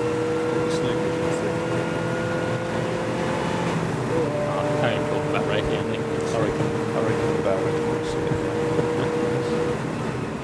So we've got a live snatch going on at Cox Corner. Marshall's doing a good job, as they always do here at Silverstone, Marcus, trying to keep us under green flag racing everywhere where the instant is not. Yeah, that's right. That's a very strong posse of marshals. They actually stopped to ask the marshals, I think. Not an ideal place. No. Friendly passerby and asked them if they wanted to the fuel station. One of the Hondas, I think. Yeah.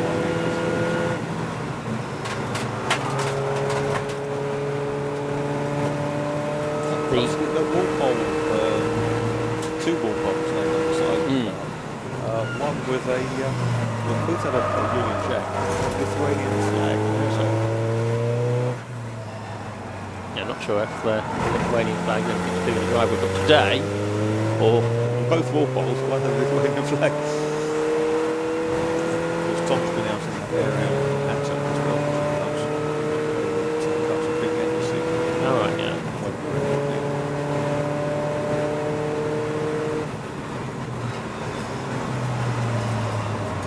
battle for 8th position is getting closer between Preppenley and Boss Cats, down to less than 7 seconds, and Boss Cats are catching. So that may come into a battle as the race, as the next few laps go on, assuming pit stops aren't forthcoming. Run Baby Run dropping down the timing screens now after the Stu Thompson MK pulled off after 85 laps.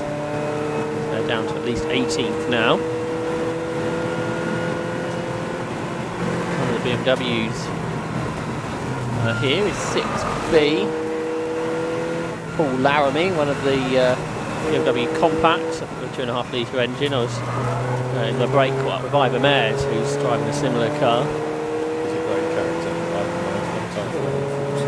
He's saying how he's trying to look after the brakes because he wouldn't quite like them to use them tomorrow in hot hatch as well as today. But a couple of his code core teammates don't want to race in the rain today, so if it rains he might be doing a long stint at the end. So looking at a very colourful Porsche here, which is 35E, which is many colours. It's driven by Jamie McHugh. It's a Boxster S, part of the Dads and Lads team where we saw Jonathan Walker get eliminated earlier. Jamie McHugh's been racing Porsche for a while, more often front engine cars, but he's in a rear engine Boxster today. At the end of the season as well, I think he transferred to this car.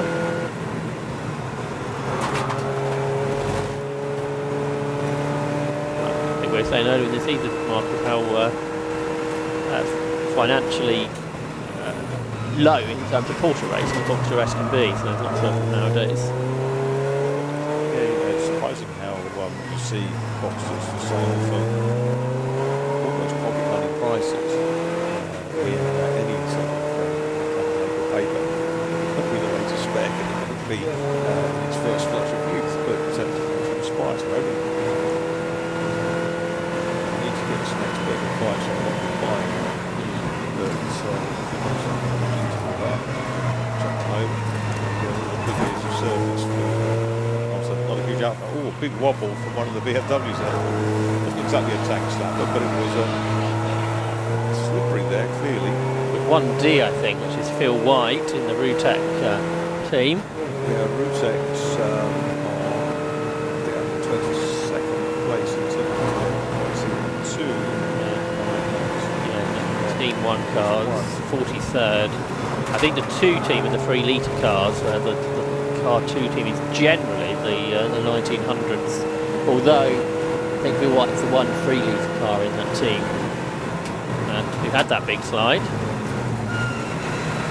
And it's just ahead of a Honda, many of them on the grid. This is 42A, which is Scott Smith in his Type-R. He's 29 from Suffolk, races in hot hatch, and he's part of Danny Hobson's team, DH Racing.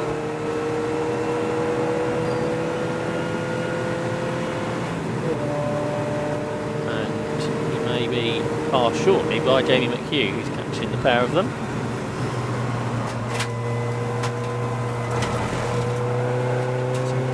Goes Scott Smith, car salesman.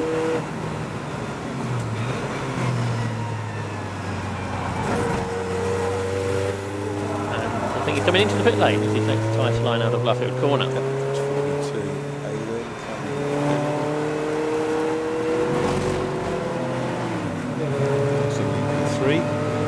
Battle for 8th position, a gap down to 4 seconds now between Preppenley and Boss Cats. Meanwhile, that is Leo Morel preparing for his next stint. All the issues for his teammate Tom Walpole getting out of the pit a few moments ago. Last lap for 227.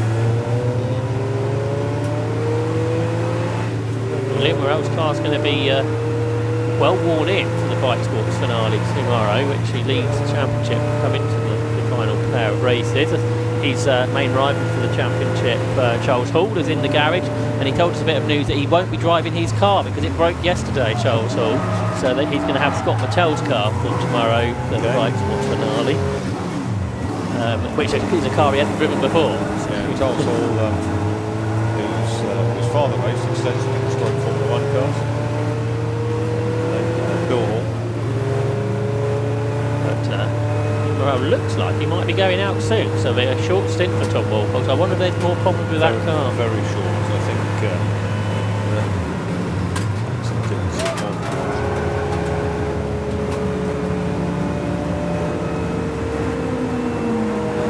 They're not really in contention after the problems, that penalty they got, and a mistake. They didn't realise there was already a car out on the circuit for the team. Didn't it? And looks like they are pretty solidly stuck in third place, having recovered to that position.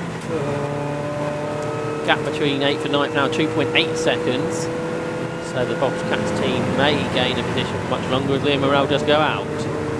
So I wonder if the 40 car came back round or not, because we haven't got a pit in being shown on our time screen, so I wonder if they think I've seen it sort of in peripheral vision. I wonder if Tom Walpole's stopped out on the circuit. Hopefully the team haven't made another error. 27 Dayton looks like they're in with the black Ginetta.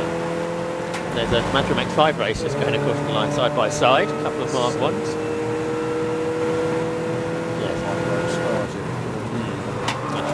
So the next car we have for a second stint, I think. We've had each Ginettas out once, at least.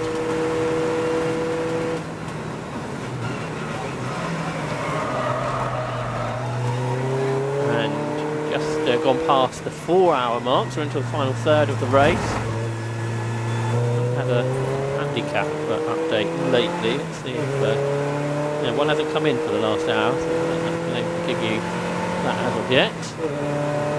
Getting to the point of the race mark, those handicap results mean a lot more than perhaps they did earlier. Yeah, exactly. So give you a greater proportion of the race.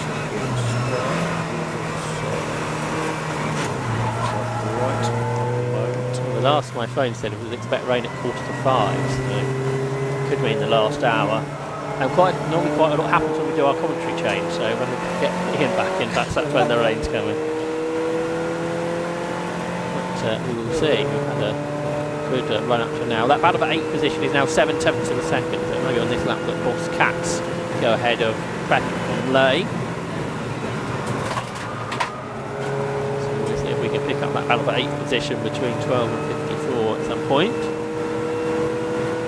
It's a big job for all our cameramen and women this weekend to pick out all the area's cars as they go around the circuit. It's difficult enough when we get a nice shot of them, but we're quite a long way away in the camera operators trying to pick out all these massive cars that are coming past constantly.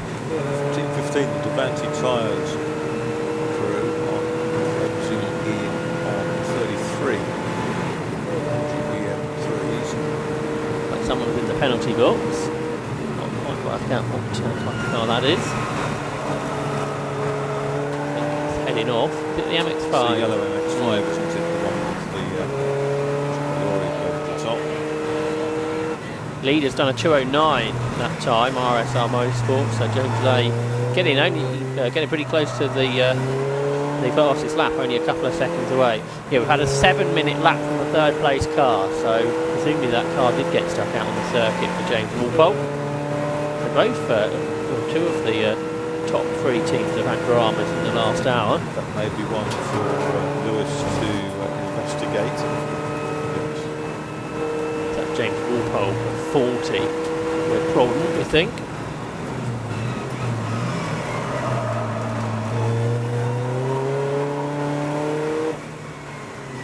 Across the line, goes that battle for 8th position. I think the gap is now 0.3 of a second, but Prep and Lay still ahead of the Boss Cats team for 8th. So the Prep and Lay team is Russell Dack, Paul Wood, James Card, Jason Westall in BMWs. And the Boss team of Richard Carter, Andy Grant, Jeremy Adam and William Redman are in Caterhams. And the leading team, RSR Motorsport, I think John McLeod it might be, with Lewis Bills down in the pit lane. Thank you very much. So I've got John McLeod here. John, it's been a busy day, hasn't it? Come on, tell us your story. Obviously, let's just say that you were in the lead car when you had an incident, and also had to serve a time limit. Tell us the story. So there's two things that have happened so far this afternoon. I think we're about a lap, maybe 2/3 as well ahead, doing pretty well. Not sure if it's myself or a teammate that is called out for overtaking on the safety car. I know I've just shown you an extensive video, you're a very patient man, of me under the safety car, and I can't understand how they'd called that. Got within about a half a car's length for the restart, which you'd expect, I think, us to do. And that's the case on both lines, just in case we'd misunderstood the control line. So I'm not really quite sure how it's happened, but we end up with a 60-second stop-go as a result. That's a shame. It's just going to make it a bit closer, I guess. Yeah, I can verify that. I've actually seen you on board where you did keep behind the Fiesta. You might have overlapped by a foot, but no more than that. And certainly you didn't overtake until the second line, because the first line we were discussing is the timing line. If the control line's the second one, you're still behind him. A Radical's so much quicker than a Fiesta. You absolutely choose where to overtake it. There'd be no reason to do it anywhere near the control line. It's not a necessary thing. And if you're, what are we talking about, 300 seconds or something in the lead, or 200 odd seconds, whatever it is in the lead, you don't need 1 second. So yeah, I don't know, but anyway, look, the Masters do a good job. Something's happened, not quite sure what it is. At least it makes the race itself a bit closer. And then unfortunately, getting past somebody, Maggots Beckett's, they've been overtaking somebody. I think maybe they were concentrating on the guy on their left. There were blues. I don't know, maybe he thought the blue was for him going past the slower car. He didn't see me. He pulls right. There's only gravel if I go to the right of him. I couldn't do anything about it. It's taken a starter motor out and one of the uprights. That should be fixed for us to have a second stint towards the end. And we're already a lap ahead, so hopefully we can keep that. We seem to be doing okay lap-wise. All three of us are all doing well in terms of lap times. So hopefully we can keep that gap, go out for the last stint, have a better second stint. So yeah, I know. So yeah, really trying time, but you seem to be sort of well in control of your emotions at the moment. I know they were a bit hot when you got out of the car, understandably. But you won it 4 times. This could be the 5th, and you're what I call a Birketteer. You know your way around, and I've seen the video and proves it. This race is about really calmly, clinically getting through the traffic. That's what it's about, and you leave a little bit of extra room that you would normally say in a Radical race, because you've got it. You've got the brakes in one of these cars just to have a little bit extra on the brakes if somebody does turn in on you. Because really, it's straightforward as long as you stay out of trouble. This afternoon, trouble found me, so it may not be as straightforward as I'd like it to be. But yeah, if I can get a 5th win today, that would be so cool. That'd be so cool. Okay, John, good luck. And yeah, I can see the team out the back. They can get a picture out the back. The team is working on hard in trying to fix the car. Looks like they've done an upright. I know they were trying to do the starter motor. So anyway, John, best of luck. Thanks very much. Cheers. Hope to see you at the end. You will. Thanks. Look forward to it. Thanks very much, and back to the commentary, boys. Thanks, Lewis. A few updates there on one of the main car, the leading car. Here is the Boss Cats car that is up to 8th position now, so that pass has happened. That's 100th of a second on the time behind. Well, presumably they are fully ahead now. Yes, you do think so. I think the BMW that was battling with has had a bit of a drama in traffic. I think it's Andy Grant who's at the wheel, who's from Norfolk. He's got a 2.4 litre Ford engine power in that Caterham, which I don't think is what Caterham had in mind when they originally designed it, but that's what you can do with a car which concept Marcus goes back so far, but it's been such a successful car for motor racing. Well, they've just had that big anniversary, haven't they, for the Caterham? Yeah. 60 years of Caterham, 12 years of Caterham. It was a big celebration recently. and it was September, wasn't it, at Donington? That's right. And one of the drivers actually came up, did his race, won it in the morning, and then came to Croft and did a stock race at the end of the afternoon. Yeah, they had 20 plus catering races. I think all the catering motorsport races, and then they invited the classic sports car clubs. Yeah, it was the SCC racing one rather than the motorsport, catering motorsport race. But yeah, so many catering to race in Britain. And still, 67F is the Audi TT driven by Tony Rogers for TSR Performance through Stowe Corner. Yeah, that Prepper late team lost 14 seconds on that lap to the boss's Cats team, so that was a pass and they pulled away very rapidly. Deflation. Oh yeah, this is the Audi TT, that must be about 10 or so on the grid, I think, today. The Premier League G Sports team came in. It was deflation, Strangers of it lane. Lost its battle. Let somebody else have a go. Caterham weighs less than half of BMW M3, doesn't it? So making their speed very differently to one another. Yeah, the Caterham set evolved from concept obviously, and Graham Nern sunk on it after him, and another fantastic sensation. Simon Lambert runs the Motorsport Championships, which probably got some of the closest racing in the UK. It's pretty frenetic. Have you ever done a Caterham race? I have, at Brands. Very well. A great one at Donington in 1990, a fabulous battle with John Belucci. Yeah. He's from Foster's Booth on the road here in Silverstone, and Robert Nern, giving different engines in the cars, and each was a different one. And brake electric. But the one at Spa, that was more entertaining. Yeah. Fabulous one at Spa. Dyson with Nick Hyde and Radical Fame. And it was 2 half-hour races back to back. Didn't even get out of the cars between them actually. Went into the old pit lane with all that vista through Oru, Napo, and the board behind us, I think, go under another tank full of fuel, and then we're all the way down to the grid again. And another half an hour. I've never done so much overtaking in an hour.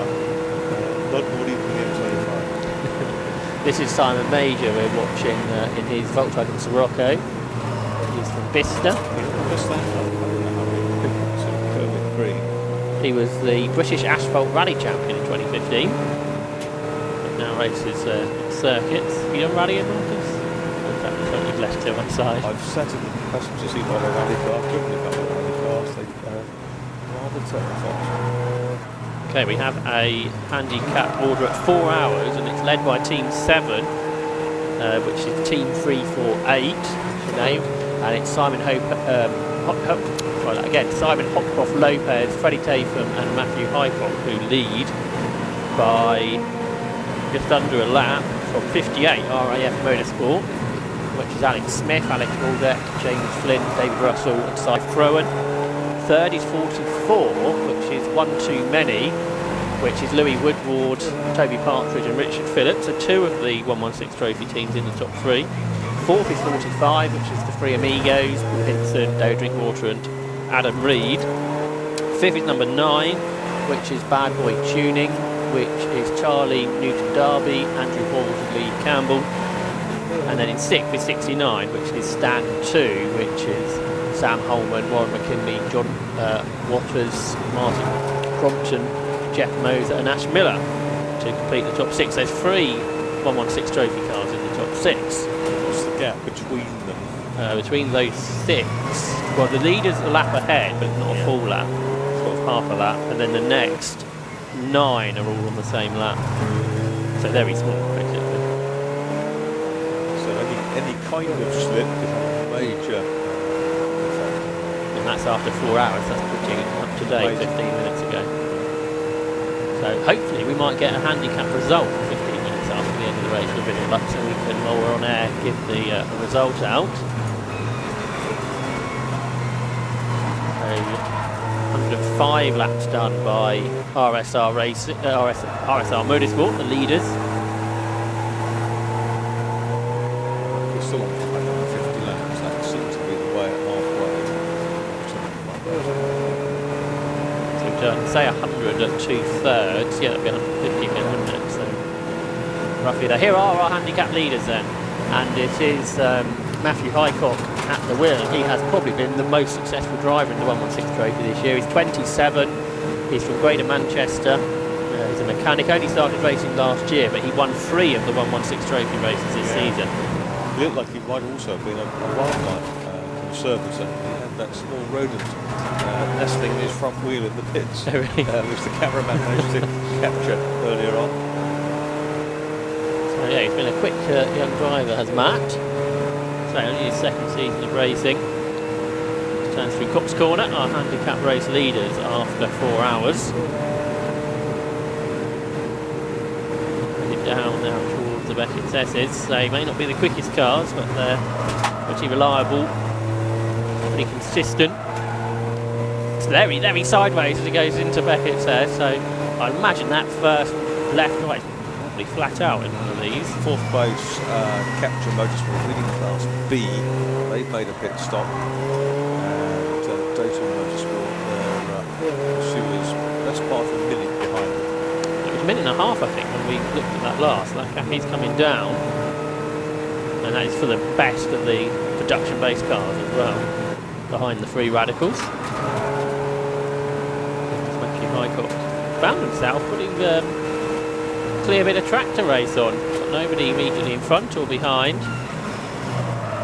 Heading down towards the Vale. Nowadays using the full Grand Prix circuits and not using the historic cut through.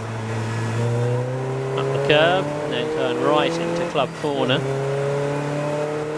which is a very different corner to what it was only when everything got remodified. It was one long radius corner, where now it's sort of two sections, isn't it, Club Corner nowadays? Yes, absolutely. The turn in and then sort of a hard stop on the left at the end of the Vale, and then up through what is the very, very long right-hander onto Club. Dark overhead. Oh, the phone app said 4:02, didn't it, a little while ago? And another app that I was shown said in the next hour we're going to get 20 millimetres of rain, which is a fair amount. Yeah. 4/5 of the 4:30 it's saying now, the update. Oh. So I think this heavy rain might be appearing before initially was forecast. I know in Essex, back at home, we've got a weather warning for tonight, so I'm not sure if that extreme rain's going to reach here as well. We've had torrential rain overnight the last couple of nights in Bournemouth. 41C in second position is Matthew Jones. That's a work to bed. He's got quite a nice livery on here, hasn't it? 34D having a spin. One of the Porsches. That is driven by Clayton Sampson. He's from Milton Keynes, so local circuit. He's racing Sports 2000s before, Bernie's V8s. This is a 1995 968 Sports. So got its number plate on.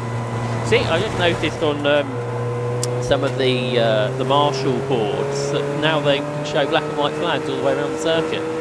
Yes, you can see those on the screen. I was opening a couple of weeks ago from Beckett's, and there's a repeater screen just before the bridge. That's really helpful on the Wellington Straight using the national layout. I guess that might be some of the Formula 1 demands for the extra technology, but it's a good system, isn't it? Yeah, it is. Yeah, it works well. Of course, you've got those repeater boards for the coloured flags as well, the green. Just saw the Rover 220 Tomcats of Andrew Burns, one of the old Tomcat Cup cars from the mid-1990s. Yeah, it's one of those lives near us. It's in the front garden. I think we've ever seen it move. So Bonnic's flapping a little bit. Just put a lap there on Louis Woodward, one of the other front runners in the 116 Trophy. Another person competing for the handicap result. One of the Jaguars, the ladies' Jaguars come in from the women. started the race. The toothpaste coloured. There's 3 cars in the top 13 have just done personal best laps, which includes the Prep and Lay car doing a 2 minute 16.71, which is much quicker than we've really seen any other production-based car go in this race. 2 19s, 20s, 21s we were talking about earlier. So that's impressive. Not sure who's out there. I wouldn't be surprised if it's Jason. Well, Jason West is pretty quick. James Card's pretty quick too. I imagine it's one of those 2 front runners in the Kuma BMW series. They're very powerful M3s. It's interesting to know whether we can pick that car up 12 on M3s at some point. It's a non-standard colour for an MGZR. Leon Wigg, I believe, the driver. Something very much green pink. One of the Zs ahead, which is 62 in the smallest numbers you could possibly find on the windscreen, 62C, which is Kieran Power, who's from Surrey, former quad motocross racer, which sounds pretty frightening. Ooh, big lock-up for the 44A. Louis Woodward, front runner, race winner in 116 trophy. He's from Gloucester. He's just been zapped on the inside of the club by the Wignall. And the Jaguar's got a shift on, which is 23B now. That is Steph Saw. Yeah, we were talking about Freddie Flater earlier. I think Steph was one of his mechanics or engineers, so she's not just a driver. Had a Golf cut the corner massively, go way off over the curves, and it's picked its way back on.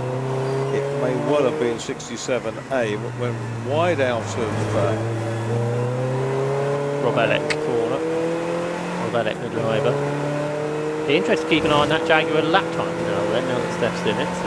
Yeah, it looks to be the quickest it's been going all race. And that seems just the Jags, isn't it? Yeah.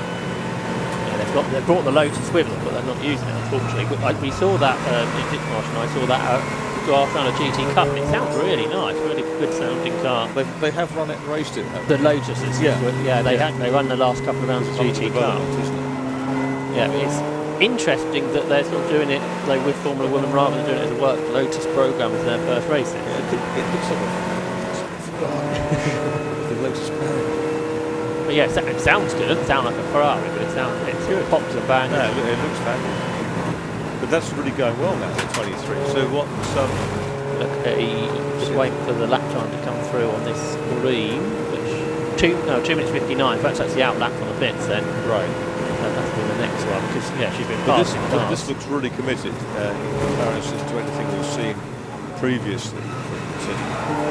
Just as the car that got damaged early in the race, a bit of contact, very cosmetic.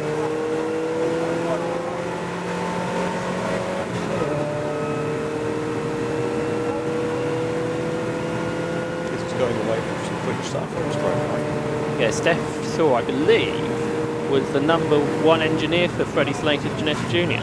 Okay. So she's also pretty good at running the car as well as driving. Well, certainly one of the main engineers at least. With our racing. And then part of this Formula Woman program. Like she'd race Mazda MX-5s a little bit as well. Sponsored by Bayliss and Hardin. So I think she must have quite a good relationship with the Slater family. But I guess if you're helping him win his first car championship, and look, actually blasted past cars there, isn't she? So we'll keep an eye on Steph's lap times. Look for some special sort of bathroom products in a sort of a Jaguar XE-shaped pack. Maybe that's the next thing to look for. David Russell's been out for a long time, hasn't he? Yes. I feel like he went out when I was last on. Possibly he's been out since then. Yeah, and it does look so nice, that car, doesn't it? Since it's got this really attractive colour scheme on it. Slightly concerned with that car alongside it, if it would still look like that, but it does. And that car, of course, running synthetic fuels as well, so obviously that fuel is not just quick, but economic as well. Which is all good, because that may well be how motor racing goes in the future. see us running fuel road cars and other options right now. Yeah, and I think a few things that have happened with other forms of power over the last year or so probably put anybody off who may have been leaning in one direction or the other, not sure where to go. So nothing of the increased insurance costs on electric cars that we're reading about recently. There was a fire in Formula E testing this week, and we had the problems at Legend Hill in the summer. That Golf again had a big moment. The Rob Elliott car locked up its front left. That looks like it's pretty slippery down there, doesn't it? I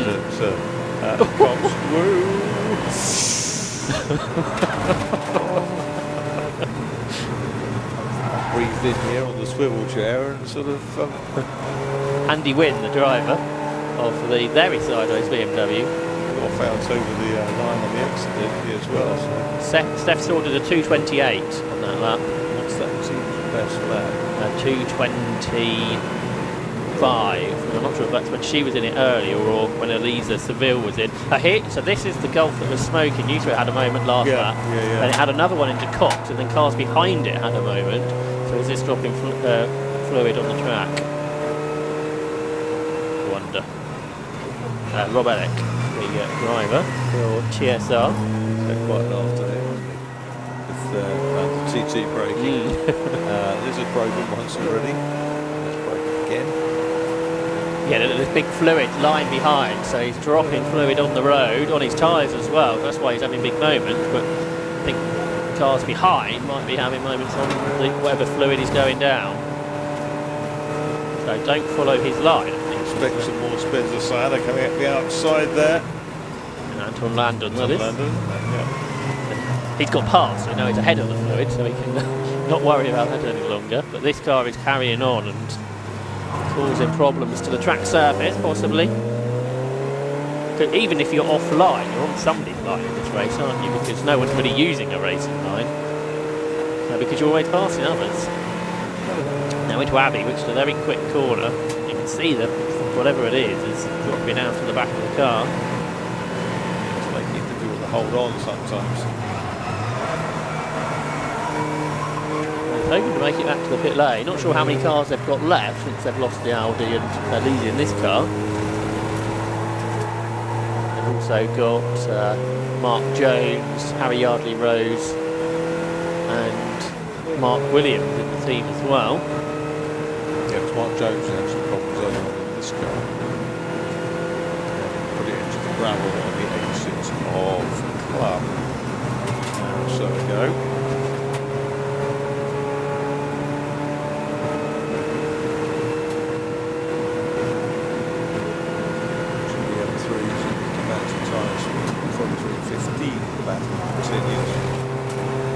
Legacy in 21, also in Class B, is closing rapidly on EST performance.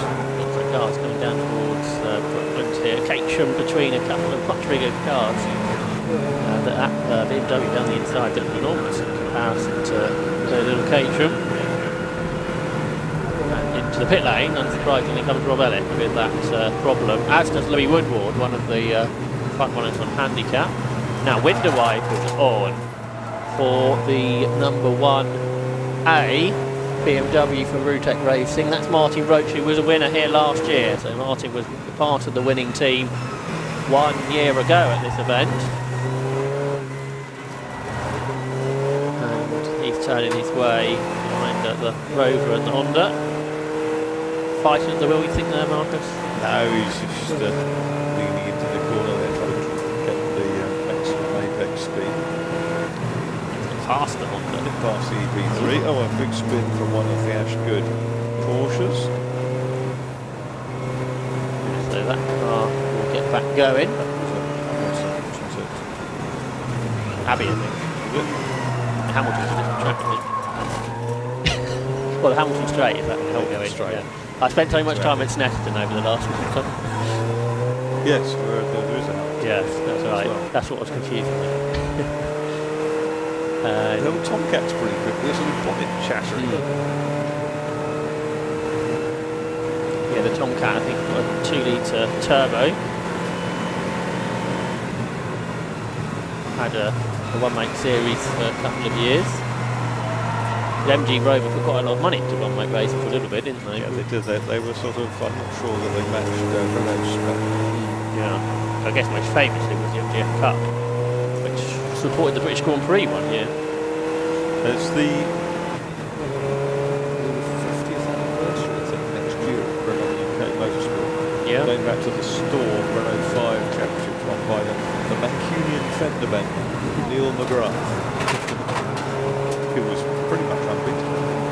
Very quick. Oh, that's the Fiesta that had the wheel bearing issues this morning. The Zach Speed Fiesta in the gravel at Beckett's. That's team 14, isn't it? We are. That's Intersport Racing 2. Shares that team with John Compton and Tommy Grouse and Matthew Skidmore and Christopher Butch as well. Now, one of the radicals is at the penalty bay. Looked like it did. It might be Morale, so it's the 40 team then out of contention anyway for a win. Trying to hang on to an overall podium. RJ40 is into the Motorsport 40. Penalty bay briefly. Paul Hinson back out there in 45A for the Three Amigos. Battling for handicap honours. Trying to get a third victory. And Paul Hinson doing Hot Hatch and Club Enduro is the plan tomorrow. In his 3-litre car. There's the Clio driven by Brad Burns for Area Motorsport, who are 11th on the scratch order.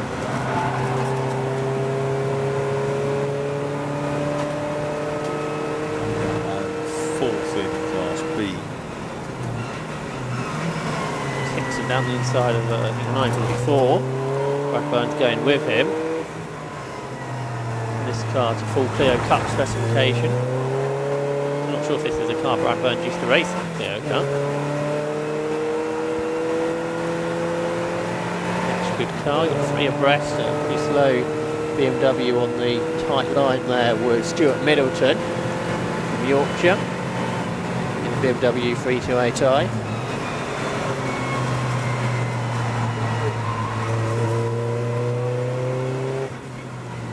Well, we're inside an hour and a half to run now, so we're into the last quarter of the 2023 Ollie Birkett 6-hour relay race. There goes Stuart Middleton. We've got a problem or not?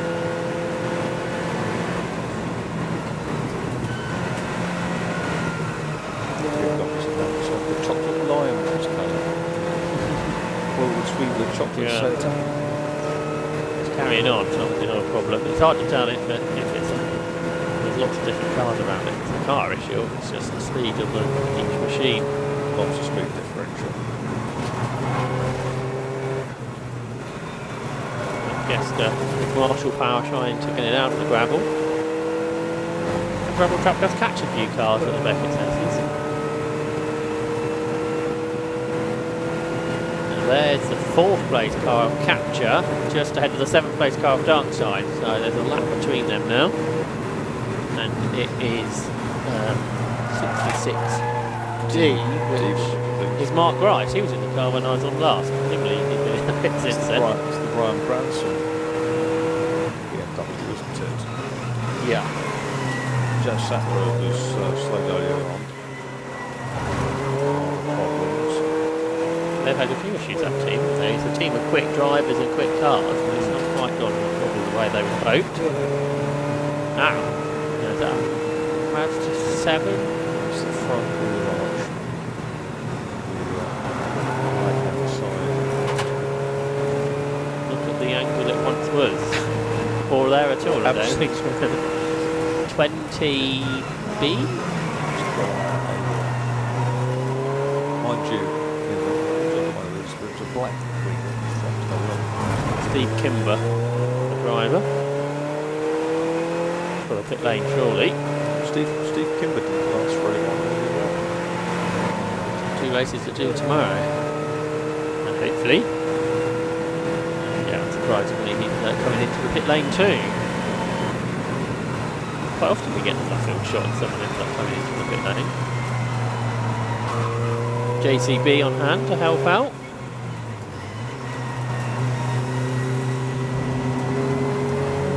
There's Steve Kimber then into the pits. There's the others last past the pit lane to start another lap, including James Mumbrey there. There's Brad Burns well off on the right-hand side of the Wellington straight. Cleo. Is it getting back up to speed or not? Doesn't look like it. No, he's got 111th on the scratch positions. So was he off the track because he was getting out of the way with a problem? Could we didn't see. What we saw was him kind of running parallel the track and then resuming.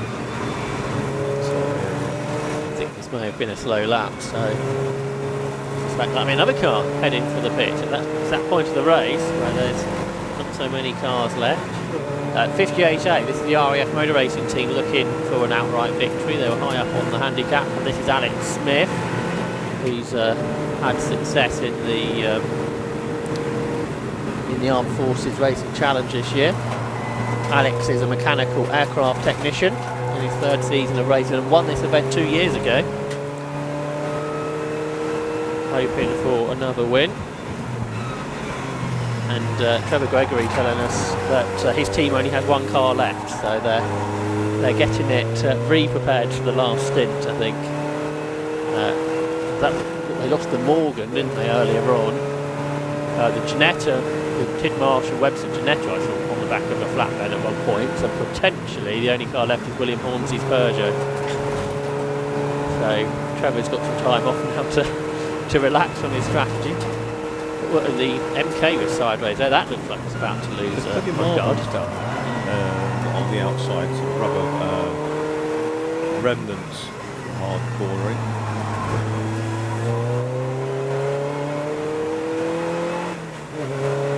Yeah, Trevor's team is 69th at the moment, so it's in last. Heiner, the Mini Kievs, I don't know if they've got the cars that are still going. That's the one we saw, I think Matt Shears is Mini Cooper S off at Cops. Presumably it's Mini Key these days, so now we hear a lot about the city, don't we? Yeah, quite. Good point. So yeah, those two are about 10 laps behind anybody else. That was close. Alex Smith really squeezed past the Porsches that Marcus. Yeah, past the sort of the Nurofen box Porsche.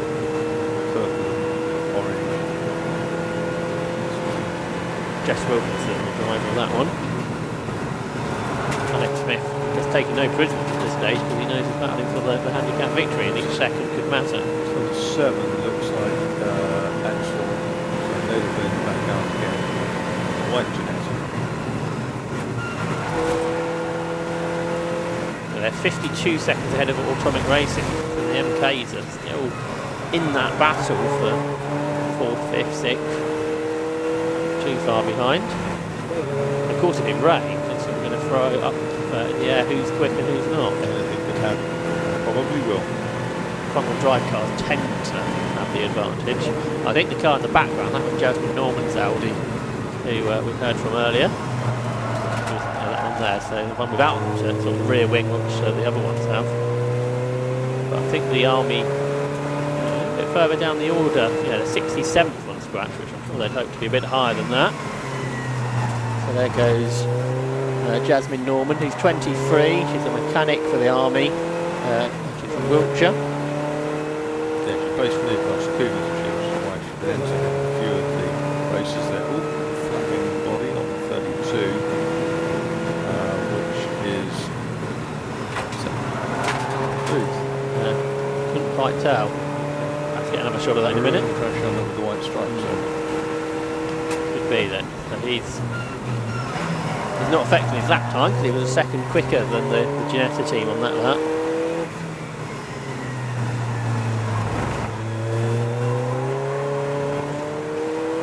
There's Jasmine Norman again. And here is, yeah, it's Booth, isn't it? In the MK. And they've got a light on the roll cage as well. Another team that have taken that idea. So down the down the hanger straight goes Matthew Booth. He was the 2019 F1000 champion, 2016 Sport Specials champ. And 3 Mazda Mark 1s are together. See the Davanti Sirocco arrived, going really quickly and suddenly locked up because the one of the lead Radical had come in just ahead of it and was slowing, I guess, for that sort of speeding line. So that was coming in past our commentary box into the pit lane. So this Mazda MX-5 battle that's emerged is Danny Grist, 70B, 47E is in there too, which is Andrew Robinson. And there's a third Mazda that's trying to make its way up the inside and successfully does so. He's 49. I didn't quite catch the letter. And then there's a couple of Audi TTs coming past them, which should have more power. Jasmine Norman's been passed by the 67. The 67 have got another car out. So that would be either Hammer Yardley Rose or Rob Elliott / Tony Rogers. The Audis have got 1800 turbos, I think. 14D coming through, one of the BMWs driven by Tommy Grout. Intersport 2. Yeah, 67D is the Audi, so that is Harry Yardley Rose, who have got past that chunk of traffic. Oh, there's another Audi TT. Oh, and then Jasmine Norman's off. There's 3 of them all together. Unfortunately for Jasmine, she's had a bit of a moment. But this is going to be very different, isn't it? Racing in the Armed Forces Challenge, which has similar cars, and the Class 2 GT Championship League says they have got hugest of grids. Coming into this race, Marcus, is going to, in your first season of racing. Well, here you've got everything. You're in a middling car in that it's not one of the quickest, it's not one of the slowest.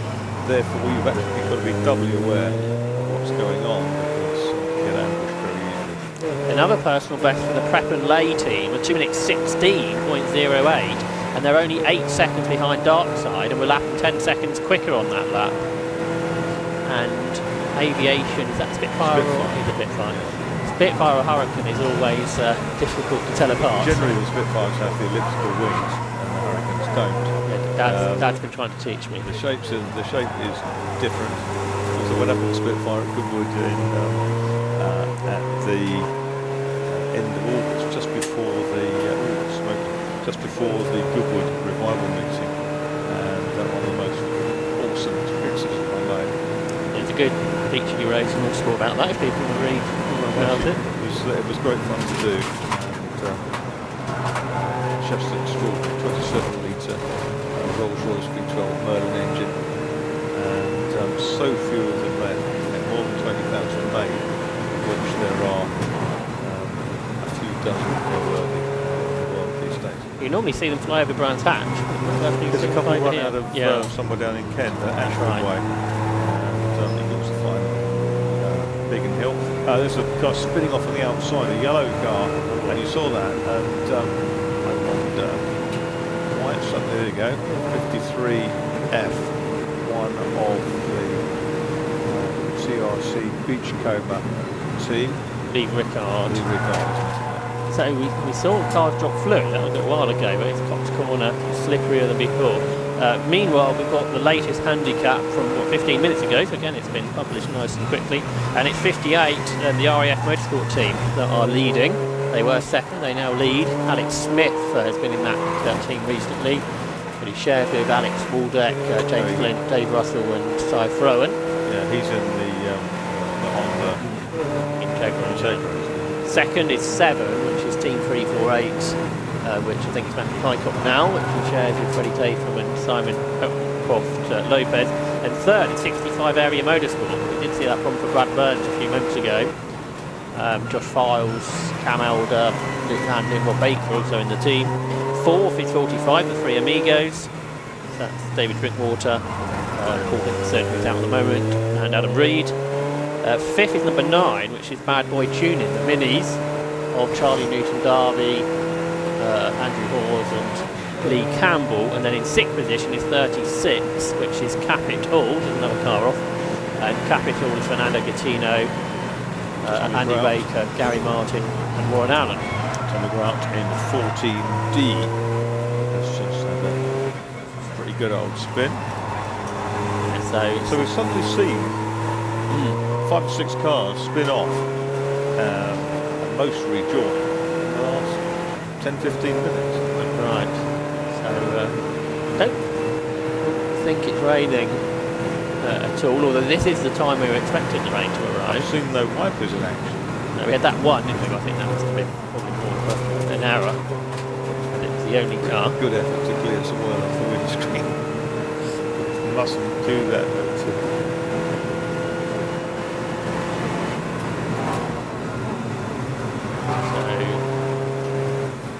So let's see if there's an update.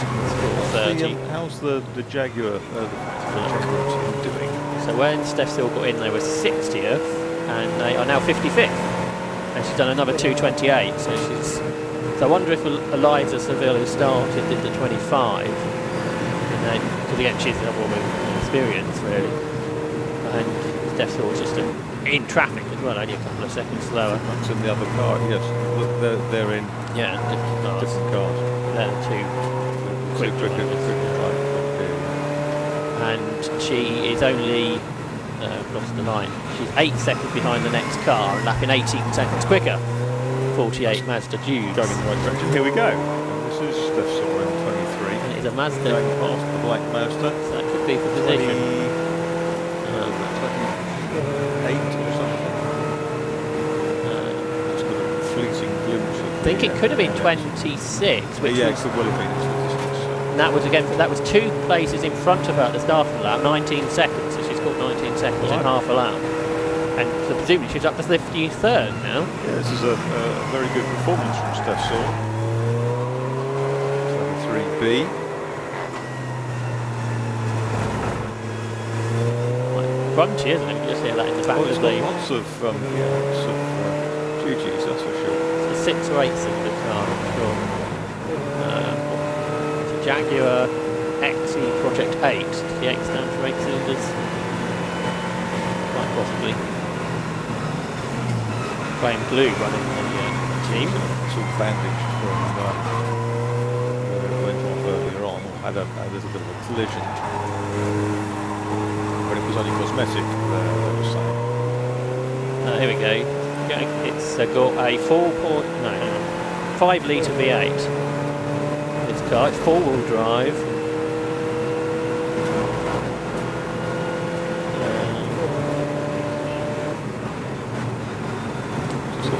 Heavy hitting stuff in it. Only 300 cars were made. So it's 2 of them are here. That's right. 50th stop. Jaguar XE Project 8 150 grand. Good one. Steel. 7E, just staying out of the way. Jaguar tell you their power in things I don't understand. It's got 600 PS. Fair to state, horsepower. So, how does PS translate to horsepower? It is the same, isn't it? Fair to state, horsepower. Oh, strength. Oh, apparently 1 horsepower is 0.986. I think that's close. So it's got. As Rolls-Royce would say, adequate. So what did I say? I can't remember now. Did I say 600 or something? A lot, like you say. Probably one of the most powerful cars, cars on the grid. But equally, it's probably one of the heaviest cars. Significantly grunty, but yes, as you say, it's weighs a bit. We now know more about the Jaguar. He's got parking back out in the Gulf. Yeah. So presumably he's going to the end, going off. That was his intention, yes. His brother did 2 hours and 57, something like that. And Team 348, one of the front runners in the handicap, Lewis Bills, has headed down to the pit lane. He's caught up with a member of the team. Thanks very much. Here we are down in Garage 2C. That's it. I'm with Freddie Tatum from Team 348. Now, what is Team 348? How did you get to that number? Simple maths is what that is. 116 times 3. It's not a Ferrari. Yeah, that's as simple as that. Yeah. Because you're running the BMW 116s, and whoa, you've just been knocked off the top of the handicap result, or shall I say, or list, whatever we want. Classification, that's the word. So, that's a pretty good goal. Yeah, not bad. The RAF, is it RAF Army? Whoever they are, the military. RAF, you're right. They're involved in the 116 heavily as well. So, yeah, a bit of rivalry, bit of gamesmanship on their part, I think, with the quicker cars. But let's see what happens. We've got to finish first. Still got another 80 minutes to go, 70 minutes to go. Yeah, are you out again? The plan isn't to be, but let's see, we're pushing our luck with fuel. So 116 trophy is normally a 90-minute race. There isn't normally a lot left after 90 minutes. I've just done a 2-hour stint to try and get Matt Highcock, who's currently in the car, who's quick. Hopefully he can do a 2-hour, just less than, and get to the end. So you might want a safety car or two just to help you out. A safety car would be very handy, yeah. I wouldn't have done, I think 2 hours 16 my stint, which there was 2 safety cars in that, which couldn't have done it without. But yeah, we'll see. The sun's setting, it's getting a bit cooler. Who knows? If it was to rain, do you have rain tyres, or are they all-weather tyres? Yeah, so we run in the trophy Nankan NS2Rs. There's a gentleman's agreement. We've got some Rain Sport 5 with us. They don't, not much better unless it's biblical. Then the Rain Sports work. If not, with the amount of rubber and how grippy the circuit is now, we'll probably just go out of the NS2Rs and have a bit of fun.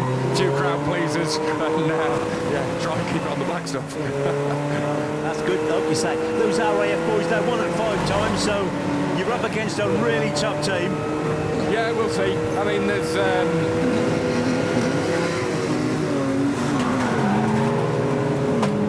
plenty of awards out there. We've got the all BMW, we've got Class A. A bit of silverware would be nice to win it overall, I think. We're probably pushing our luck now, if we're honest, but... Okay, Freddie. We live and home. All right, Freddie, best of luck. Cheers, mate. Thanks very much. Back to you in the commentary box. Thanks, Lewis. So more news there, Mark, as to how long a 116 can last. And have we had a safety car since Matt's been out there? Not sure we have, so they may be hoping for that. But equally, if the rain comes, you're not going to do as many laps in which will make that. 122 laps around the car with an hour and 6 minutes to go. On board here with 11, so this is the Lock Stops 2 Smoking Tyres Toyota team of Adam Lockwood, Jim Yu and Sean Trainer, heading down the International Straight, the Hamilton Straight, and into Abbey Corner,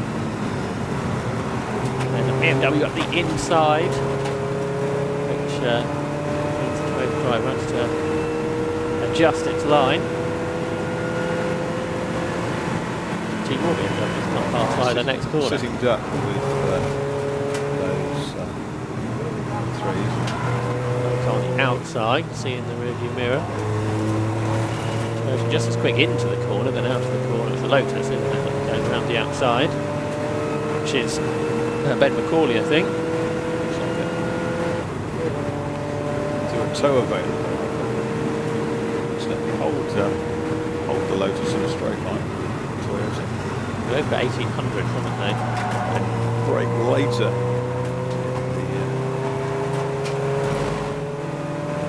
Two. I think the Lotus is a bit lighter. I'd say so. Change of direction, it's better. McCauley therefore moves clear. 65 minutes on the clock. Datton Motorsport just done a personal best. 52 Interceptor racing. Last lap of 2:27 is quicker than the next 4 cars ahead of them. Only 3 seconds adrift of 6/7 car 17. It's going 9 seconds quicker. So Interceptor, who's in for that now? Sure. Seen that one lately, haven't we? We had Russell Humphrey for a while. Ooh, speed differential as the radical came airing around the outside of the MR2 at Maggots, just down into Beckett's, fairly slow. Left Maggots will be flat, right will be down close like the third. And at that point you then have to think about organising the car for the next left, the next right, and then get hard on the power again. But what it has done, as you can see, it's created probably 150 metres, 200 metres between the Corley Lotus and the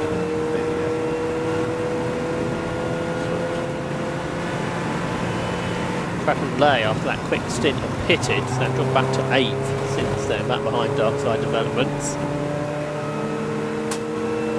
Lots of changes going on in the pit lane. Darkside Racing still leading Class A on scratch and Class 18.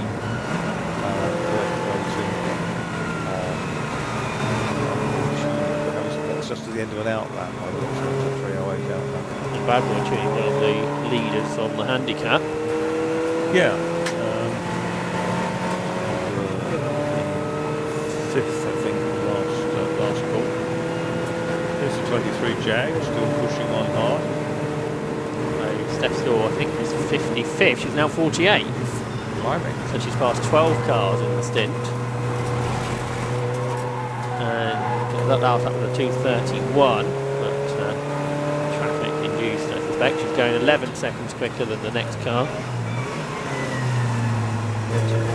Steadily progressed. I think a candidate for interview for Lewis, I expect down there.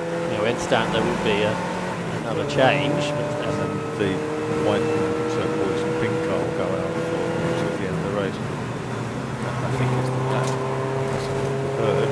There's Capture still in 4th, best of the Bs and the production base cars, 50 seconds ahead of Data Motorsport now.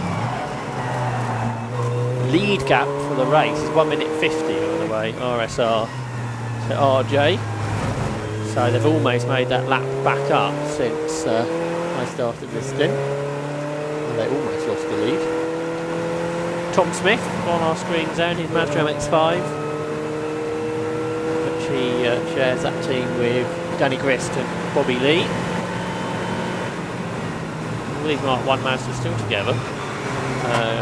Not quite as close as they were a few laps ago. And there's Mark Grice doing a long stint in the Seat, carving his way through. See one of the MX-5s. Oh, and Steph Stills into the pit lane, the Jaguar just coming past us. Okay. So she's done 3/4 of an hour, something like that. Yeah, I thought so. Very good stint. Past 12 cars in 4th position, which after 4 to 5 hours of racing is not easy because the caps are pretty large. So there's Jasmine Norman in her Audi TT with the Lotus 68A, which is Matthias Radestocks, Elise Cup R specification of car, heading onto the Hanger Straight where there's a mass of cars, including 1A, which is Martin Roach, last year's winner in the Rotec Racing BMW Compact. He will make his way out of Stoke Corner down towards Vale. Matthew Radstock still not past Jasmine Norman, but just about an hour to go, Marcus, and that's me done. So you'll have Ian to the end. And Radstock was off the track earlier in the race. Hugely wide run from the 43 car, the MR2. And that was well off track at the Exeter Club corner. At this point, I think Aaron Cook himself driving, because he completed his stint with the Ginetta in the maximum number of laps, 26 for that Ginetta early in the race. But he's absolutely on the floorboards as the throttle pedal coming out of the club corner. So update on the weather situation is that at 5:05, which is in 18 minutes time, we're expecting rain here. We're setting until the end of the race. So keep an eye on that. That's what the radar is suggesting though. And the the moment, what are we on? Just going to 10 to 5. So into the last 59 minutes of this race, 16 RSR Motorsport lead at 41. RJ Motorsport third, Daytona Motorsport second, third and 41 J Motorsport, fourth 66. Capture Motorsport, fifth 27, Daytona Motorsport, sixth 32, Atomic Racing. That's all on scratch. We'll hopefully in the next 10 or 15 minutes have the handicap position updated, but we'll give you that when we get it. But first, let's head down to Lewis in the pits. Well, here we are with William Beach from Capture Motorsport. Fourth overall, but first of the what we call the tin top. So pretty good goal, William. Yeah, he's going well out there today. We had a bit of a stint with Ben where a wheel bearing failed, so we had to pit early. So I had to do that stint after that. It was quite a long stint. So Mark's out there now. So we just hope we hold on to the first overall in the class. Well, that's it. You're leading Class B as well. Yeah. There's not much hope of catching them radicals in the dry, is there? Well, no, if it was torrential rain, it would have been interesting, but in the dry, we've got no chance. Yeah, you think you could have pushed them in the wet? Yeah, we give it a good go. It's been done. It's done before, hasn't it? So we'd have given it a good attempt. So, anyway, that's a good attempt. So, you're here again tomorrow? Yeah, it's the final of the Club Enduro where we stand third in the championship, so we're hoping to pull that one off and win the championship tomorrow, so you never know. Oh, William, and... sorry, we'd like rain tomorrow, but I've checked the forecast and it's bright sunshine, so... Are you complaining? Oh, yeah. Anyway, yeah, are you enjoying yourself? Yeah, it's been a great event. Thanks 750 for holding it such very well organised. Hardly any safety cars really, but how many cars are out there. We're cracking back the job to the lads at Capture Motorsport, providing a proper good cars for us all. Yeah, as one of the faster cars, is there anything you have to do? What's it like trying to pass all those cars out there? Well, he's trying to stay out of trouble. Yeah, because no disrespect, do you know what I mean? If they come across, they take the racing line, and you could cause a bit of carnage.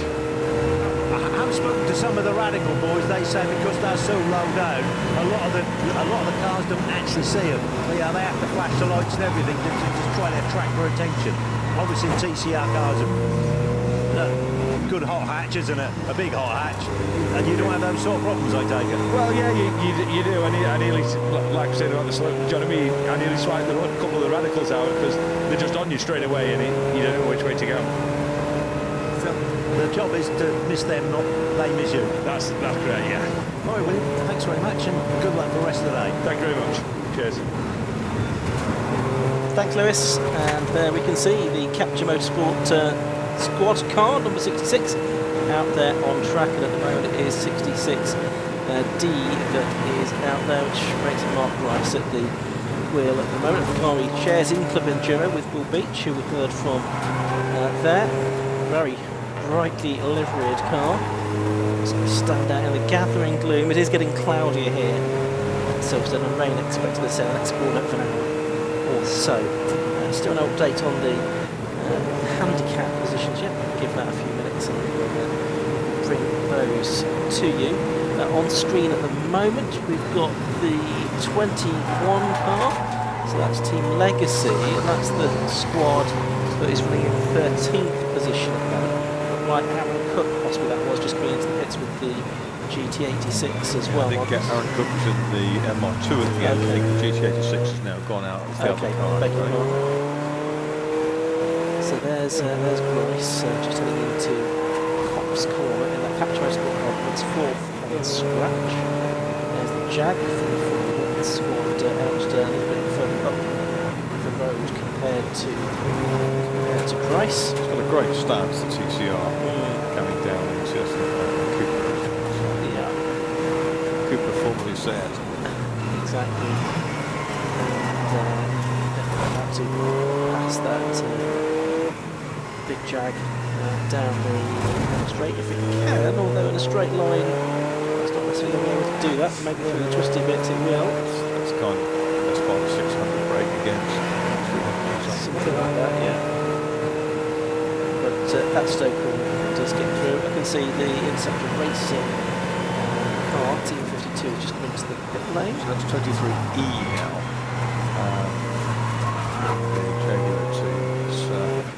Up Abigail Chandler. Abigail Chandler.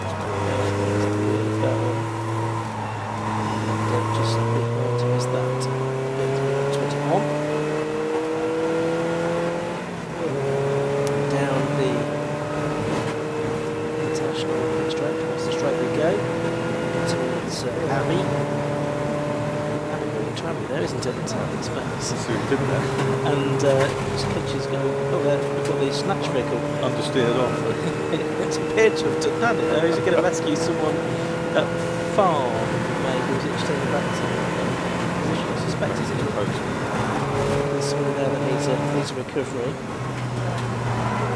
Proving difficult for the BMW to see off the Jag, because every so often the Jag gets to a straight bit. Exactly. And Damien Bradley is at the wheel of that car. So this is 23E that we're now on board with. So this is Abigail that we're with now, I think. Yep, that would be right, wouldn't it? So there'll be a BMW somewhere buzzing around her just behind the baby as she heads along the Wellington Straight. And now that's where the snatch vehicle is going to. Rutec car. It is the Rutec Racing's BMW Triers car. So that's the team from Osmosh, so I believe Philip Adcock and Phil White. Yeah, so in that case it's Martin Roach, isn't it? Who was one of the winners on Handicap last year, the Rutec Racing's BMW Compact team, along with Martin Gansby and Colin Whitehouse. Is that a Roach family team? Rutec, yeah. That's right. Cars heading there down pit lane, as you can see. And you can see the light is diminishing and the headlights coming on now. Yeah, they are shining a little brighter, aren't they, as the sun goes down, the clouds cover looms over Silverstone. There's one of the radicals going through. They're still well out in front. There's 3 laps between the third radicals and the first of the tin tops. RSR team still shows in the pit, having and that's with 51.5 minutes to go.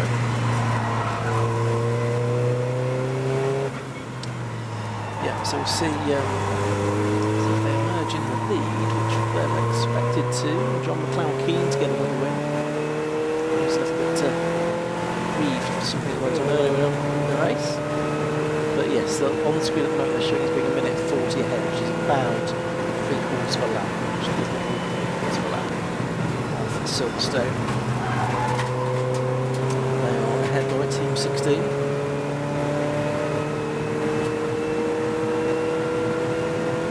Interceptor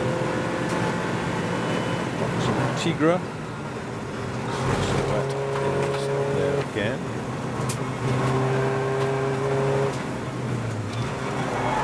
Which is Team 52. Bristow. Commuter.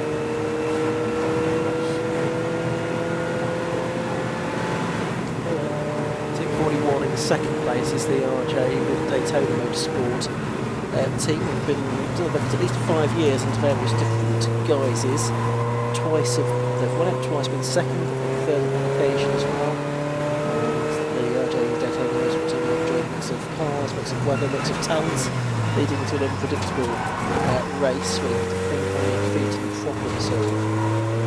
And Charles Graham is one of the drivers there, with Jones and Smart. So that's his impact towards as well. On to screen at the moment with 11 MR2, that is Jim New.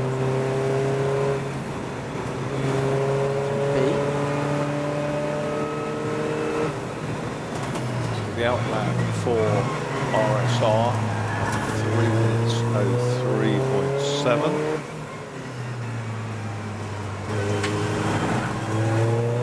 See what that gap becomes in a moment.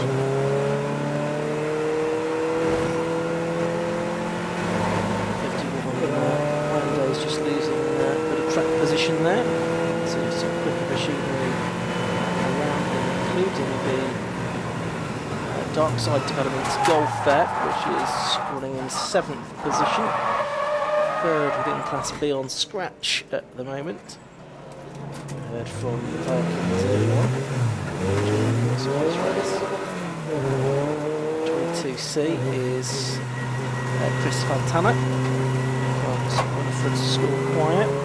50.91 seconds the first second out following that late stop. With 40, about 50 minutes to go, I guess. Down, so it's coming down. The next couple of laps will be indicative as to whether 41, the 41 car can close down 16.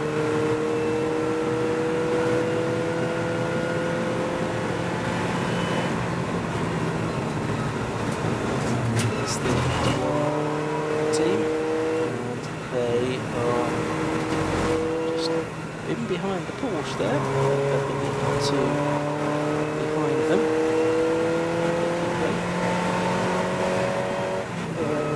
It's good to see the variety as a different one-make championship, so there's a lot of the entries.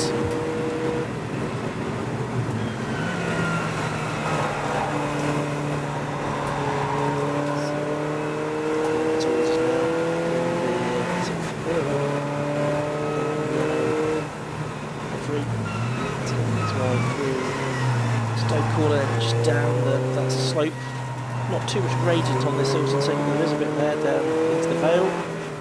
It's heading away through the sharp left-hander into the right corner to bring the cars onto the start and finish straight for the Formula 1. Start and finish straight we use here for club racing.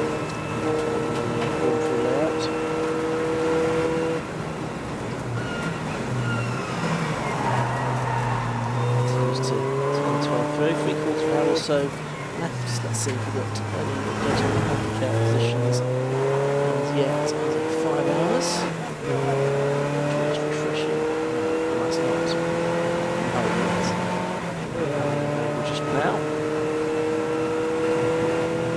There's the Interceptor racing car. Is that of the Kevin Bristow? We're going back down to the pit lane now, and we're going to hear from Steph Saul, who's with Lewis Blades. Right, thank you very much. Yeah, I'm down here in Garage 23 with Steph Saul. Steph, you've just jumped out of one of those big Jags and you put in a sterling stint. Yeah, no, it was really good. Like, the car was great, but the brakes, as you can imagine, after 3 hours, is going to start to get a bit, like, not as good as what they were. So it's one of them, like, yeah, the car started to go off towards the end, but it's good fun. They're so powerful as well. So yeah, you told me I run out of brake pads. So I'm not surprised after 3 hours. no, exactly that. It just kept getting worse and worse and worse. But just manage it, control it, bring it home, and yeah, no, it's been a good day. How come you're involved with Formula Women? So a few years ago in 2021 I entered the competition, and because I've always worked in the paddock, so I knew a lot of people, and then they sort of said, oh, why don't you enter this competition? Got involved, won the competition in 2021, raced GT Cup last year, and here I am now, still going as much as I can with the racing, but there's a lot more plans for next year, and 24/7 have been such a great team this year. They've done a lot with us, they've worked hard to help us get better as we are, and yeah, no, it's been a great year. Oh there, look, we've just got one of the TCR cars that had some problems.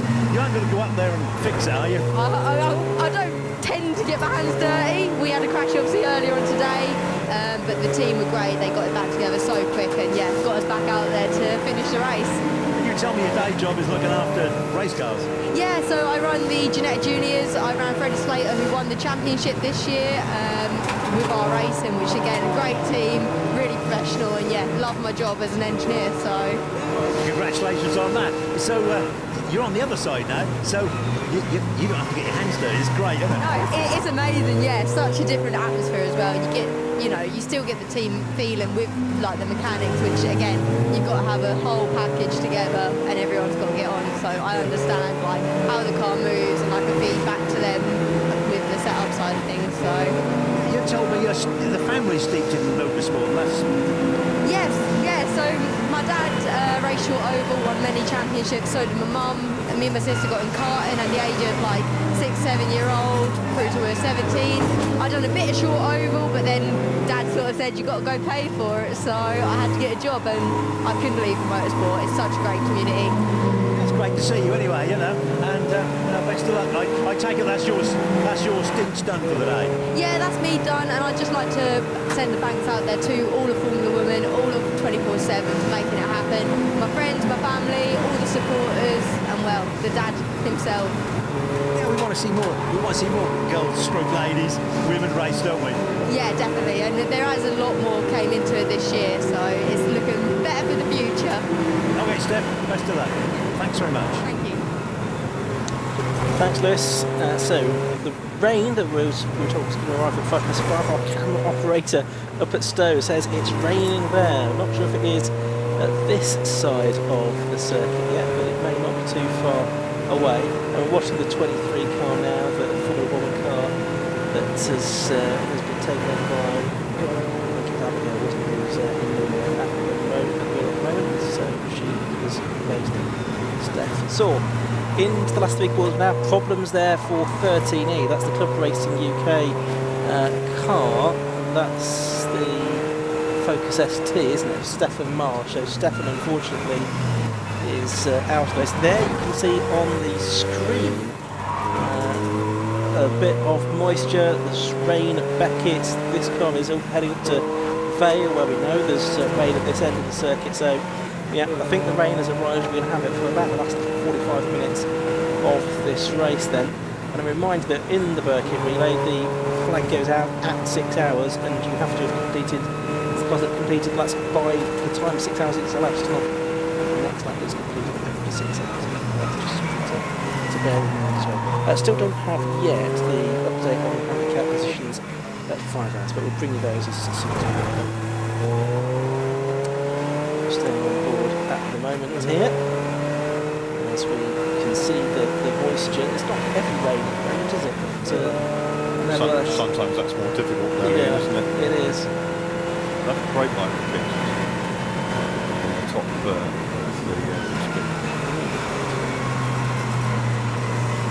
So interesting as everyone heads along the Wellington Straight under the vehicle bridge. We'll go into the red line for Brooklands. There we are, brake lights on, and we'll just not lose the picture there as the car turns through Brooklands corner. You watch cars come down and start the straight from where the checker flag will be out in about 41 minutes time. It was quite dramatic when the TCR arrived in the pit lane while Lewis was speaking to Steph Saul. Yeah, it was. That's Mark Bryce, wasn't it? In the Capture Motorsport. The whole front right corner appeared to have been hit and then locked. Yeah. And maybe that was what dislodged the focus on the clamshell thing. Yeah, now they are showing on the screen 42 seconds ahead of Dayton Motorsport. So they've lost a time with that incident. Basically, that gap has come down compared to what it was. Still no final update. I think the TCR cars, the wheel gear gets wet. Yes. Yeah, certainly. Certainly, I think that was what Will Beach thought they'd have first, and a chance of taking the fight was in proper wet conditions, but we've not had those. We're not going to get those for more than the last 4 months of this race. Unfortunately, from their point of view, busy straight there. The Mini is going rather slow, which looking at it briefly, we're now focusing on 42C, which is the DH Racing Honda Civic Type R Matthew Morgan. Quite a good representation of cars from the 750MC Type R trophy here at Silverstone this weekend. They're doing a race here in their own championship this weekend. They've been decided just a few weeks ago. Joe Jessup champion. Last lap round, the car only third, the RJ Motorsport the 40 at 2:13.61, which is 5 seconds quicker, 4.5 seconds quicker than the leader. A long way quicker than pretty much everything else.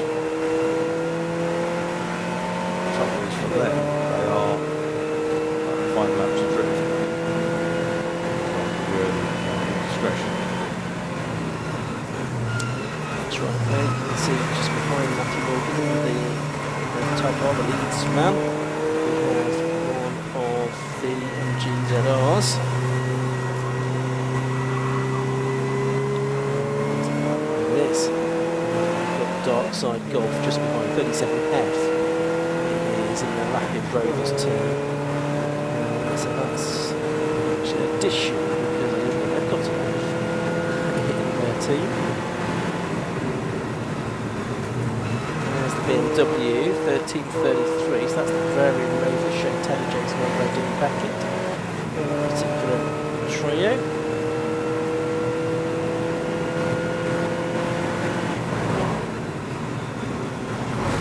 Oh, problems for 9B as well now. That's the Andrew Hawes Mini Coupe S for Bad Boy Tuning. They were running in 18th position before this mishap. And very well up in the handicap. Yeah, they were. Maybe still got the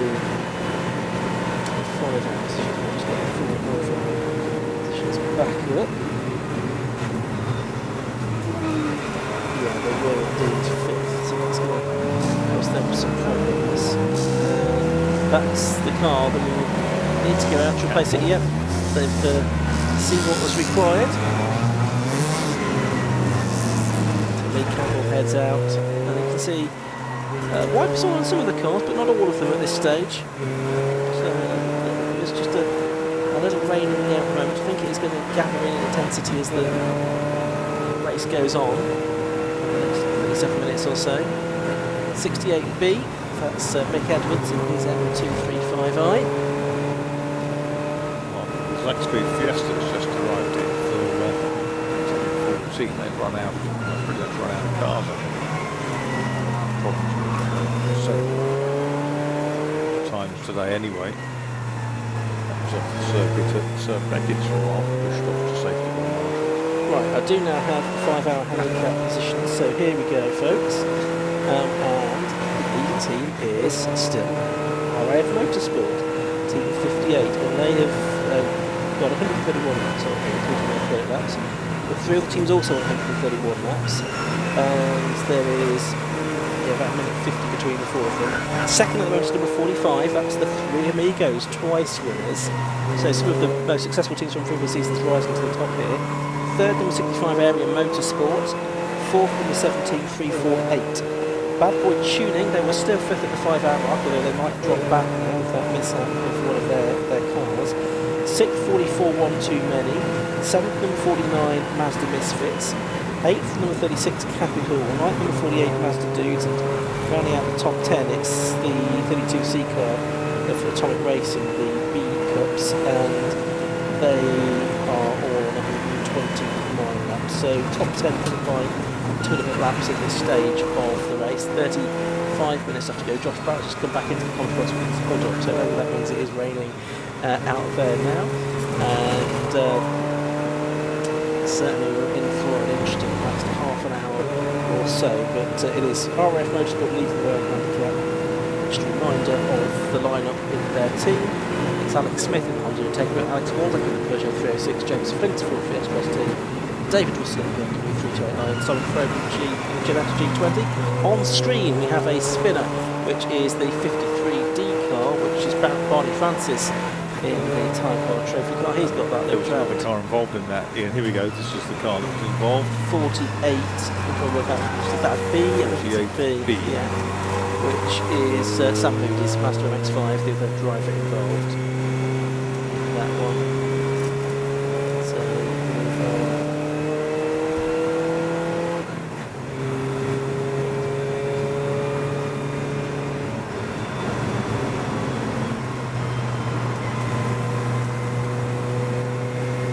So safety car out on the circuit now with 35 minutes of the race to go. Just hearing from Josh Barrett the reason that Mark, that's the reason why it's the 51. The 51C. Yeah, so that is Gary Miller Highlander Coupe into retirement, and it's causing this safety car with 35 minutes of the Grove and Dean Birkett 6-hour relay race left. Yes, Mark Bryce made contact with the North Park Brooklands, which is what I was damage to the front of his Cupra, and he has gone into retirement. This could jeopardise tomorrow's It could. they reckon it's fixable. Yeah. Okay. So yeah, it's a TCR car. Of course you can fix it. Absolutely. So 33 minutes or so of the race, a few cars, but including that of the third place car, that's RJ Motorsport. So a few changes going on. I suspect where possible, yes, there was some getting wet tyres ready where that's applicable. I think there was actually a clip going out. So we'll see how long this safety car lasts for. It is just to report about one car that's off the road. It's the Stoic Vale from Team 51.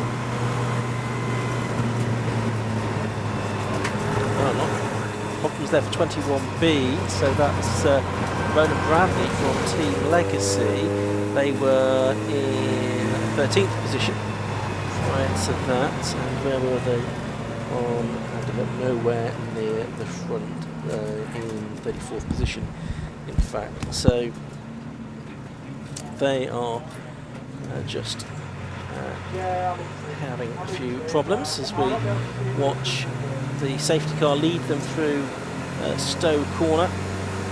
Two cars with bright lights on at the moment. More of the cars having windscreen wipers.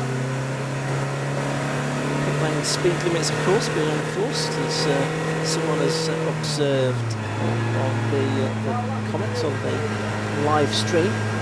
There's a pit lane speed limit in race to ensure that the safety of all of the teams and officials down there in the pit lane. So 16, RSR Motorsport leading the way. Josh has just popped back on. Hello, Josh. Yeah, that driving that car, weaving around a lot at the end. So I wonder if they're on slicks, trying to keep the temperature in the tyres. Could be. In 16A.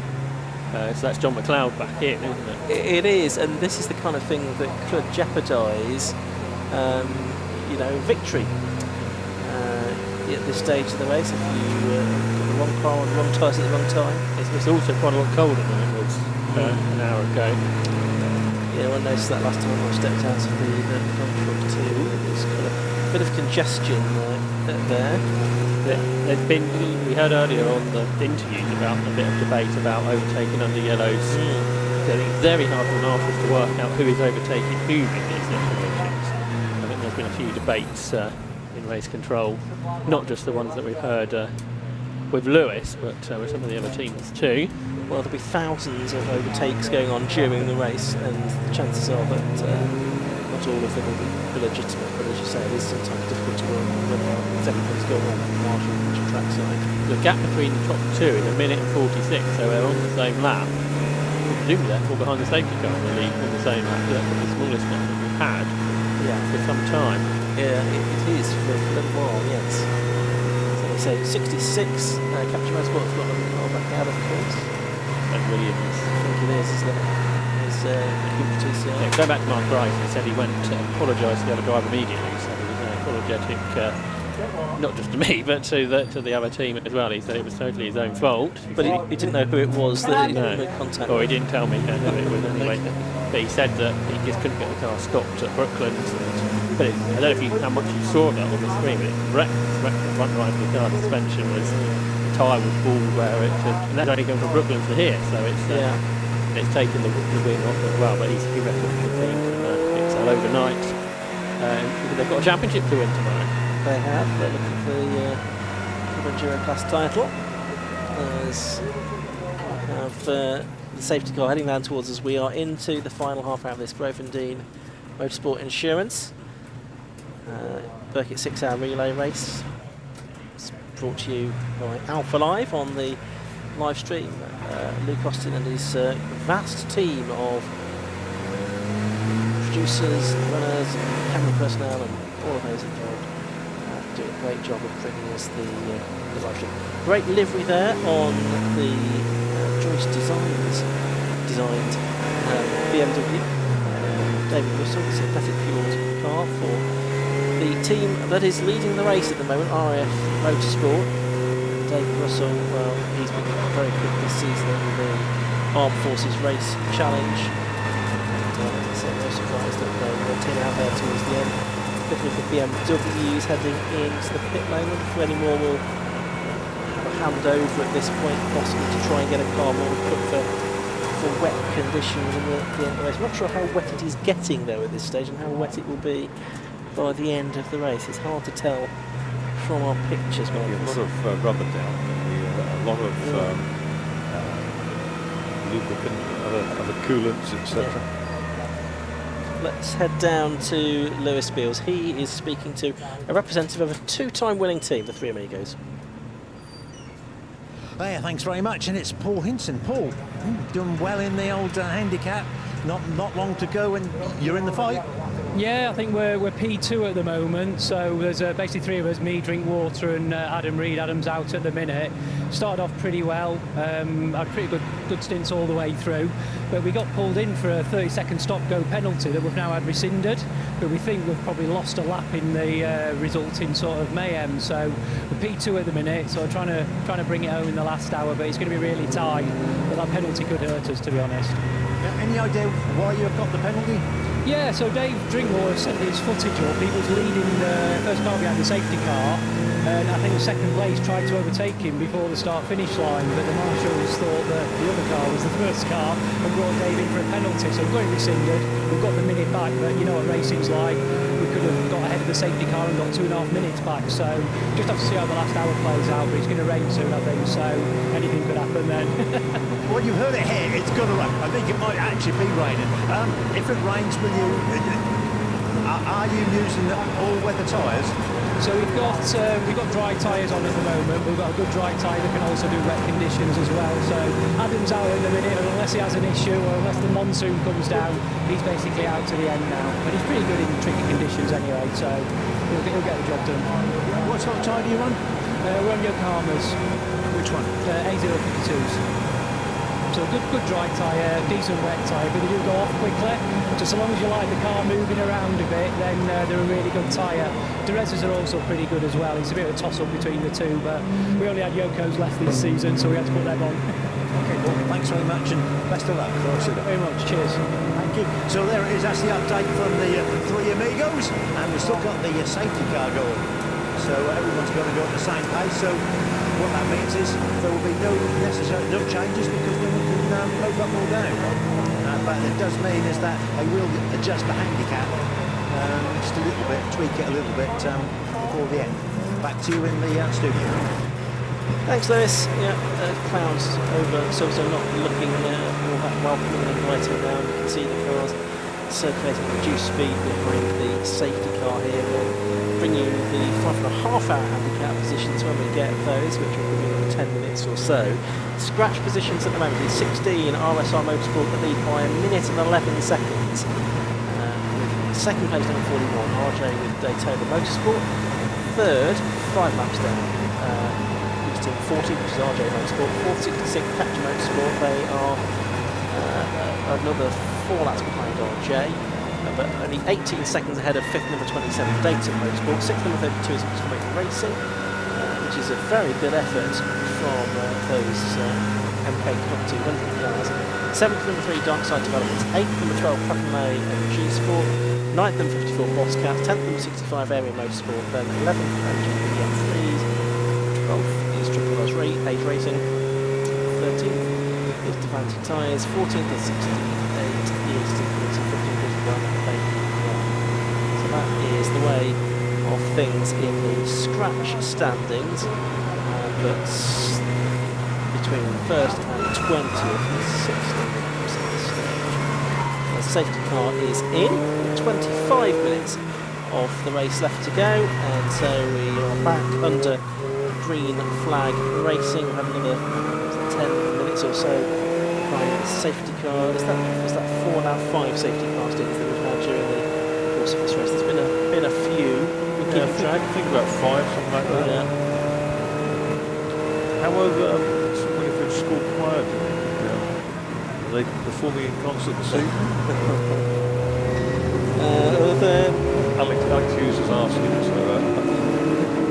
out for them. Well, they are 17th on handicap, so that's not too bad. A reasonably well-tuned performance. Yeah. So, yeah, definitely dark out there now, isn't it? As you can tell from this low slope cone, it's basically at track level, isn't it? At Cox Course. Yeah. Drivers going into the final stages of the race, really around the circuit, of course, because it is the first lap after the safety car has gone back in. Just that Safety car went in about 24 minutes still to run to the end of the 6 hours duration. Here comes one of the NK Cups rocketing down into Stowe. The RJ with Daytona Motorsport cars now goes back out of the caution group. He's within 47 seconds of the race leader now. So that gap, obviously, a bit of artificial concept, and that's something approaching a more realistic gap now. So 47 seconds between them. 23 minutes to get there. And there is Ash Hinklin in Team 40. That's the car in 3rd place. They're out of it as far as the wind's concerned. They had penalty along more than one car on track at any one time.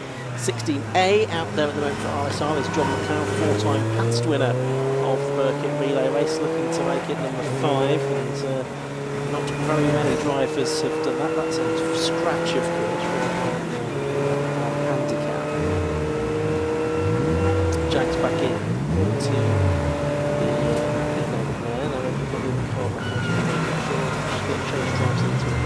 changing drivers in this car and sending this car back in. Brad looking in from the side. Team Zaraco fame. Yes. Car's going back out into the race. And it's still got the E on it, which would indicate that's still Abigail Chandler. It's the car at the moment. Wipers on the 9C Mini, which is the Campbell, the from Andrew Balls, where Andrew stopped out on the circuit a short while ago. There is one of the Atomic Racing cars. Leaders of pits. That's right, so it's not John McLeod. He's going to come in as soon as it's gone out. Of course, the two drivers in that team, Ben Stone and James Lay. And I think they will have changed to wet tyres, is what we understand. They are just rolling the dice on that being the right way to go with 21 minutes of the race left to go. And there is the 16 car. Just heading through, 41 seconds now, the gap back to second place at 16E, which is Ben Stone, I think. Various annotations on there. 16F. 16F on the side. So that makes James Lay then. Is F or the lead or not? On the side, it's certainly F. Okay. I think that could be F. Actually, yeah, it is. An F then. Yep. Yeah. So there we go. So James Lay it is that's out there. So what will probably be the final stint for Team 16 RSR Motorsport. So they look to take the race. What are we looking at? Atomic Racing, yes, they are coming up the orbits. The fastest car out there did a 2:29.98 last time through, and that's a car that is a lot less potent than the Radicals. That for certain the car's out tomorrow. Club 200 division of Sports 1000. I can share the grid again with Bike Sports tomorrow on that occasion. But that's the team now is up into 5th place overall. Atomic Racing getting ahead of Capture Motorsport, who've dropped down the order to 6th place after their various dramas. There is the car now. Can we see who it is? Just getting a shot from now. I think it might be Rich Webb that's out there, which reflects us. I would imagine he would be one of their faster drivers, but it's also John Cutmore, also that team, Matthew Booth, the F1000 Sports Specials champion, and Dave Watson as well. And Dave and Rich in particular had some great battles in Cup 200 during the course of this season.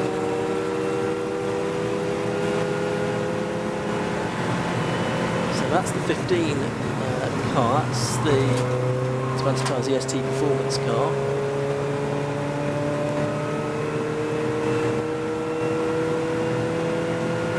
Just behind it is Chiplin's Radical. It's 15A there at the moment, which is Alex Reed, the Cooper from the Scirocco. Right, handicap positions at 5.5 hours. So if Lewis is listening, because I know Lewis was keen to get these, so we could try and get the likely handicap winners to talk to at the end of the race. But for everyone else that wants to know, here we go. The leader, with half an hour to go on handicap, is Team 58, RAF Motorsport, 144 laps. And having done the same number of laps and being 50-ish seconds behind 65 Area Motorsport, so 65 Area Motorsport second. Third, number 7, Team 348, they're a lap behind. Fourth, number 46, the Three Amigos, hit by that penalty that Vincent was describing. Fifth, number 44, One Too Many. Sixth, number 32, Atomic Racing, the B Cup, so they're well upon scratch and a handicap, the Atomic Racing squad. Seventh is 24, the Ashford Porsche Specialists. Eighth, number 30, Random Races. Ninth is 56 on the Motorsport, and 10th is 22. So Winifred scored quite, so they've made another 7th place on handicap since the last update. So ever since their name check, they have been succeeding. There you go. So that's the handicap position. So hopefully that gives Lewis Gill something to I think have we got from Area Motorsport during the course of this race? So I'm not sure that we have. So that might be a score for Lewis to try and find. Oh, we haven't. Josh Forrest did that. Team stopped in 4th place overall on scratch, Team 27 with 17 minutes to go.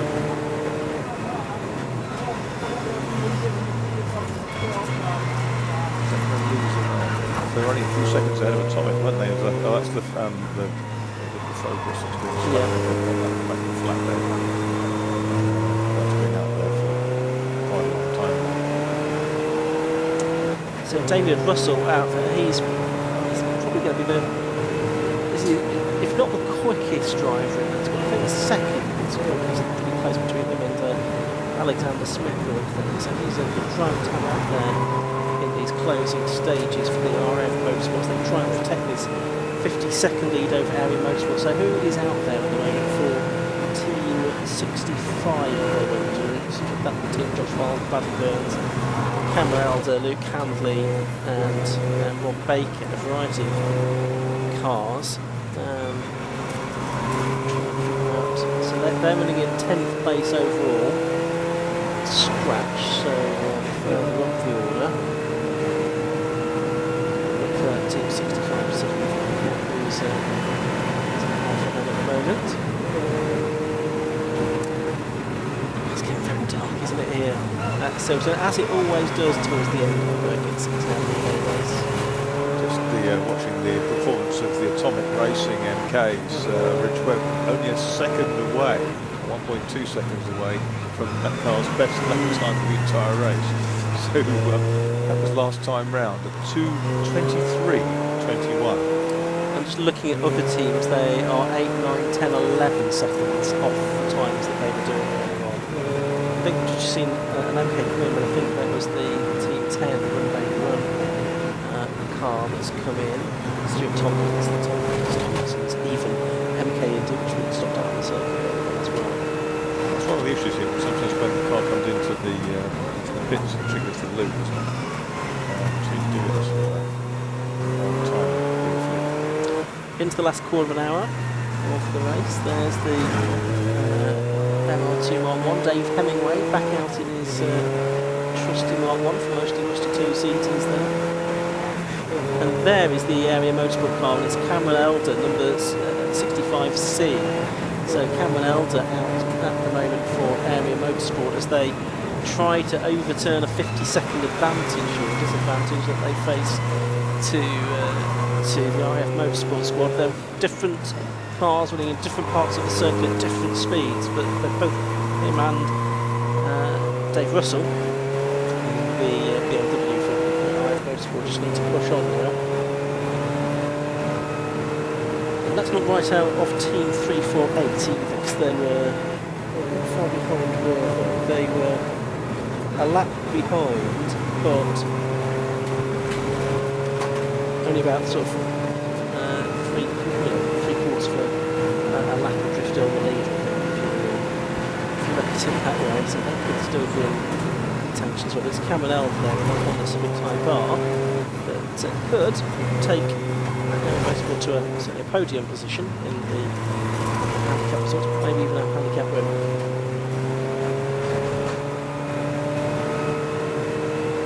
Just going past the MR2 champion for this year, Adam Lockwood. Still that championship in Parking 3 weeks ago. Dramatic circumstances. The classes in breakdancer racing has been ahead in A pretty much the whole way through. There's 66 coming in. Capture more issues. Hyundai stopped in the pit lane. Not for the first time we've seen Hyundai stopped on circuit. That's Paul Lorries. Hyundai Cupid 251A, I think. It's on the pit lane rather than the circuit. That's the international pit lane. So I've already paused one safety car since I'm taking that's not done really, so I should think they would have avoided that this time. Yeah, so Capture's coming to the pits. That's promoted Doja to 5th. They pitted recently. There's the race leading car, that's James Lay, 34 seconds ahead he was at the beginning of the lap, and lapping 3 seconds a lap faster than RJ at Daytona Motorsport, Team 41, which is the team of Smart, Charles Bill and Matthew Johnson. I'm not sure who's out at the moment in these closing stages of the race. But we've probably only got something like 5 laps to go, because lap is 2 minutes 10, 2 minutes 20 now. Something of that order. We're not quite get that 150, are we? Well, no, we're not. I think that's just one too many safety cars for that to happen. And of course, it's how many laps you can pick it by the time 6 hours of being completed. Yeah, it's very early on. Not the first lap after 6 hours.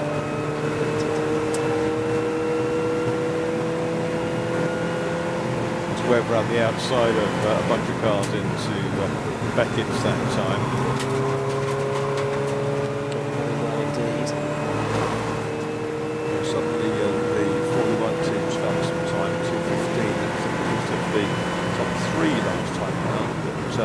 It's 32 seconds between them.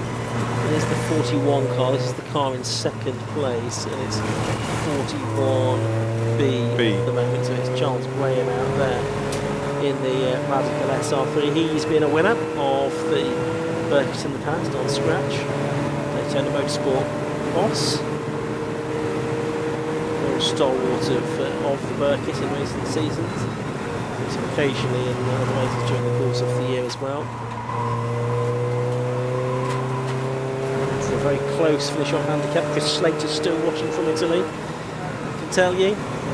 He's biting his fingernails over there. That's whether RF Motorsport can hold on for another win. And the glorious thing is we won't really know until 15 minutes after the race is finished. We'll do our best to bring you the handicap results when we can, and an interview with the team as well. Lewis is poised there. It's entirely out, isn't it? It is. Things at the back like BMW. Which one that is? It is Team 4, Driver E. So that's Intersport Racing, and it's Brian Branson, of course, isn't it? Of course, it's name C. That's Brian Branson's car that we see so often at circuits around the country. Yeah, tight short. And problems for Team 41 in second place. That's Charles Graham is pulling off the circuit. So Charles Graham, past winner. Well, that probably is the end of any threat there was to RSR Motorsport Team 16 for the scratch race win. He's given the thumbs up to the marshal to say, I'm okay. Sadly, the car has not cooperated. I'm going to need some assistance. But he's pulled well off the circuit, so I don't think that's going to be a particular problem for the remaining 9 minutes of the race. Sorted the order, hasn't it? Yeah. Presumably Team 41 will get on the car out, and therefore will maintain their advantage over Team 40, which is 4 laps. It was fair. Didn't have anywhere to go. 3 miles left at the front, did it? But just see the moment. Capture's dropping down, following great pit stop. The white car that's all come in. Just trying to look at the top three teams on handicap this final half hour. 58 RF Motorsport, 65 hour Motorsport, 7-3 team 3-4-8. So it's going to be one of those that take the handicap win, or another team entirely. Area Motorsport, some of the best lap times, isn't it? Because it's the quickest cars. Yes. Different pit laps. So we've got a 41 Hammer car back out, and it's 41C. So they've got Matthew Jones out now for the final lock-ins of this race. The late drive for Charles Brown, who's pulled off the circuit. That's the works Bentley back. Indeed. One of the more inspired colours. The car that's stopped on the hanging straight as well. So there's a few cars now as we get towards the end of the race that are ailing somewhat. Another 8 minutes to go now in. Yeah, there is very close to the end of this race. And looking forward to seeing who's going to come on together. It looks like the stop motorsport will run on scratch here. Team 30 just being overtaken. That's one of the BMWs from Random Races. That's Edward Christie's car, isn't it? 30C. There is Dave Russell, still going strong for RF Motorsport, who still lead around handicap. Front headlamp flicking away. It's a little distracting, I'm watching for people behind. 56C is Ian's. That's Jasmine Norman in the Audi TT, so I thought she was going to see that team to the end of the race, but obviously not quite able to do so. Army Sports Car Racing going into the final races. They were 9th and 2nd of the Armed Forces teams at this stage.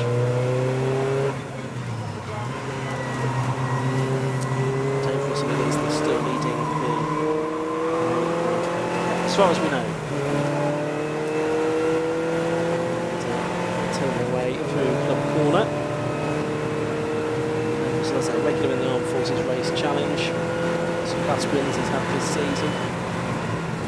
That competition which has 5 double headers.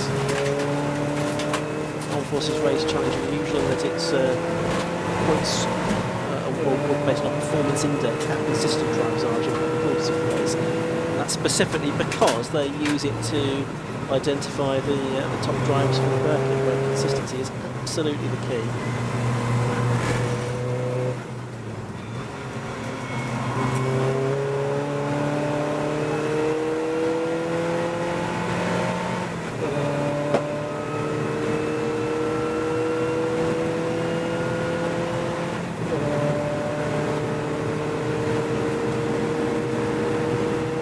So in that tussle with the area motorsport trying to close in, Dave Russell 239, Cameron Elder 231 last time through. So that's kind of 8 seconds a lap, but enough time for 2 bit laps, I'd say. Yeah, the other tight, isn't it? It is. The other thing to work out is what the difference in credit laps is between them as well. There could be some more tweakery because of the safety car as well. Yeah, which straddled the 5.5 hour point, didn't it? So there's a sorting out still to be done. Still cars coming through free abreast, but you can see rather clearly now. 5:42. This will be equivalent to about 4:40 tomorrow when the box have gone back tonight. So yes, definitely need to make sure we get racing done tomorrow according to timetable. Otherwise we'll be in trouble. Over the line they go. 5 minutes, less than 5 minutes to go. It's Birkett 6 hour race. We've had a few safety cars, but as far as we've seen, any very major incidents, touch wood, he said, with 1.5 minutes to go. There's been a few bits of contact by the sounds of it, some car damage, but so 6.8. There's the leading team, 16. James Lowe there at the moment in the radical. Gets off 3. That's that BMW into the Vale. Turning his way through club corner for the Motorsport side. Various teams you can see have had dramas, notably Team 59, which is SW Engineering with Cap, Colin Porsche, where they had a driver disqualified for failing to comply with the black flag, so Henny, which disregarded the black flag, so the 18 that was removed, and the team she's been disqualified. That's for 59 right down the order. Various teams also had track limits penalties, being 5 or 15 seconds, generally course the most frequency, repeatedly driving off the circuit.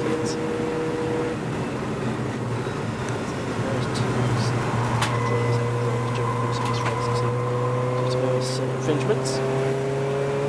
So I would think with the leader just turning his way through Luffield now, he's probably about to go on to what will be his last complete lap of the race. So he's going to complete 147. It'll be a 148 lap race, I think, now for RSR Motorsport. There's Dave Russell, still plugging away. Seen him put a wheel wrong. Very well during the course of this. Let's see what lap time was for him. He's done a 2:39 again, I think that's consistent, isn't he? Yeah. The area car at 2:29 that time's in 10 seconds. So Ron Elder is really pulling out all the stops, doing the best he can with his team.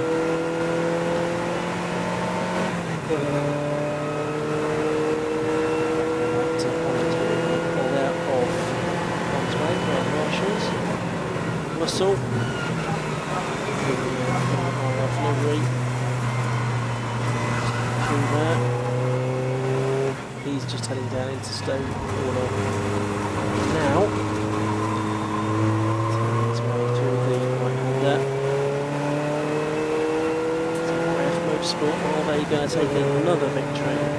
So that's their several treatment successes in the 5 previous. Yeah, various different drivers and teams, team names over the years that they've gone with. Yeah. So it's a bit of a triggers prover for teams. It's to see the Fletcher more. That's right. V-twin website. Yes. It certainly is because of the past. So there's Russell, there's our handicap. Keep an eye on our scratch. We should say, keep an eye on our scratch as well. This is going to be touch and go whether he gets there before the 6 hours. So his time is going to do it. Yes, so the RF car might also be in a position where touch and go. He's got 46 seconds to get to the timing line. He'll do that. Should do from there, shouldn't he? He'll get another lap in the book. There's a slight difference on the time compared to what I think our official time screen, but I don't think it's enough to make any particular difference. So we've got the checker flag about 15 seconds away now, so that will be going out very shortly. There is David Russell, who I think is he going to get this lap counted or not? That's the question. It's going to be touch and go. 6 hours has gone. Is the flag out?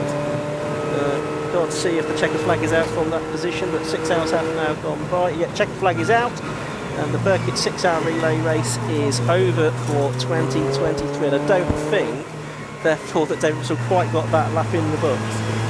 So that could be crucially missed it out by, I don't know, 2 or 3 seconds. So we're waiting to see the handicap results. It'll take 15 minutes or so for those to come out, I think. But I think we can say fairly confidently on scratch, it's that car that is the winning car, James Lay in the RSR Motorsport Radical SR3 going to have taken the victory then.